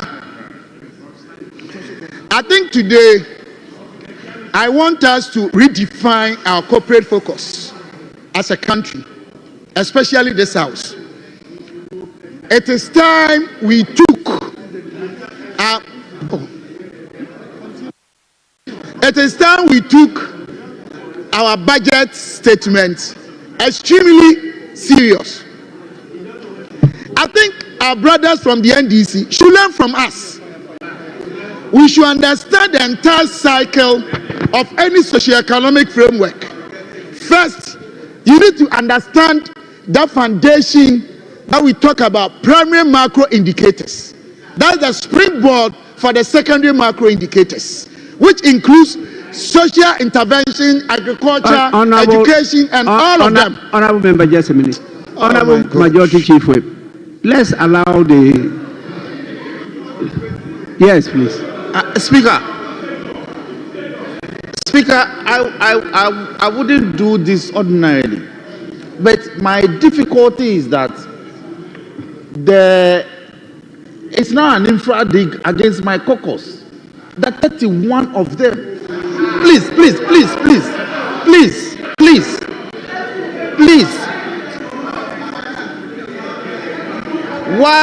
Why should it be so difficult for the honorable member for NHIS to amend that portion of the statement? Why should it be so difficult for him? So it is so difficult for my members to be described that 31 of us interviewed by him, whether true or not, it is going to the records that they gave differing answers to a single policy. So our demand is that he should withdraw. He's not willing to withdraw, and he wants to proceed, even under Speaker's directive. It is not fair to my caucus, Mr. Speaker, with all due respect. It's not fair at all to my caucus. Even with your directive, it's not willing to amend that portion of his submission so we can make peace and make progress. That's the difficulty for my caucus.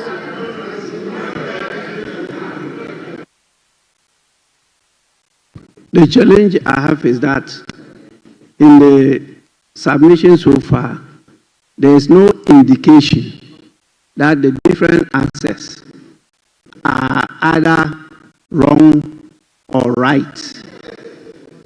He has not stated anything to show that they got it wrong. So it's difficult for me to insist, because a policy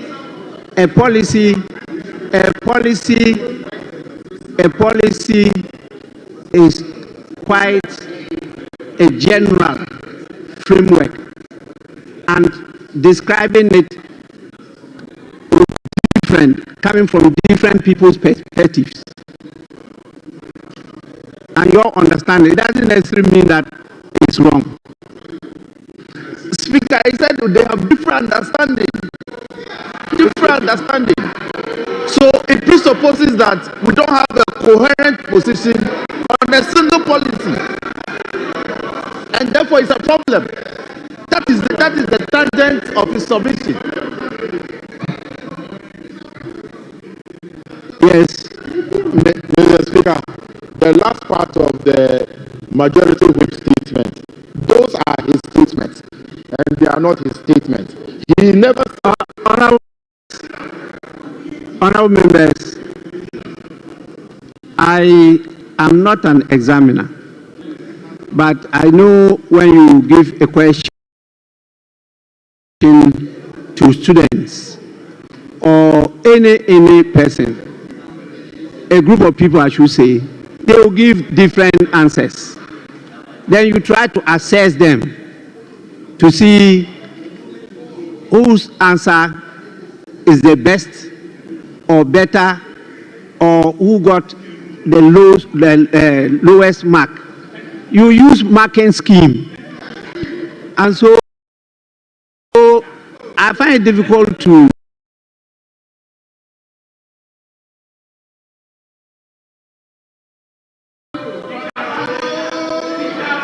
please. Once he insists that he is not imputing any bad motives, and this not, we have to proceed. Let's oblige him. Speaker, I'm guided, but I even doubt that he interviewed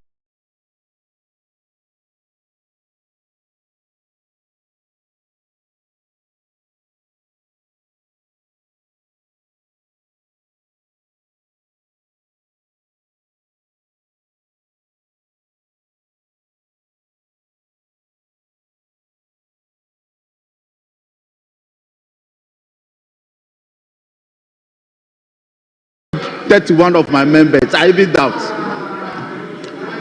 Well, Honorable Majority Chief Whip, that submission could be made later on by any of you. You are permitted to do so. 5 minutes. You still have 3 minutes. Okay. Mr. Speaker, thank you very much.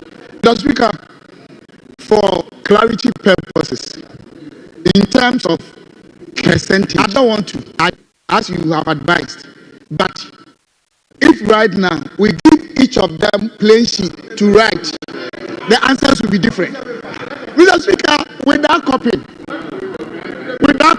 they know. So, Mr. Speaker, I'll proceed with my submission. Mr. Speaker, I would like to advise my brothers from the other side that they have 4 years. They have additional 3 budget statements as stand to be corrected. They should do their best to consult some of us. Pick budgets presented from, let's say, 1992 up to now, and make sure that the deviation from the standard in terms of presentation will not be more than 0.9. Mr. Speaker, a budget should be able to bring out, as I was explaining, a picture from primary macro indicators, secondary macro indicators, then move into social interventions and other things. The budget that they have here, Mr. Speaker, apart from the fact that it has exonerated the NPP government, mostly better and higher than 2016, clearly numbers to the social gains they are promising. You inherited 5.7, you are promising 4.4.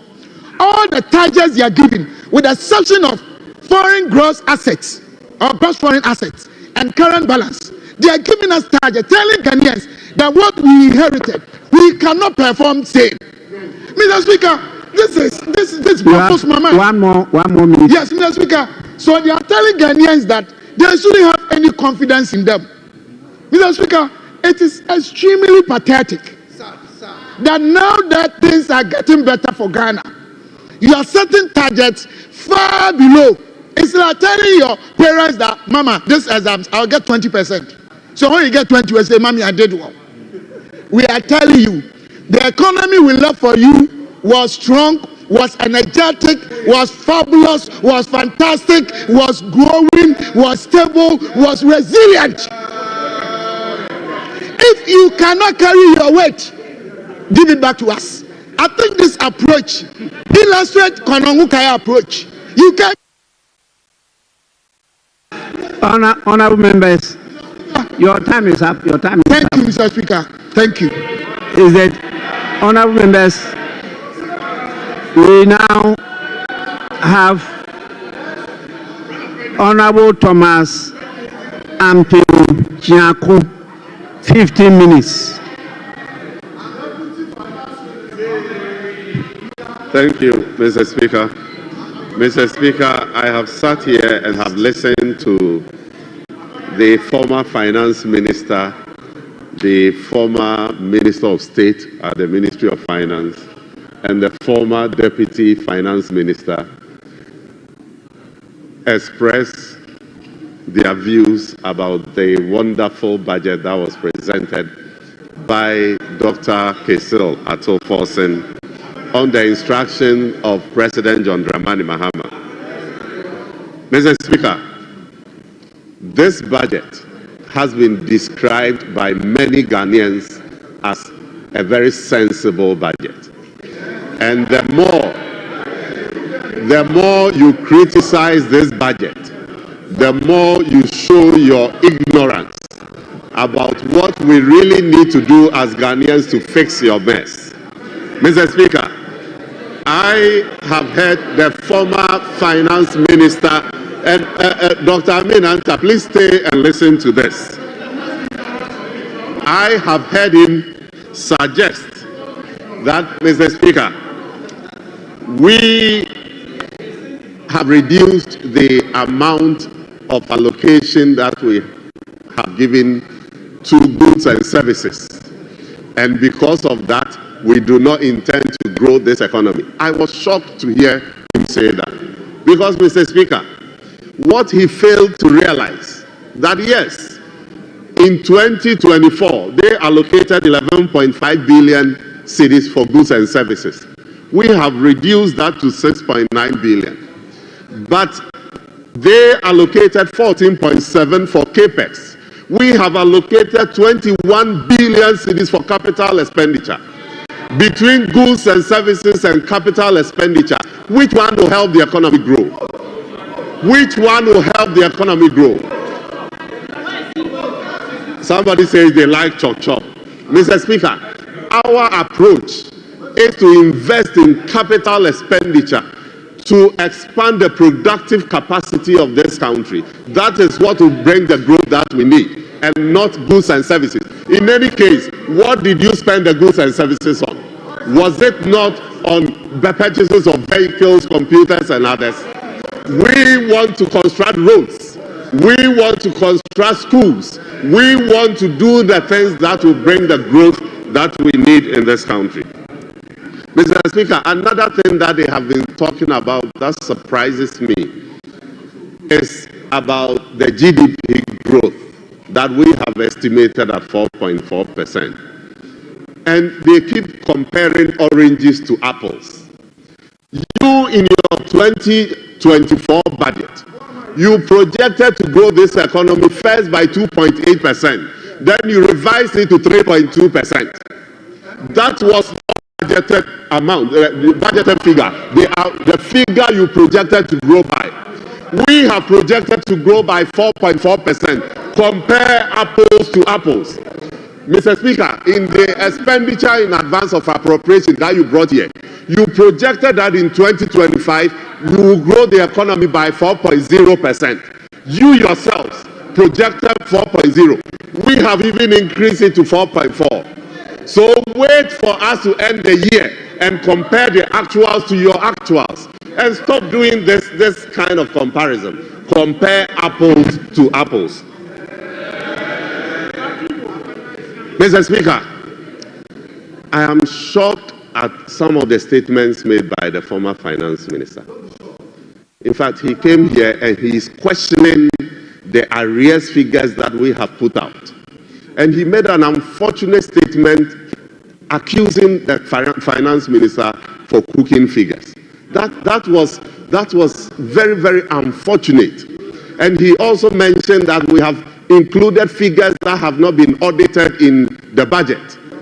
Let me refer you to your own budget, President Nanado's first budget in 2017. Paragraph 7, you stated, and I quote, page 2, paragraph 7, that is most important. Look, backbenchers, learn and stop that. Mr. Speaker, total expenditure at end December 2016 stood at 30.3% of GDP against a target of 26.4% of GDP, with an outstanding stock of arrears at variance with the performance criteria on the non-accumulation of arrears for the 2016 fiscal year under the IMF-supported Extended Credit Facility Program. The question I'm asking you, was this figure audited? The 7 billion you quoted, was it audited? The answer is no. Mr. Speaker, so it is surprising that they will turn around and question figures that we have provided. Mr. Speaker, look, the finance minister stated here that we have 49 billion arrears, and that we have even decided to audit these figures. We have said that we have decided to audit it. We will be very happy if after auditing we realize that the arrears is even zero. We are not happy to pay huge arrears, but it is what it is. What the finance minister did on assumption to office was to request all MDAs to bring stock of arrears to the Finance Ministry. They did so.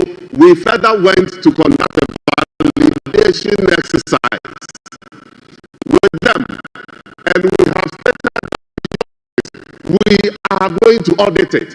You were complaining about an arrears stock of 7 billion. 8 years, you have shot it up to 49 billion. Mr. Speaker, that is not all. Apart from that, in fact, this figure does not include the 68 billion cedis owed by ECG. It does not include the 32 billion cedis owed by COCOBOD. It does not include the $1.73 billion owed to the IPPs. It does not include the 5.7 billion cedis owed by the road sector. Mr. Speaker, this is what they left us. And what is shocking, Mr. Speaker, the shocking part is what I'm going to talk about. From 7th December, when they lost power, to 7th January, when they handed over power, a period of 1 month. Statistics at the Controller and Accountant General Department shows that they made payments to the tune of 32.7 billion cedis. These people were determined to deplete the coffers before they leave office. In addition to this, the Controller and Accountant General Office is a public institution, and these are verifiable. In addition to that, bank transfer advice, BTAs, setting a controller to be paid is in excess of 18 billion cedis. The only reason these payments were not made because they had depleted the coffers. They wanted to pay all this. Why were you doing this? What was Ghana? Was Ghana going to die? Did you have to pay everything, deplete the coffers before leaving office? Honorable Upon Kroba says yes. This is unfortunate, Mr. Speaker.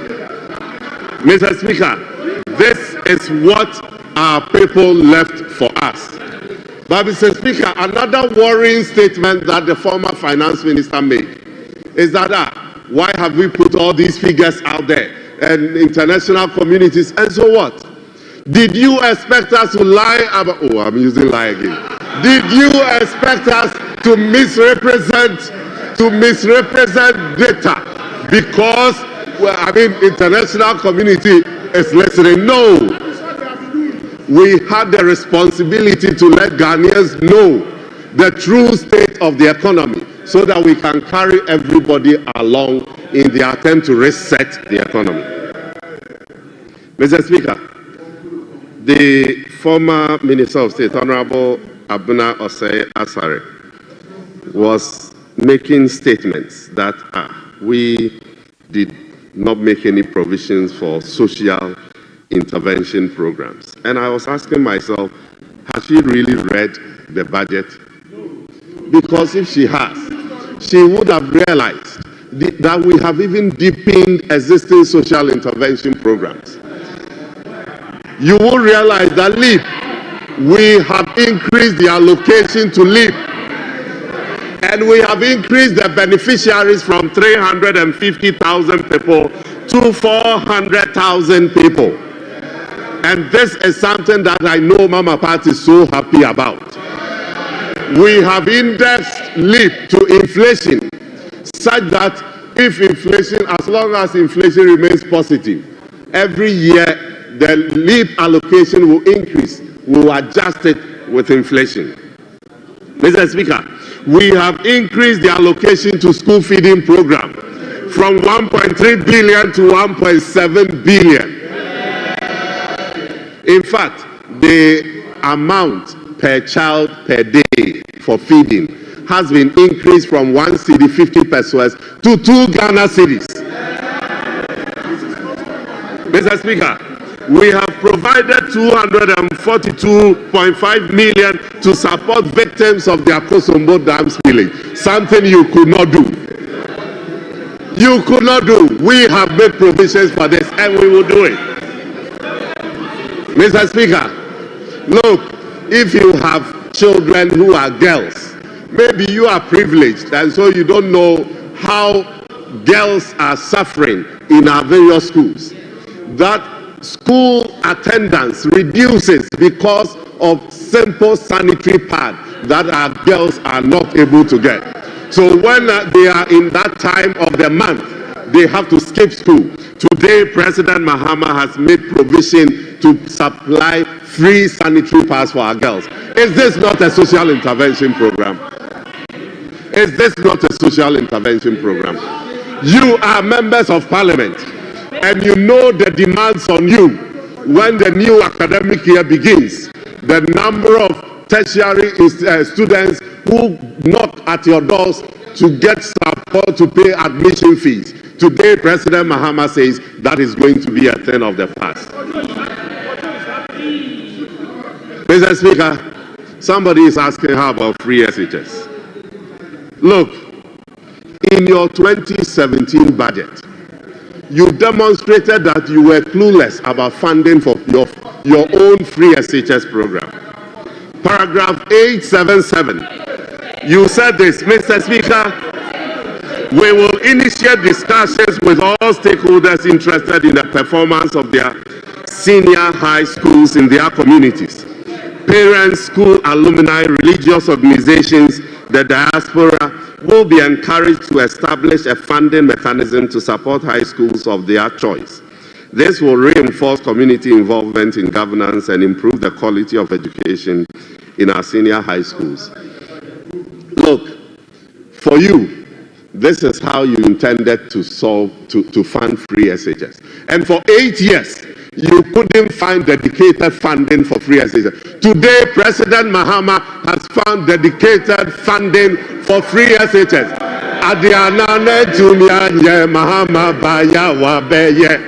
So you should be thankful to President Mahama for continuing some of these interventions.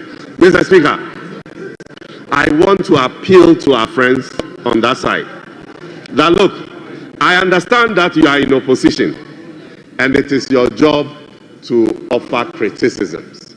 But you see, don't just be finding criticisms where there is none. Support a worthy cause. Support President John Dramani Mahama. Support Dr. Atufo-Assin. Support us to implement this sensible budget, because this is what is going to take us out of the mess that you left us. Thank you very much, Mr. Speaker.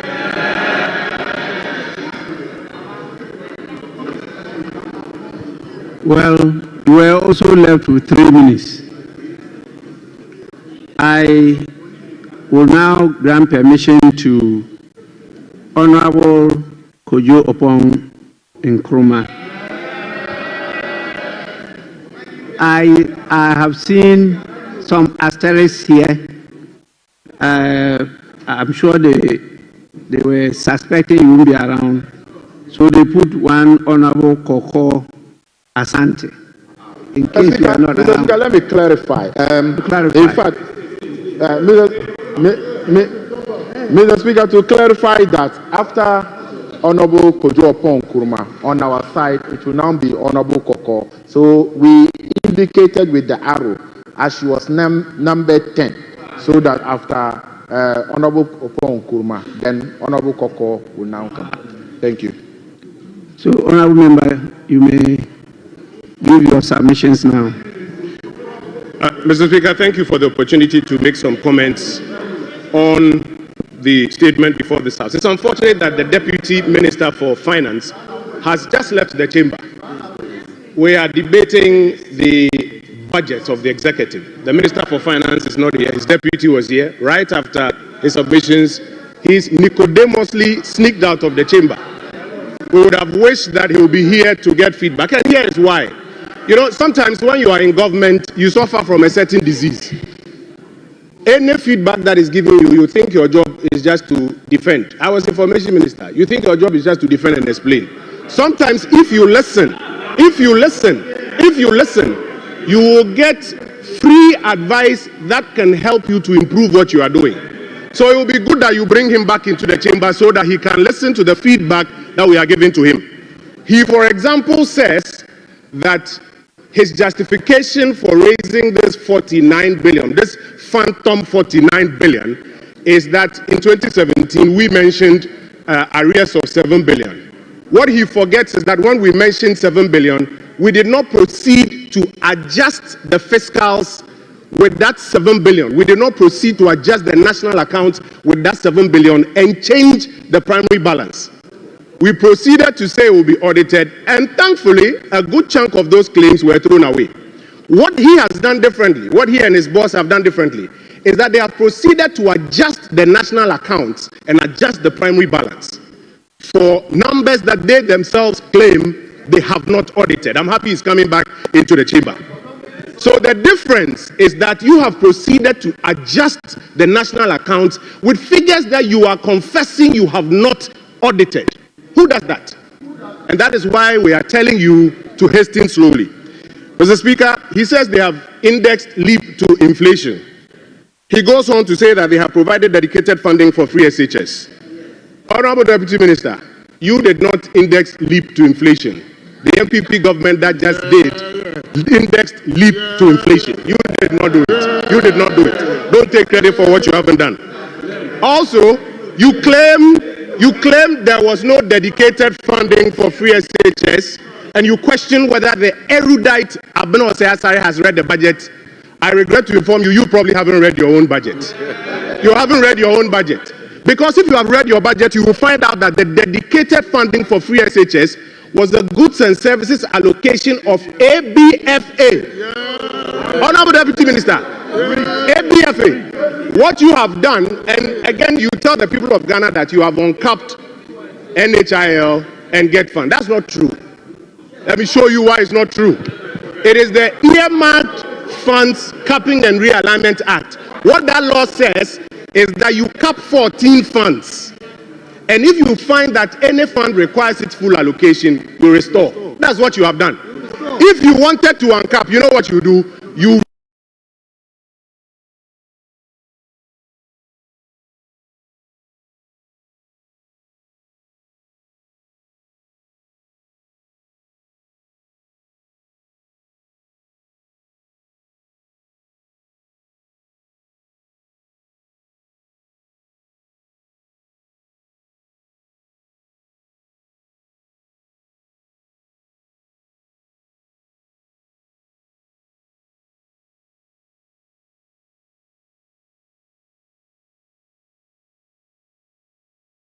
the whole legislation. Why have you not uncapped all the 14 funds? This will be nothing to write to him about. You told us between pages 3 and 20. You told us between pages 3 and 22 of your manifesto that your economic program, Honorable Deputy Minister, let me have your attention. You told us that your economic program will be built on 3 foundational pillars: the economic transformation agenda, the economic recovery program, and the 24-hour economy. Right at the dispatch box, your boss, the finance minister, has admitted that the 24-hour economy part of it, they are not ready to even lay it before this house. Sunday, you brought in Mr. Guzitando to do an informal presentation, and he himself admitted that he has some further work to do, and then he will bring it here. You have brought us an economic policy. The economic recovery program, that's the foundation. The economic transformation agenda, that's the foundation. The 24-hour economy, that's the foundation. You have not finished preparing it. Who built the first floor when they haven't built the foundation? Which contractor built the first floor when they haven't built the foundation? And let me show you the effect. That is why when we go into your economic policy, there's no coherence with your manifesto. You made 273 economic promises in your manifesto, 273 of them. If we prorate your 4-year period, each year you should be doing about 68 of them. Do you know how many of your economic promises you have responded to in this first economic policy? Do you know the number? I'm not sure you have read the budget. You haven't counted. You have only responded to 25 of your economic promises. Mr. Deputy Minister, that is just about 36%. If you continue at this rate, by the time this year is over and by the time your tenure is over, you will be doing less than 20%. And let me tell you why. Because even when you roll out programs as government, not all of it succeeds. I've told you that we've been in government before. The NPP in the first year rolled out free SHS, 1D, 1F, 1 village, 1 dam. even those ones that we started early, look at the challenges that we faced. And so, Honorable Deputy Minister, we are drawing your attention, this is free feedback to you, that you need to find more coherence between your economic policy and your own manifesto. Else, by the time your tenure is done, you would have disappointed yourself. The second point I want to draw your attention to is that your budget, even the one that you brought, your budget, it betrays your priorities. You see, like they say, don't tell me what your priorities are, show me your budget, and I will see what you value. This budget that you have brought is the budget in which you have told us, first of all, that you value Ghanaian women so much that you are going to set up a bank for them, the Women's Development Bank. You have put $51 million allocation, 51 million cedis, 51 million cedis allocation in this budget for the Women's Development Bank. And then you have put 70 million cedis for research at Jubilee House. You see your priorities? The budget is beginning to betray your priorities. You give all of the women in Ghana who are looking for this bank 51 million, and then you give research at the office of the president 70 million Ghana cedis. You are beginning to see your priorities. Honorable Deputy Minister, you told us that something has happened that's never happened. The president has gone to negotiate minimum wage. How much? 10%. By the way, the previous administration did way better, 25% plus. But while you are increasing minimum wage by 10%, you have increased the compensation budget at the Office of Government Machinery by over 720%. Over 720%. This is what the leader of the minority said, that very soon we will see the true colors of the umbrella. You see, your priorities are beginning to show. You need not less than about 1 billion Ghana cedis to close the infrastructure gap within senior high schools. You say you don't have fiscal space, you don't have money for it, but you have found 4.1 billion cedis to buy gold. Gold that was being bought from liquidity that was being brought into the jurisdiction by foreign companies that wanted to buy the gold. Now you want to take taxpayers' money, 4 billion Ghana cedis, to go and buy gold. Are you seeing your priorities now? You have made available 100 million Ghana cedis for capital expenditure at the Office of Government Machinery. What are you buying there? More cars or what? 100 million Ghana cedis for capital expenditure. And yet you say to the young people of this country that there is no space. Paragraph 478. That's why I'm worrying whether you've read it. Paragraph 478. You say there's no fiscal space to recruit young people into the public service. But you find 100 million Ghana cedis for capital expenditure, to buy cars and other things. Are you seeing what your priorities are? If I take you into a further analysis of your own numbers, Honorable Deputy Minister, your own numbers. Like my brother John Jinapo used to say, Mr. Speaker, we have run the regression analysis and the correlation analysis on this side, and we know all the figures. I'm happy he's here in the chamber. Mr. Speaker, we have also run the analysis. If you look at compensation allocations, Honorable Deputy Minister, do I have your attention? You will find that for the Office of Government Machinery, you have allocated 2.7 billion for compensation. By the way, when it was 327, you used to complain and do press conferences. Now it's 2.7 billion. But what is even more worrying, the economic sector ministries, 7 of them, the ones that are responsible for generating growth, expansion of the economy, and jobs for people, you have given them a paltry 2.2 billion Ghana cedis. You value Office of Government Machinery compensation more than 7 economic ministries. You were telling us a few minutes ago that infrastructure is the most important thing. While you have made available 2.7 billion cedis for compensation at the Office of Government Machinery, Honorable Deputy Minister, if you check your budget, the numbers, do you know how much you have given for compensation for the infrastructure sector ministries? A paltry 700 million Ghana cedis. So your budget is showing your priorities. But even more importantly, I keep reminding you that the most important things that the people of Ghana are looking for, improvement in cost of living. Between the State of the Nation address and your economic policy and your budget, you have conveniently forgotten about them. You told us that you were going to use the special petroleum levy to cushion people who buy fuel from increased fuel prices. Between SONA, budget, and economic policy, you have conveniently forgotten about it. Today, you have increased the cost of gas, which is used for producing electricity, from $7 per MMBTU to $8 per MMBTU. You know what it means. What it means is that the cost of power produced is going up. Then to add insult to injury, you have added to it that every 3 months there will be adjustments in utility tariffs. So what is going to happen is that utility tariffs are going to go up every 3 months. Is this the reset that you promised the people of Ghana? You told everybody food inflation was so high it needs to be dealt with. My uncle is here. He has rolled out an interesting program which looks very much like planting for food and jobs. You are going to give support to farmers to increase production. They should hold on with transport fare increases. Because you haven't, as a government, introduced any policy to deal with it, despite what you told the people of Ghana. And so, my brother, the economic policy you have brought, it doesn't respond to the key issues. Worse is that you have introduced new taxes that will worsen the cost of living.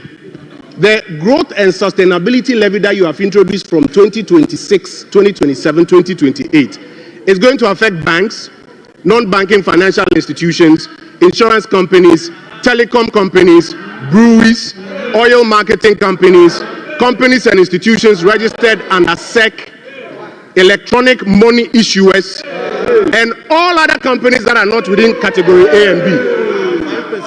I can give you a copy of Act 1095 by 5%. All these industries, they are going to pass the cost on to the average Ghanaian, and cost of living will go up. So the most important thing to the people of Ghana, cost of living, you have not tackled it. My final point, Mr. Speaker, and I'll take my seat. You see, when you gave all of these policies to the Ghana Statistical Service and the Finance Ministry people, they marked it. And they said that they project that it will lead to 4.4% growth in the economy. The economy that you said was criminally managed. The economy that you said was a crime scene. It did a modest 5.7. Remember that in the first 3 years before COVID, we were doing 7%. When the recovery happened, 5.7. All your programs put together, they are now telling you that it will do 4.4. Mr. Speaker, by our model, on top of the 5.7% this year, Ghana should be doing nothing less than 8% growth. This year, by our model. So, if you want to compare apples to apples, Honorable Deputy Minister, comparing apples to apples, your 4.4% compares to 8%. I have in my hands here the Deloitte economic forecast for 2025. It was issued in December.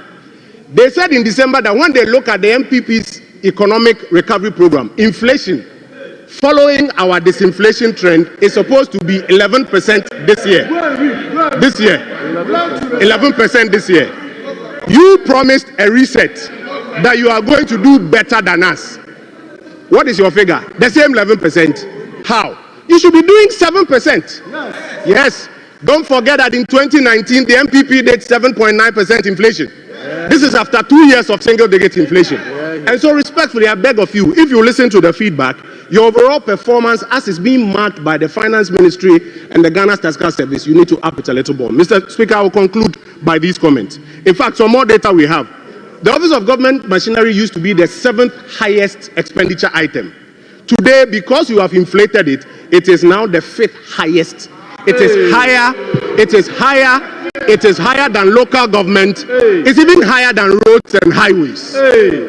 Mr. Speaker, to conclude, we call on our colleagues on the government bench, try and find coherence between your economic policy and your manifesto. Else, you may not hit 20% and you disappoint yourself.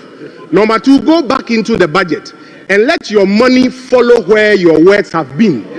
The big things that will create growth and expansion of the economy, put money behind them. And Mr. Speaker, the very final point, it's not too late. You have some time. We have 3 weeks before appropriation. Just like how the finance minister came back to correct himself that he wants to amend the Income Tax Amendment Act to actually include betting tax, you can still come back and make corrections, and we in this mighty minority will support you to pass that budget. I thank you, Mr. Speaker, for the opportunity.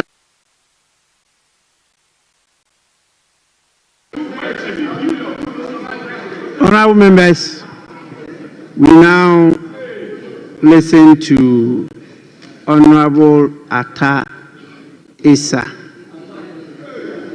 I don't know why, but the indication here is that you have 5 minutes.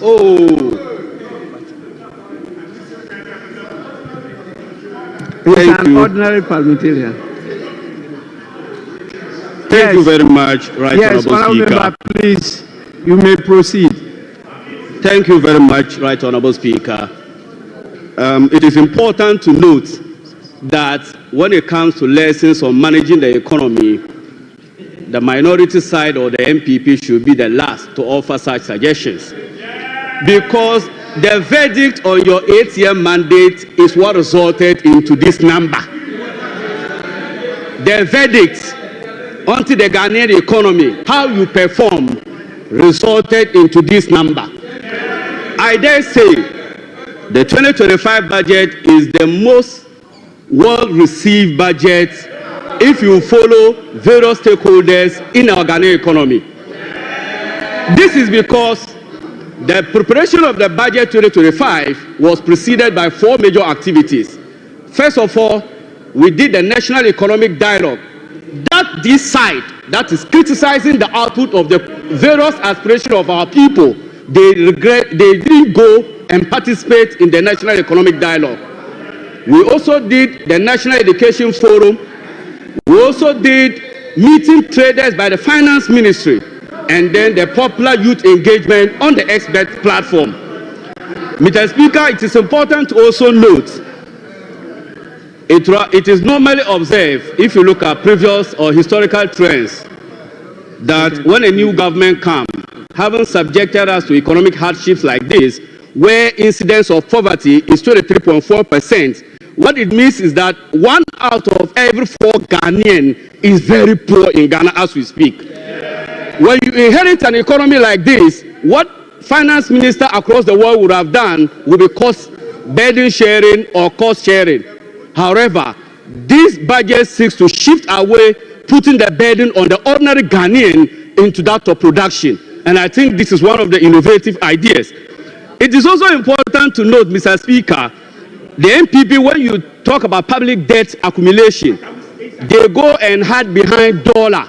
They do it in dollar rated and say that the NDC government added this amount in dollars and they added this amount in dollars.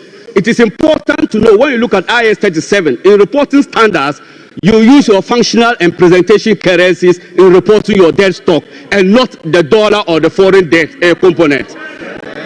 Mr. Speaker, in 2015-2016, an asset quality review was done by the Bank of Ghana and the IMF, where it projected that the total depositors amount that was at risk as a result of poor banking supervision, poor corporate governance strategies employed by the banking sector, we needed 9 billion Ghana cedis to recapitalize our banks.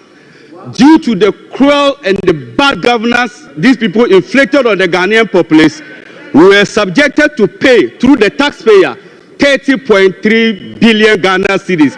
Yet, we still need 10 billion Ghana cedis to recapitalize a banking sector that needed only 9 billion. Mr. Speaker, the purpose of creating the NIB and then the ADB was to support agriculture and commercial activities of Ghanaian sector.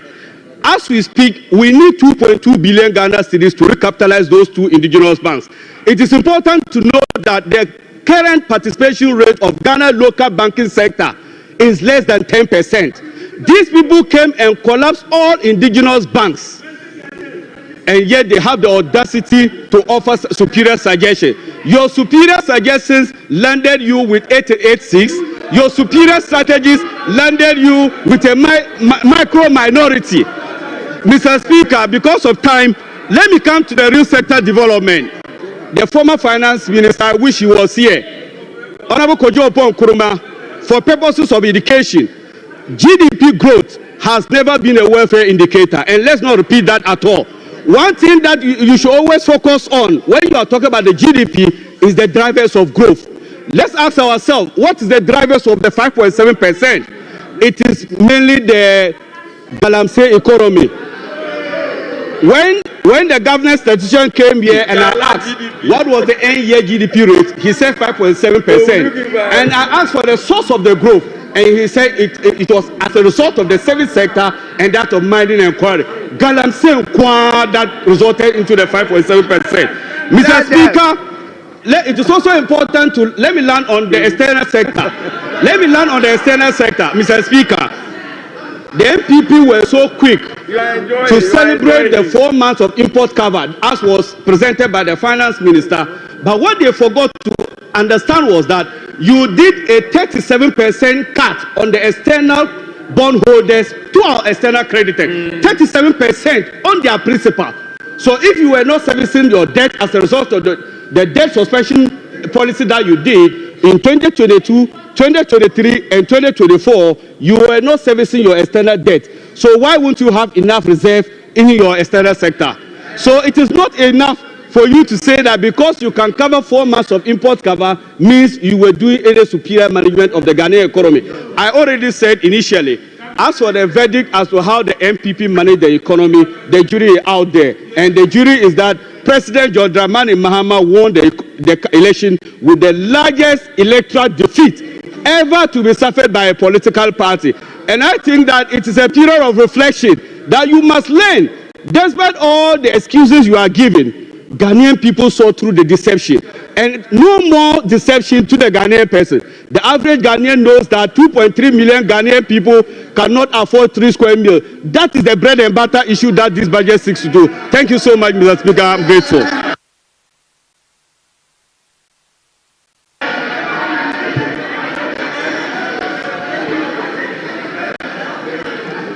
Honorable members, honorable members.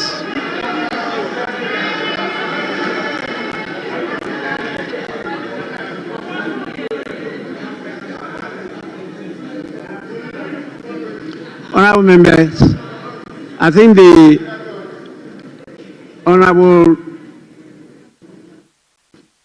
Atta Issa did very well. In submission, your submission was within the 5 minutes. And we should encourage people to do so. Honorable members, just a few minutes for me to communicate to you some information from the presidency.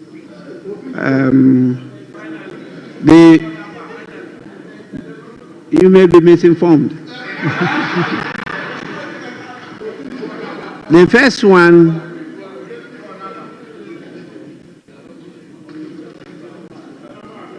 had to do with the nomination of the administrator of the District Assembly Common Fund. You recall a few days ago, I think almost 2 weeks, I read an earlier communication. That one dealt with appointment as acting. But this one is dealing with the nomination for your prior approval. It's dated 10 February, which meant there was some problems with it getting to my office. We got it just yesterday, and it reads, nomination of administrator of District Assembly Common Fund.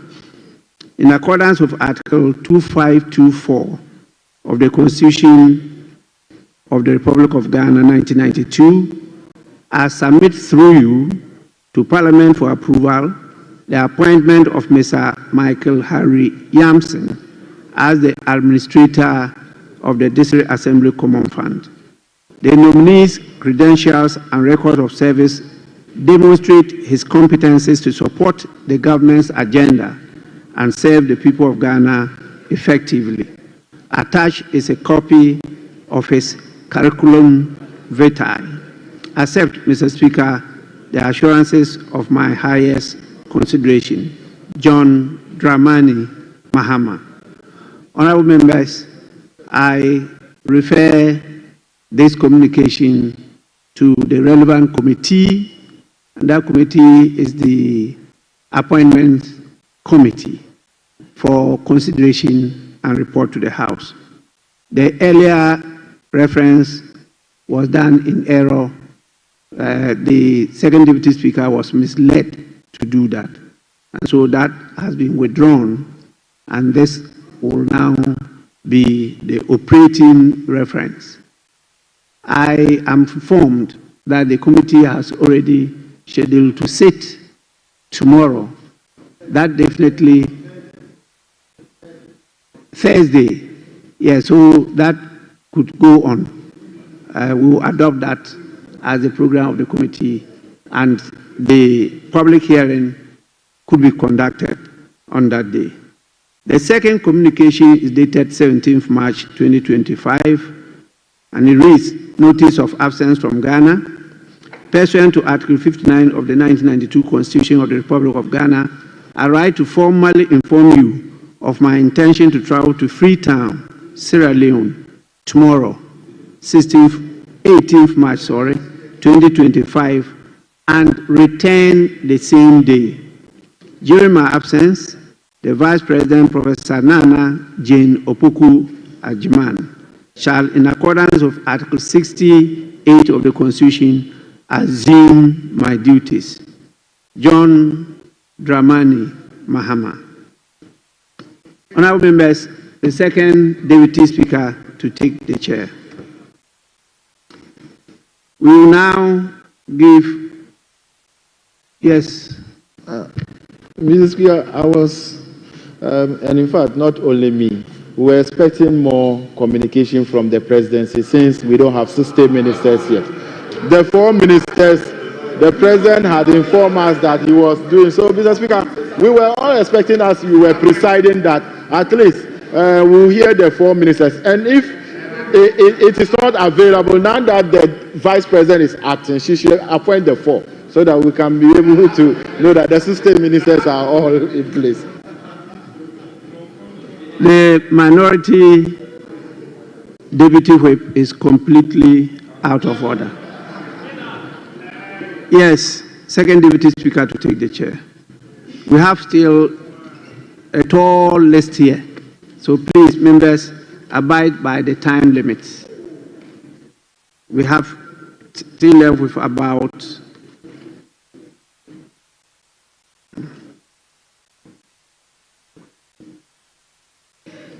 more than 6 from each side of the House.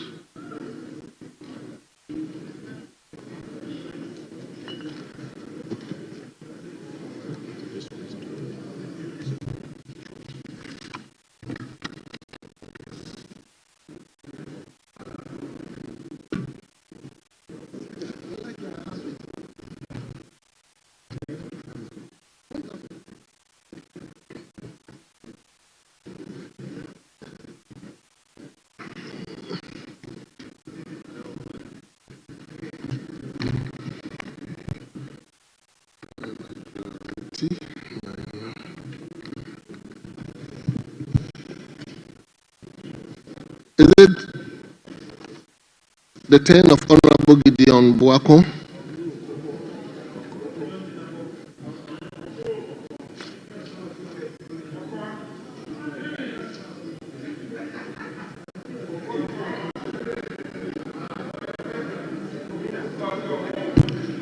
Well.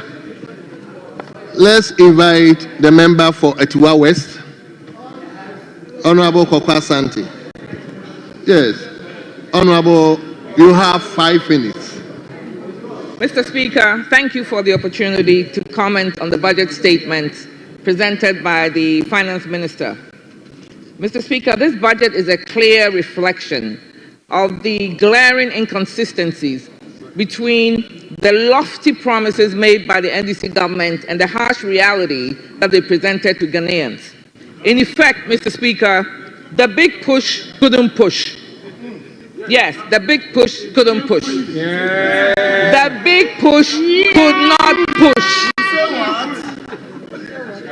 Mr. Speaker, the NDC government campaigned heavily on the cost of living, promising to abolish and also rationalize some 14 taxes outlined in their manifesto to ease the burden on Ghanaians. However, when it came to actual implementation, they only abolished, in effect, 3. 1, 2, 3. That's all they abolished, falling far short of the grand promises. Mr. Speaker, the 2025 budget statement has failed to deliver on the government's promise to ease the cost of doing business, particularly at the ports. Despite the government's assurances and commitment to rationalize the port taxes, fees, and charges, the budget is completely devoid on this issue. No major downward adjustments to port fees or import fees have been announced, leaving the business community deeply disappointed. Mr. Speaker, when the Finance Minister presented the 2025 budget, we expected bold, clear policies to fulfill the government's promises. Instead, we heard vague references to adjustments, a term that in reality signals even higher costs for Ghanaian businesses and consumers. So, Mr. Speaker, instead of providing relief, the government has extended the special import levy from 2024 to 2028. This conflicting approach by the government of extending, on the one hand, an import levy from 2025 to 2028, while promising tax rationalization or reduction raises concerns about the government's commitment to reducing the cost of doing business.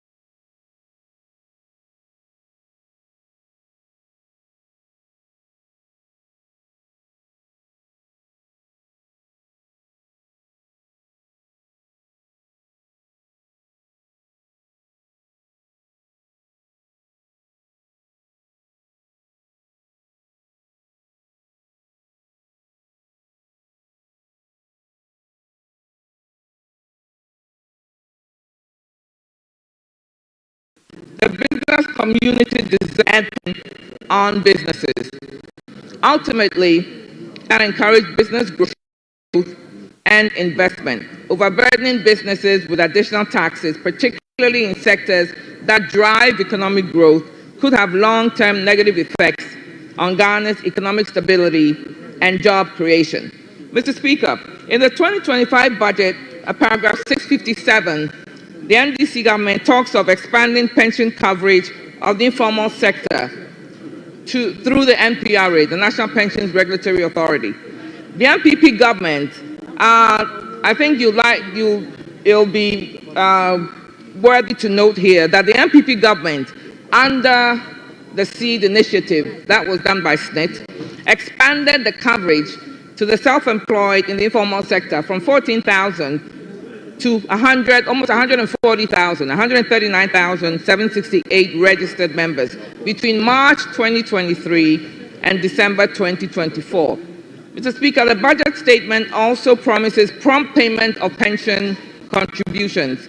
While this sounds promising, we on this side can only hope that they follow through on their words, because history tells a different story. History tells a different story. Mr. Speaker, as of December 2016, the NDC government left behind outstanding social security contributions for public sector workers amounting to over 972 million Ghana cedis, which the NPP government inherited. Yes, we inherited over 972 million Ghana cedis in arrears. Thank you. Conclusion. Honourable Member. Okay. Unlike the NDC government, which allowed pension arrears to go up, the NPP government actually took responsible actions and has paid all the arrears to date. Mr. Speaker, in conclusion, I'd like to also touch on the Women's Bank. The Women's Development Bank, which the NDC has touted that they will establish. First of all, we're very happy. Women in my constituency were actually pleased to hear about a development bank, Women's Development Bank, because many of them saw this as a real opportunity to access financial support. However, and they look forward to this bank. However, Mr. Speaker, I'm not sure how the NDC is going to set this up, because under the banks and specialized deposit taking. Thank you. Thank you. Yeah. Mr. Speaker, I'm going to conclude in 2 minutes, Mr. Speaker. Honourable Koko, thank you so much. Mr. Speaker, initially they gave us 15 minutes. So therefore we prepared for that. 5 minutes. And it's reduced to 5 minutes. Thank you so much, Honourable. Thank you, Mr. Speaker.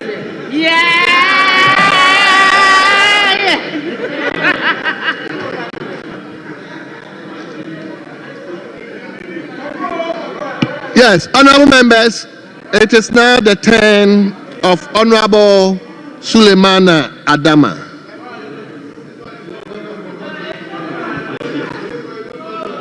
Thank you, Mr. Speaker. Mr. Speaker, the honourable member for NHIS. Honourable, you have 5 minutes? 10. I'm a deputy ranking. Deputy ranking? Yes. 10 minutes. 10 minutes. Yes. Mr. Speaker, the honourable member for NHIS argued that the GDP was 73% in 2016, but it is 61% in 2024. So we should clap for them. Honourable Mr. Speaker, the highest inflation ever recorded, inflation to GDP ever recorded in this country was in 2022, when we made 94%. Debt to GDP. Mr. Speaker, debt to GDP in 2022 was 92%. Mr. Speaker. Honourable members, please. Mr. Speaker, I'm coming to him. Honourable members, please, if you find anything wrong, dot it. According to him, he found something wrong with Honourable Doc. Well, just dot it. Just. Honourable Gojo Pankroma.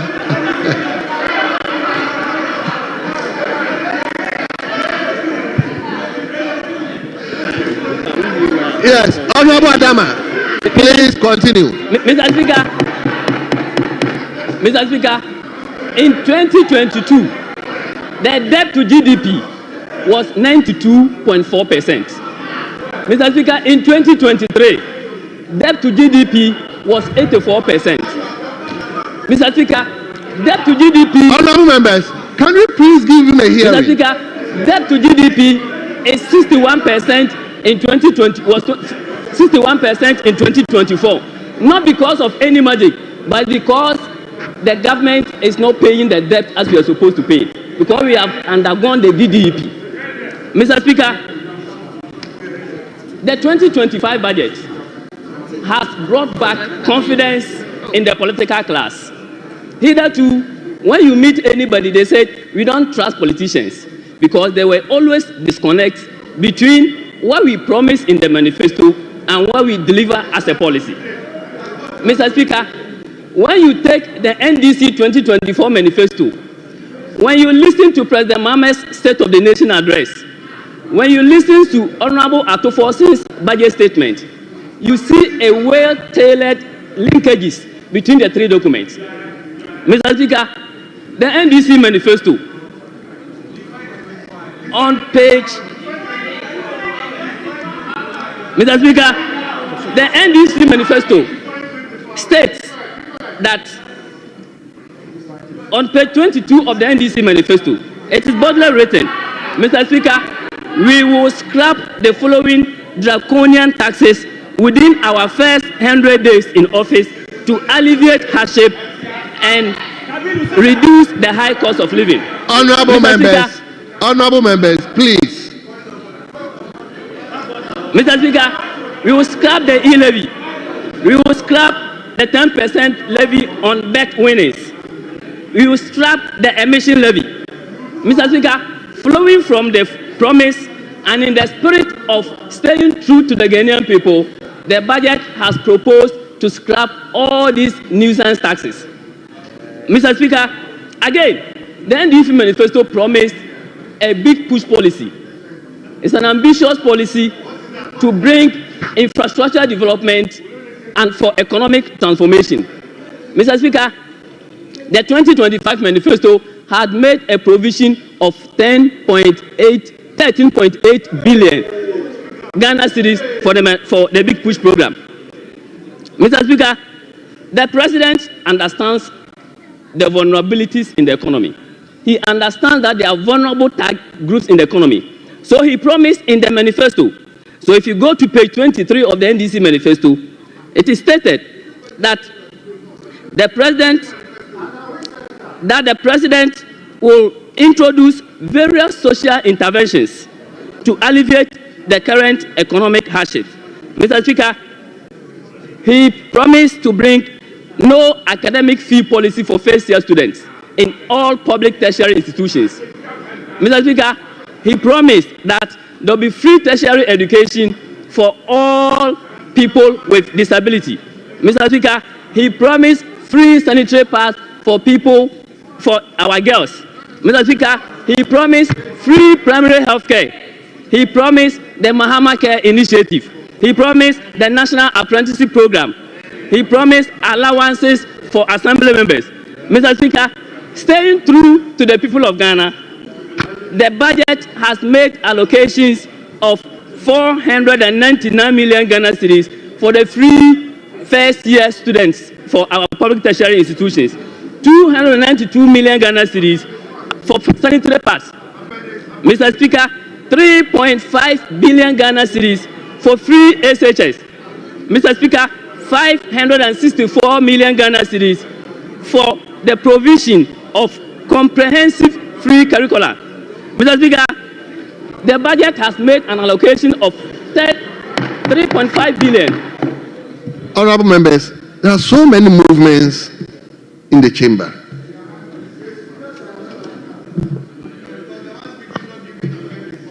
Please, is that your case? Honorable members, please, let's give me a hearing so that we can also listen to you. Yes, Honorable. Mr. Speaker, the budget has made a provision of 3.5 billion towards the free senior high school. It is the highest allocation ever since the project was rolled out in its current form in 2017. Mr. Speaker, this is coming from the president who was described as the scary alternative. If he's the scary alternative, he's the one who has made the highest contribution. When he said we are going to review the free SHS, they said the understanding of review is cancellation. If cancellation means provision of 3.5 billion, then we need more cancellation. Yeah. Mr. Speaker, if cancellation means making a dedicated funding by uncapping the GET fund, then we need more cancellation. Yeah. Mr. Speaker, some people have argued that they don't understand why we are projecting an economic growth of 4.3%, 4.4%, when they made 5% and over in 2024. Mr. Speaker, how do we grow the economy when you are going to spend 18 billion in servicing domestic debt in 2025 alone. Mr. Speaker, when your SOEs are all in debt and in crisis, Mr. Speaker, how do you grow the economy? When you are supposed to use the chunk of your resources in servicing debt, not in areas where you can grow the economy, not in productive areas. Mr. Speaker, as I speak to you now, the ECG owes 68 billion Ghana cedis. Cocoa Board owes 32.5 billion Ghana cedis. Cocoa Rose, we are owing 21.7 billion Ghana cedis. We are owing 840 billion cedis are the revenue losses as a result of the rollout of the Cocoa Board that we are actually owing. Mr. Speaker, so assuming we are using all these resources in the productive sectors, aren't we going to grow the economy? Yes. So I'll urge my colleagues and Ghanaians to keep faith with President Mama. Yes. When we are able to stabilize the mess, stabilize the economy, by the end of the year, you will see economic growth that is commensurate with output and productive sectors. Mr. Speaker, it is the best policy document ever witnessed in a very long time. He has kept faith with the Ghanaian people. He has actually demonstrated that when you have a well thought through policy in a budget statement, it can result in economic development. Let's keep it with the NDC because this is the best policy document we have ever had. I thank you, Mr. Speaker, for the opportunity.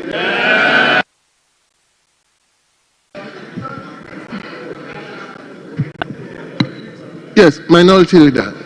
Yeah, Mr. Speaker, I am on my feet to raise a matter that has come to the attention of the caucus. That has to do with the referral made some few minutes ago by Right Honorable Speaker. Mr. Speaker, the Disassembly Common Fund Administrator, the letter that came, which you made referral to the appointment committee.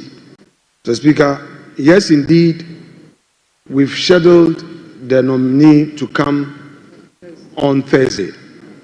A moment ago, Mr. Speaker annulled your referral and indicated that you did so in error and that you were misled. These are his words, I'm quoting, that the second deputy speaker was misled into making the referral.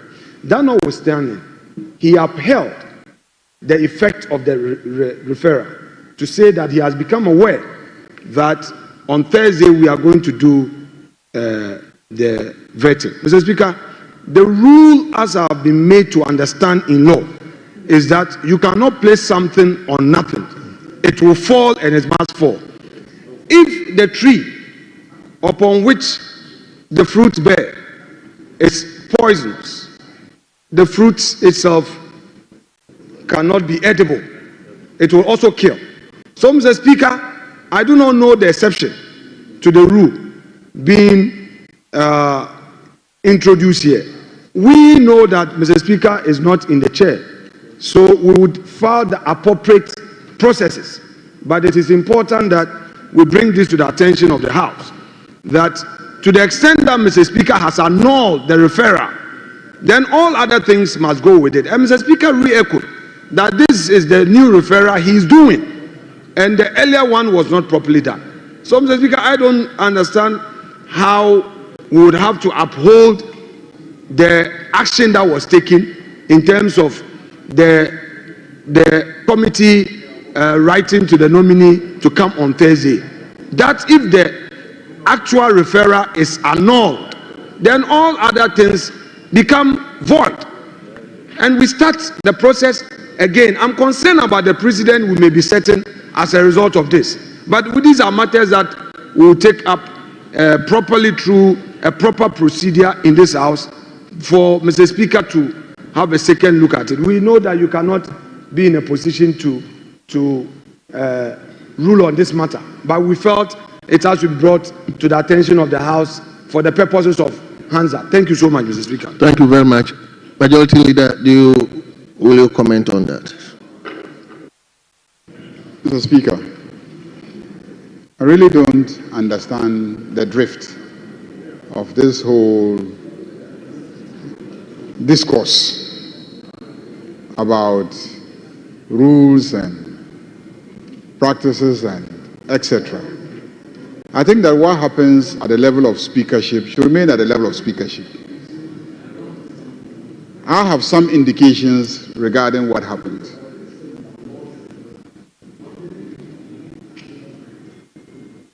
If you raise an issue and that is being addressed, you pay attention. No, but you raise the issue. If you raise an issue and then we are called upon to comment and then you turn your back and then you are discussing other matters. Yes, I think, but I haven't seen the records, but I think there was an error in the original communication. There was an error. And what the speaker sought to do is to correct it. So maybe you should see the speaker and find exactly what he was trying to address. There was an error. I mean, he explained to me, yes, he explained to me that there was an error and he requested for a second communication. So the communication came and he thought to find a way of correcting it. So it's not as if the second deputy speaker is being undermined or anything of that sort. But also because you have already started the process based on the earlier communication. Whilst he's trying to address some issues of error in our records, I think that you should continue with the arrangement. You've already created an expectation. You've invited the nominee. The nominee is still the same person. Nominee hasn't changed. So let him come and then take him through the process. Besides, your MPs are looking for their share of the common fund to carry out the various development activities in their constituencies. The longer you delay the appointment of the administrator of the common fund, the longer our various allocations are going to be delayed. So I think that you started the process already. Let's continue. Yes. Yes. Well, Mr. Speaker, the majority leader, who is the leader of government business, he alone goes to the Jubilee House. And he alone knows what happens.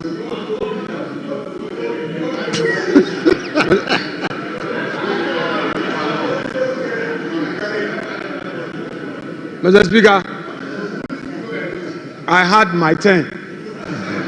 It is his turn. I cannot enjoy that privilege forever. He should enjoy it. It is his time. Mr. Speaker, he goes there alone.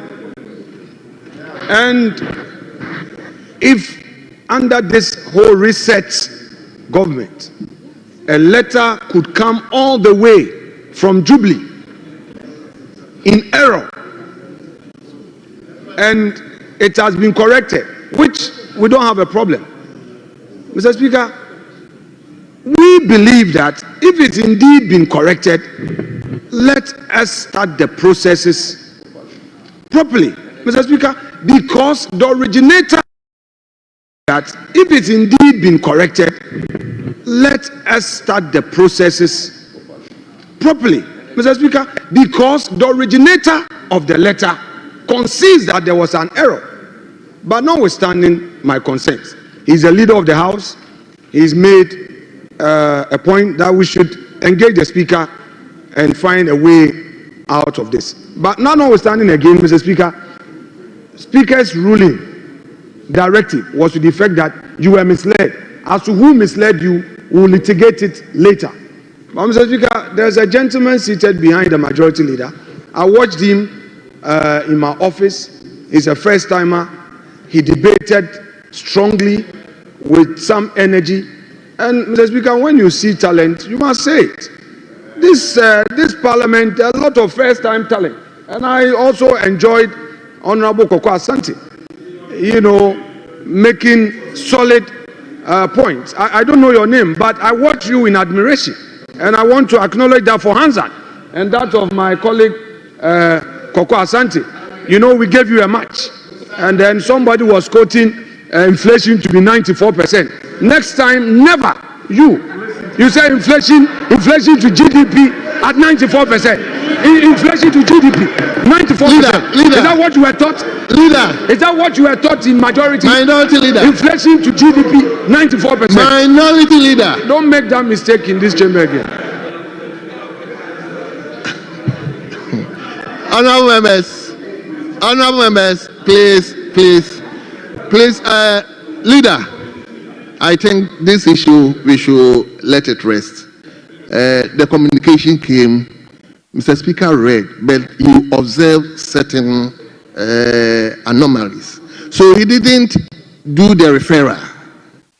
The next day when I was presiding, the clerk informed me that Mr. Speaker didn't make the referral. So I should do that. That's why I went ahead to do that.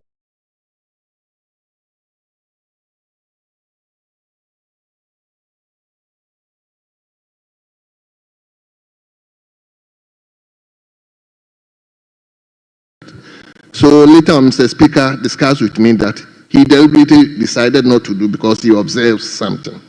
So please, I don't think there's any issue we have to raise about this. Mr. Speaker, thank you for bringing clarity. But Mr. Speaker, I've just seen the Minister for Roads seated in this chamber. He is supposed to stay at the ministry and pay contractors. Mr. Speaker, this is not where you are supposed to be. Go to the ministry and work. If you want to be in leadership, then resign. He comes here to bring the temperature, raise the temperature, and then when he comes, he wants to change the temperature in this chamber. The contractors need to be paid. Thank you. The roads must be constructed. Thank you, leader. Leave thank this you. chamber and go and leader, work. Thank you. Yeah. Mr. Speaker, I get to the office at 7 o'clock in the morning and work to 1 o'clock. Then I come and perform my duty as a member of parliament. So I agree with him. We owe contractors. We shall work hard to pay the contractors. But he should also know that I'm still a member of parliament and I enjoy this as we here with you. Thank you very much.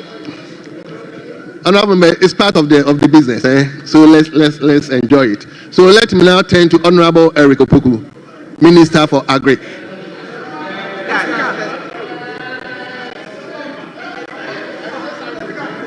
Excuse me, hold on, Honorable.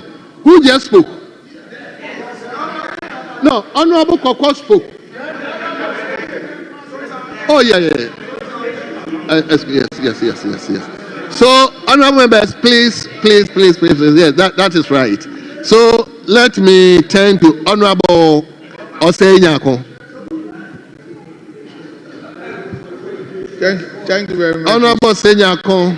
Yes, thank you very much, Mr. Speaker. You are chairman. You have 15 minutes. I'm the ranking. I'm no more the chairman. Ranking, 15 minutes. Time has changed. Time has changed indeed. Yes. You have 15 minutes. Thank you very much, Mr. Speaker. Mr. Speaker, I just want to make a few comments on the motion on the floor. Mr. Speaker, we on this side, our duty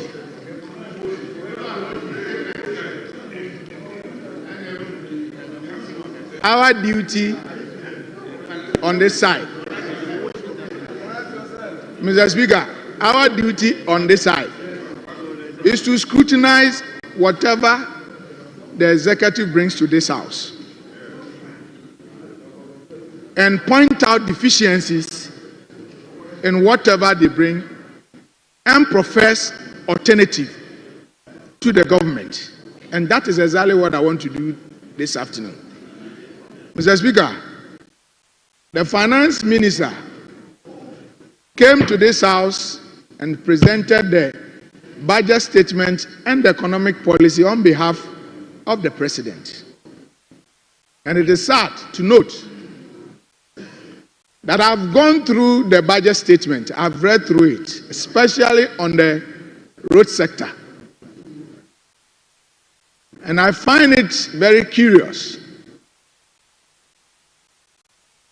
that a whole budget, which is the major determinant for any resource allocation and any investment requirement, failed to give or failed to tell the House or inform the House about the network, the national network size, the road network size of this country. I'm sad. I've gone through the budget. So if a budget that the government is making allocation, that he is saying that I'm going to uncap road fund and provide an amount of 2.81 billion and also provide another 2.2 billion as a GOG contribution for the road sector, fails to tell us that this is the amount of kilometers that we have, the kilometrage of the country in terms of the network size. Then how did they come about with the amount of money that they are allocating to the sector? Mr. Speaker, I quite remember that in 2016, at the end of 2016, the NDC government, when they were leaving office, the total network size of this country was 78,400. As of December 2024, and I'm quoting from the Presidential Transitional Report, which I have it. I'm sure my colleagues and the minister is here, they also have the Presidential Transition Report. Mr. Speaker, we are talking about 137,683 kilometers. It is contained in the Presidential Transition Report. I'm not making it. The minister is there. He can get the report and read it by himself. I can also help him with the pages that he can find it. If we have such a huge network size of the country, and the minister comes to this house, he doesn't even tell us anything about it. He even fails to tell us the condition mix of our road network as to which percentage is poor, which percentage is good, which percentage is bad or fairly good. Then how did they come about in allocating resources to this sector? Mr. Speaker, no wonder that if you want to talk about the first 5 key priority sectors under this government, the road sector is not part of it. And it's very sad. I have it here. It's here, if you want to doubt it. I have even gone ahead to design and make maps for you. Graph is here. In 2024, I will call it Dedication under 2025 is the number 1 on it. Health is number 2. Interior is number 3. Defense is number 4. Then Office of Government Machinery is number 5. I want to tell you, let me tell you about 2024. 2024, education is number 1. Health number 2. Interior number 3. Roads number 4. And defense number 5. No wonder that, Mr. Speaker, if you take the report, their own budget statement, if you want to go to if you want to check appendix 1C, paragraph 2.1, under construction. Sometimes they come here and they make a whole noise. That you say you constructed, it's not true. I am not saying it. I have the report here. They should read. And they will see the performance of the construction sector. The performance of the construction sector in your own budget is 9.6. That is how we perform. So if you see that from Ofanko to Nsawam is being constructed, if you see that Tema motorway is being constructed, if you see other major roads, if you see Aflao, Tema to Aflao is being done, if you see Tema to Akosomo Road is being done. Then, Mr. Speaker, you should know, Accra to Dodo, I have not even mentioned, then you should know how much the previous government have spent in making sure that he fixed our roads. Mr. Speaker, it is sad that a government that got the support of Ghanaians to win power now is telling us, when a lot of people, a lot of Ghanaians are expecting that as for the NDC government, they are coming to construct our roads. I have a bad news for them. If you look at what they themselves are presented to this house, those people who are expecting their roads to be constructed, I am telling you, the Mahama government says that it doesn't have enough money and your road is not priority for them. But you want the government to come and tell me, if you want to understand and you want to know, if you want to know what I'm saying, go and read the budget. The budget is for you to read and understand, not for you to read alone. Read and understand what it is contained in the budget. If you don't understand it, how would you be able to? Mr. Speaker, then and again, the finance minister in presenting the budget, I heard the minister talking about the road ministry has committed this country into almost about 103 billion. Mr. Speaker, let me, I'm going to use this time, even if that is what is going to take all my time, to educate everybody in this country and every Ghanaian. You hear this commitment is, they have committed 100 billion. But when you are reporting, when you came to this house to even report about the liabilities of this of the country or the ministry, why didn't you give us the details of those commitments that you are talking about? Mr. Speaker, in fact, let me tell you, when you go to the Ministry of Roads and Highways, the average life cycle of every project is 5 years. So when they give a project, so this year, for instance, the budget that they are allocating to the ministry, even if they say they are going to construct the road from Parliament here to, let's say, Circle, they have programmed it for 5 years. The following year, they also have the same opportunity to do it.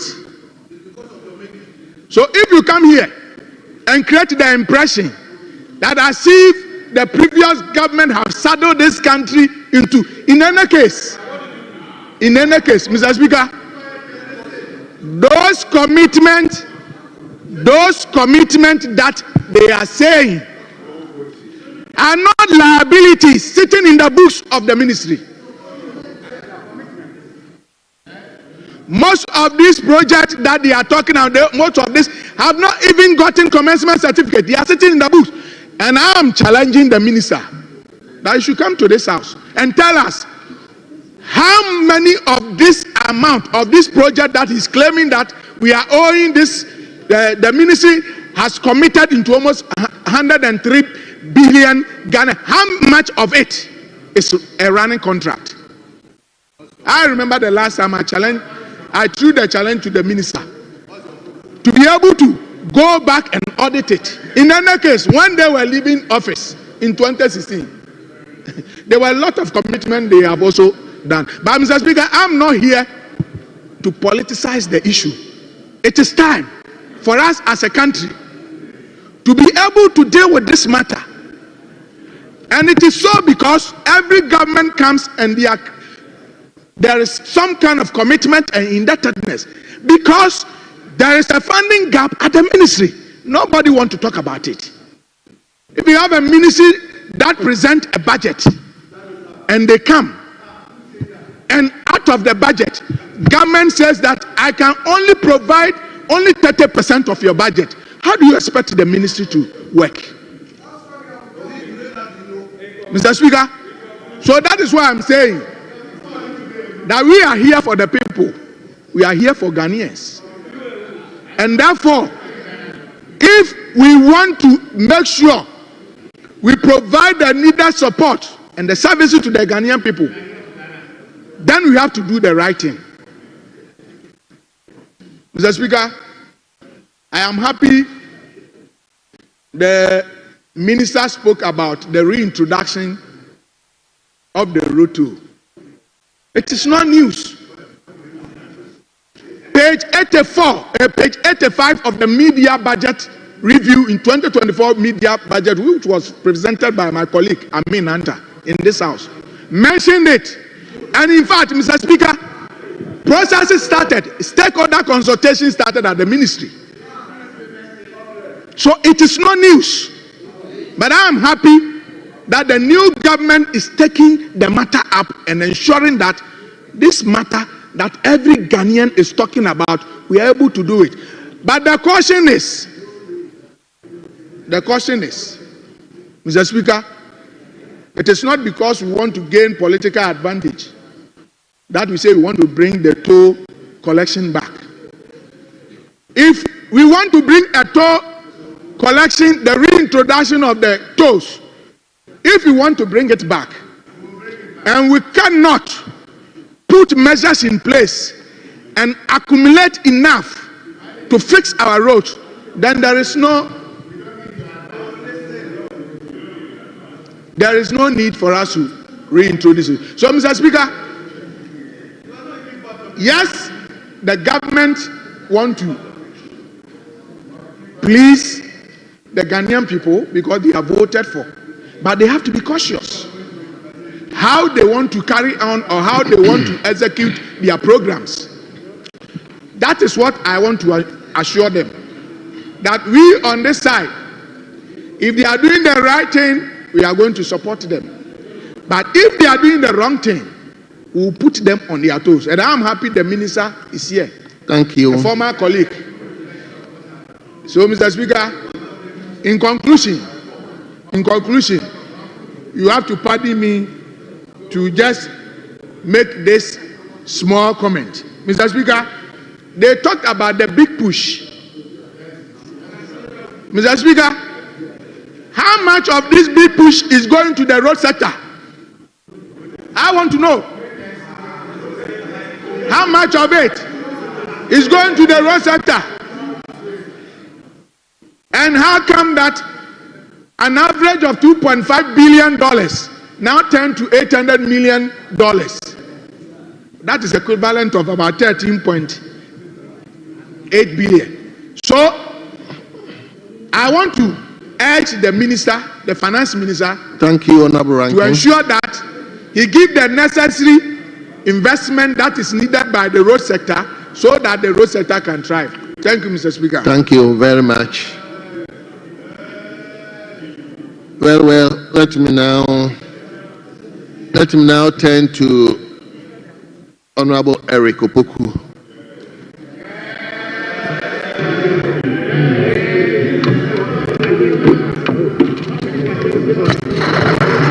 Honorable, we have 15 minutes. Thank you very much, Mr. Speaker. Honorable, hold on. For the opportunity. Leader, hold on. Leader, what is it? Mr. Speaker, with respect, the Honorable Minister of Agri. But Majority Leader, what, are you not going again? Mr. Speaker, are you not go? Mr. Speaker, I was again.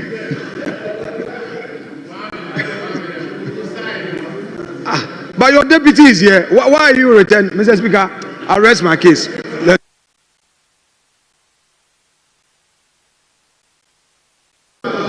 Mr. Speaker, the arrangement was that the sector ministers will lead the commentary on their sectors, but they would present a brief on their sector policies at the dispatch box So I actually thought that was what he was trying to draw the attention of the minister to.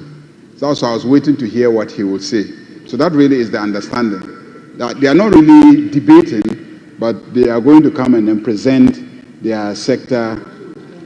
Of course, yes. And even the discussion was that after they have presented their sector positions and policies, they will listen to the commentary. And if in the end they need to respond, then we will give them some time to respond, to clarify the policy. That's how we structured. We started with the finance minister because the finance minister presented his here, and his deputy was here, so that if there is any need to respond to anything, his deputy could respond. So that's the arrangement. So with that arrangement, it means once the minister is on the dispatch box, there wouldn't be any interruption. Yes, the minister will not be interrupted. Yes, Honorable Minister. Thank you very much. You want to stand there? Oh, okay. Wherever. Yeah, he wants to debate. He's not. I hope you enjoy. You want to be there. Very well. Thank you very much, Mr. Speaker, for the opportunity to comment on the 2025 budget. Mr. Speaker, first and foremost, to have a better appreciation of the contents of this budget, you must understand the theme. The theme of this budget is resetting the economy for the Ghana we want. Mr. Speaker, what is the meaning of reset? Reset means to set again or differently. It means that the economy of Ghana was on the proper track to deliver prosperity unto the people of Ghana. And within the last 8 years, we veered off completely. And so this is the time to bring back the economy on the proper track. And that is what this budget is seeking to do. Mr. Speaker, this is the explanation, the meaning. Honorable, you see, that's why you were asked to come and stand on the dispatch box. Okay. Because once you are there, the leader can interrupt. And I see that is why.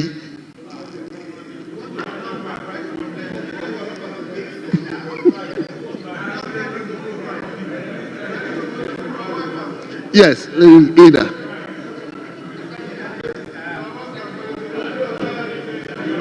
Mr.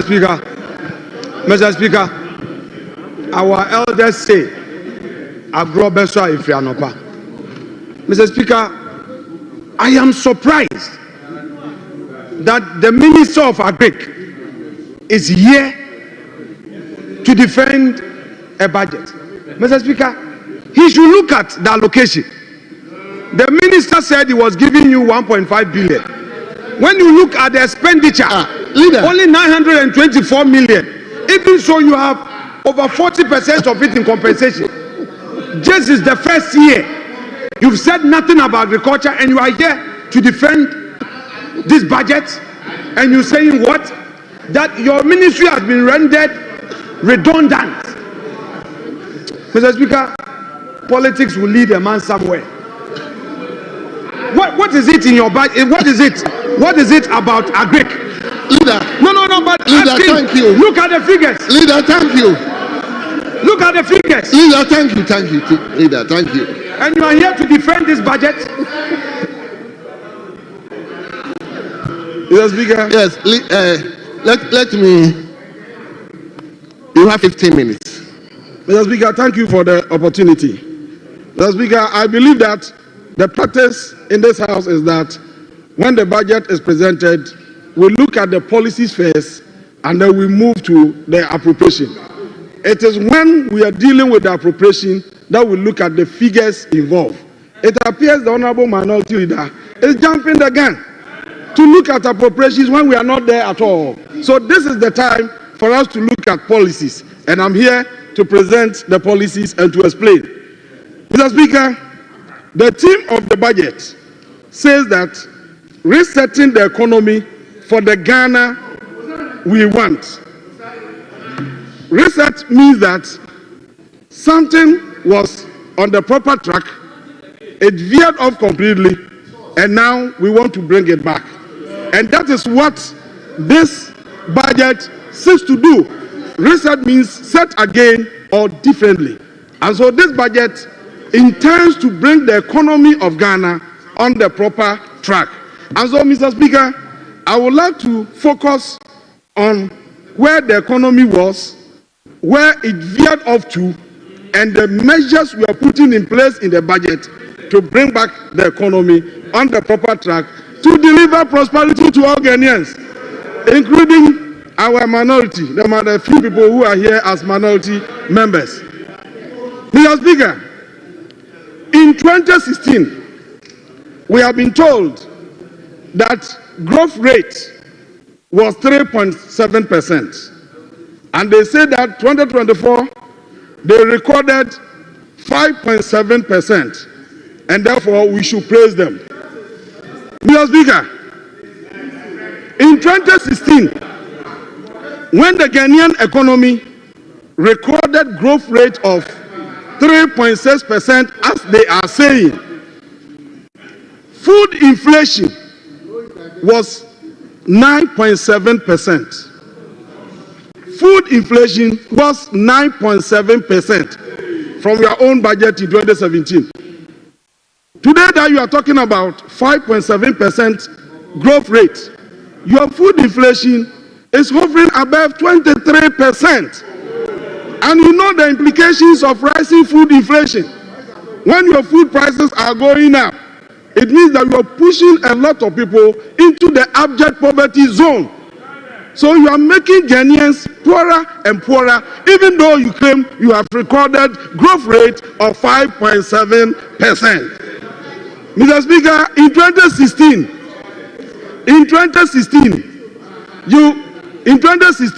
the Bank of Ghana, that has the mandate to print money for this country, recorded profit. But in 2024, 2022, 2023, 2024, you are claiming that growth rate is 5.7%. But look at where you have landed the Bank of Ghana. In just 1 year, they recorded a loss of 60.8 billion Ghana cedis, unprecedented in the history of this country. That amounted to $5 billion United States dollars. And for the first time, your government in 1 year, in 2 years, 2022, 2023, borrowed almost 80 billion from the Bank of Ghana. Source, you are asking for source. It's in your own records. It is here in Parliament. It is something that is here in Parliament. Mr. Speaker, this is an indication that, this is a clear indication that the Bank of Ghana must indeed be reset. And that is exactly what this budget is seeking to do. Mr. Speaker, in 2016, when the growth rate was 3.6%, food import bill was hovering around $800 million. And today you are touting growth rate of 5.7%, when the food import bill is above $2 billion. Have you forgotten the unemployment rate, which in 2016 was around 5.23%, and is today in 2024 was around 14.7%. And you sit here touting 5.7 growth rate as an achievement? It appears you don't understand the budget. You are lost completely. In 2016, there was nothing like that exchange program. You came into office, you borrowed, you expended the money, and when the time was due for you to pay, you didn't have the capacity to pay. That is reckless borrowing. There was no arrangement for you to pay. And so you had to go to your creditors to plead for the postponement of your debt. That is the meaning of the debt exchange program you implemented. And you know the implications of what that program that you did.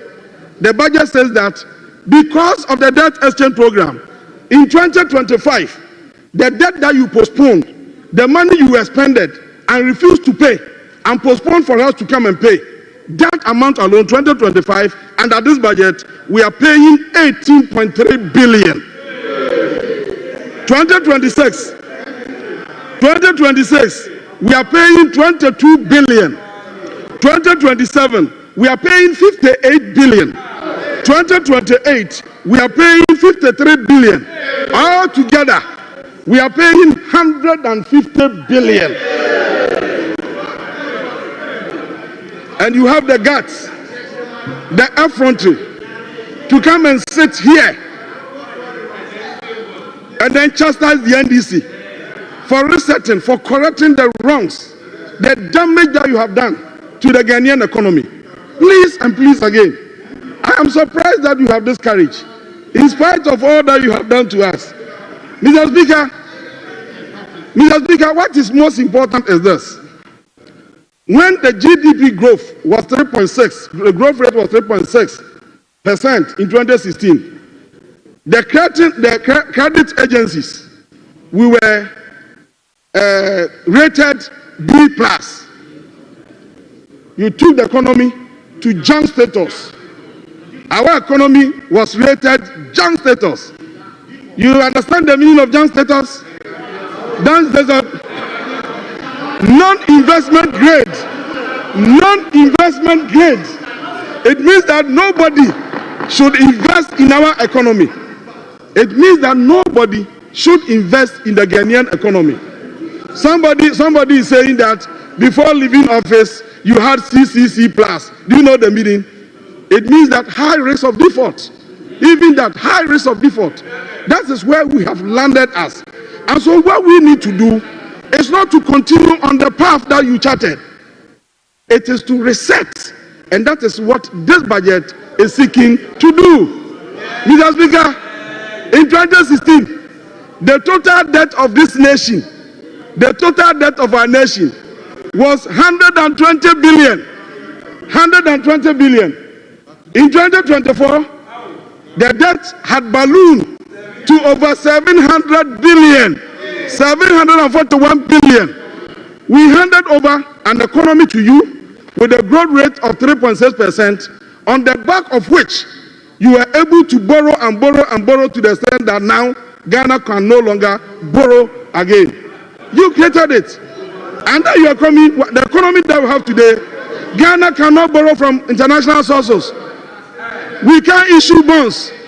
Ghanaians have lost credibility. They have lost faith in government of Ghana bonds because of your recklessness. And I'm surprised that you can come and sit here and create the impression that all is well. Have you forgotten that we left with you the sinking fund? And we left in the sinking fund almost $300 million. You depleted everything. And today, you have handed over to us sinking fund with just $64,000.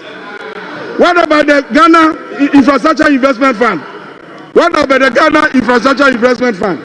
Honorable members, we handed over to you the Ghana Infrastructure Investment Fund, in which we have $274 million. You have expended everything and even collateralized the process. You have collateralized the process. Into the, yes, Jeff, you don't know. You see, you are lost.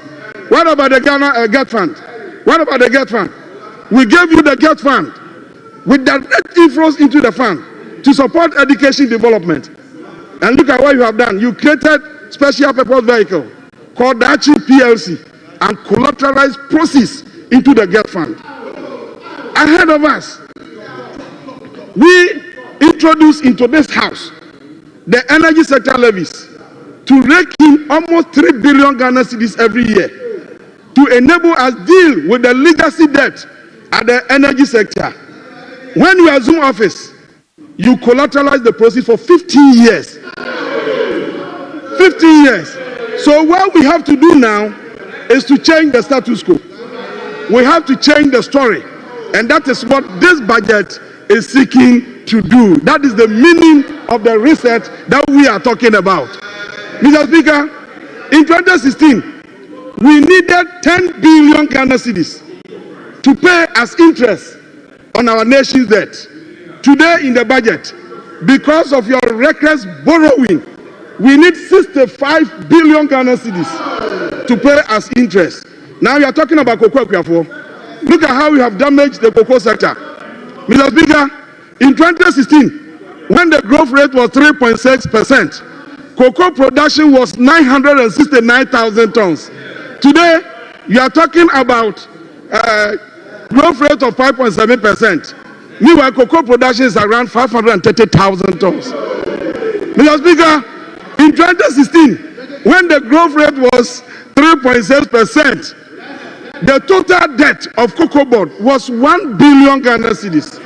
Today, the total debt of cocoa board is 32 billion Ghana cedis. 9.7 billion of that is due for payment this year. And you are here defending this. Your credibility is at stake. Please, give us the opportunity to reset. Give us the opportunity to reset. Now, how do you reset it? Now, listen to the reset. This is how we want to reset it. You want to hear about cocoa price? Let's do the reset first. Mr. Speaker, the agenda for the reset is what we call agriculture for economic transformation agenda. Our government has decided to use agriculture as the vehicle to engender economic transformation in this country. To be able to do this, we have crafted the relevant strategies. The first strategy is what we call the Feed Ghana program. Under the Feed Ghana program, we want to drive this nation towards food sufficiency so that we can reduce the huge food import bill, restore stability to the exchange rate, and then ensure that every Ghanaian living within the boundaries of this country is fed from local sources. Mr. Speaker, we are dealing with the policies. When you come to appropriation, I hope you understand. You have been in this house for a long time, so you know what appropriation means. Now, under the Feed Ghana program, we have the Vegetable Development Project. This one is focused on the production of vegetables like tomato, onion, pepper, and the rest of them. We have had planting for food and jobs for 8 solid years.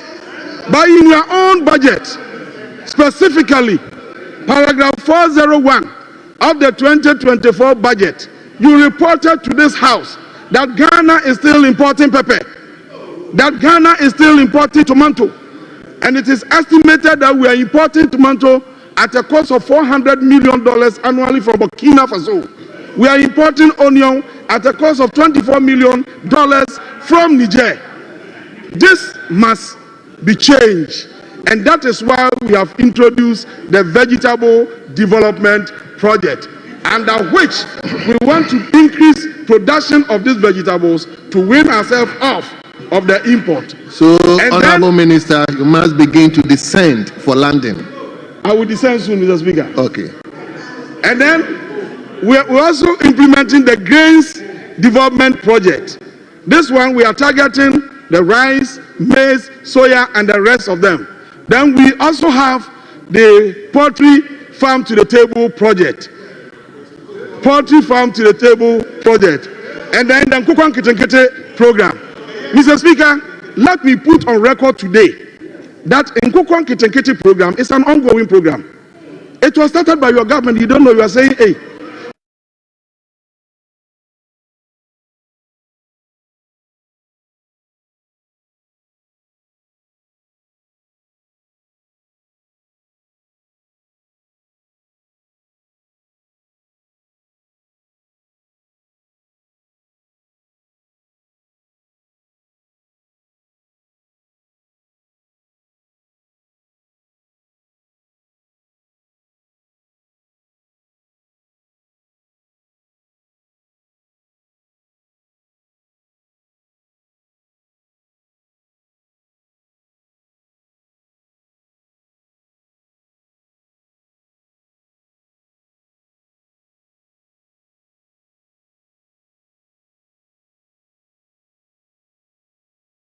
what government?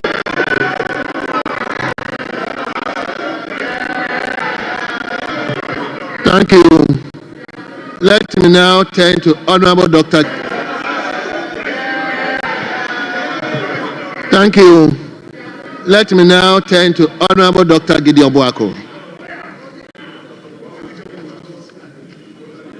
Doc, are you ranking? Dr. Kabiru, I didn't mention your name. I mentioned Dr. Gideon Boako.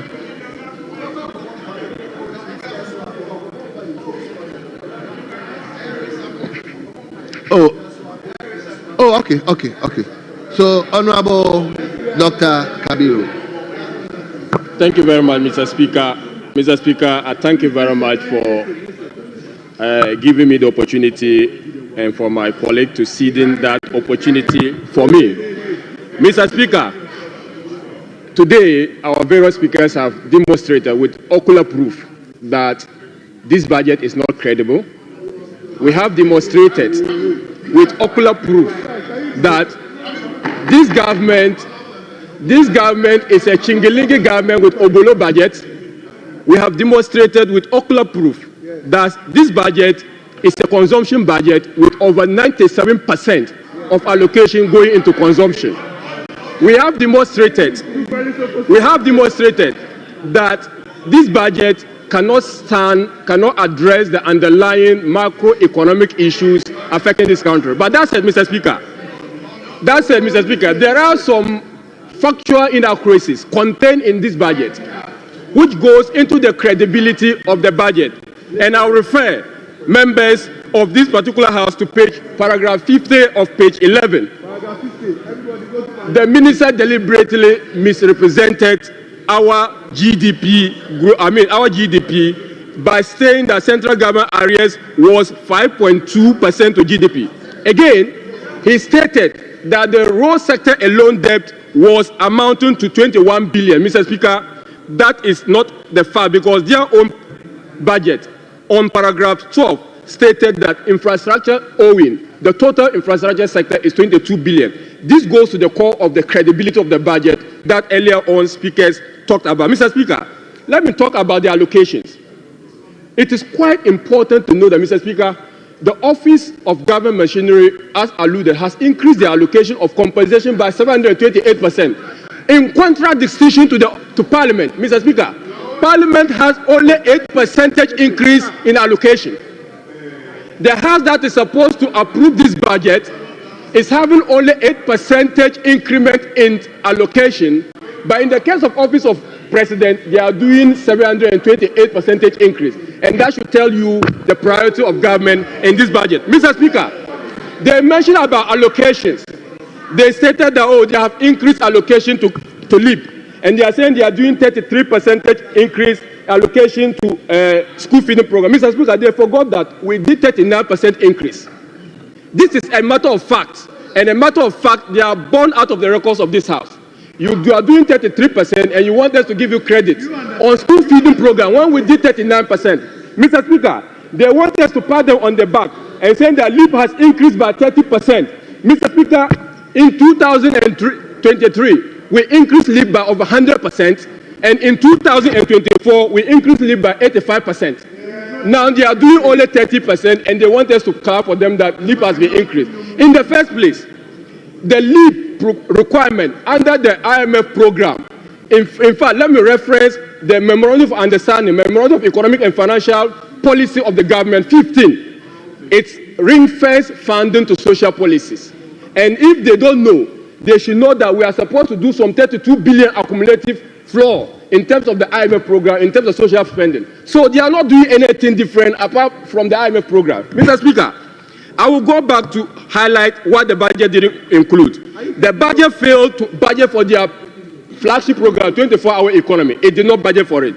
Mr. Speaker, their budget failed and has actually reduced funding to domestic. When their vice president is a woman who should be championing funding to domestic violence fund, they have decreased it by 85%. The funding has been decreased by 85%. And Mr. Speaker, they have also reduced funding to trafficking by 78%. Mr. Speaker, let me go you by sector. In fact, administration has been increased by 39%. That is consumption. They have increased social spending by 10%, that is consumption. They have increased public safety by 19%, that is consumption. Mr. Speaker, infrastructure funding has been reduced by 25% in their budget without prejudice to their cap, to their big push program. Mr. Speaker, this is the budget we are talking about. And this budget can speak to the Mr. Speaker, they're saying that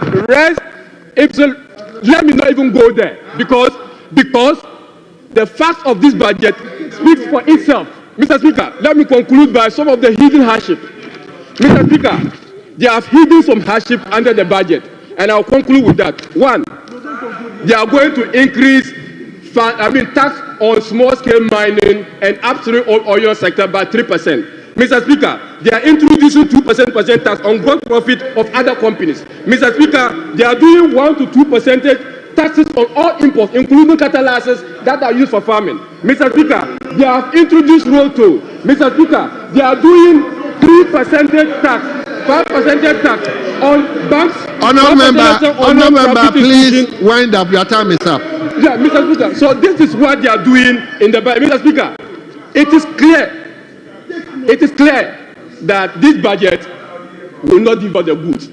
It is clear that this budget is designed for consumption. It is clear this budget is designed to give the office of the president much spending, space to spend unlimited and unguarded. It is clear that this budget does not address their own agriculture program. So, Mr. Speaker, it is a budget that is supposed to create, loot, and share. Thank you very much. Thank you. Thank you very much. Let me turn to Honorable Dr. Godfred Sedijasa.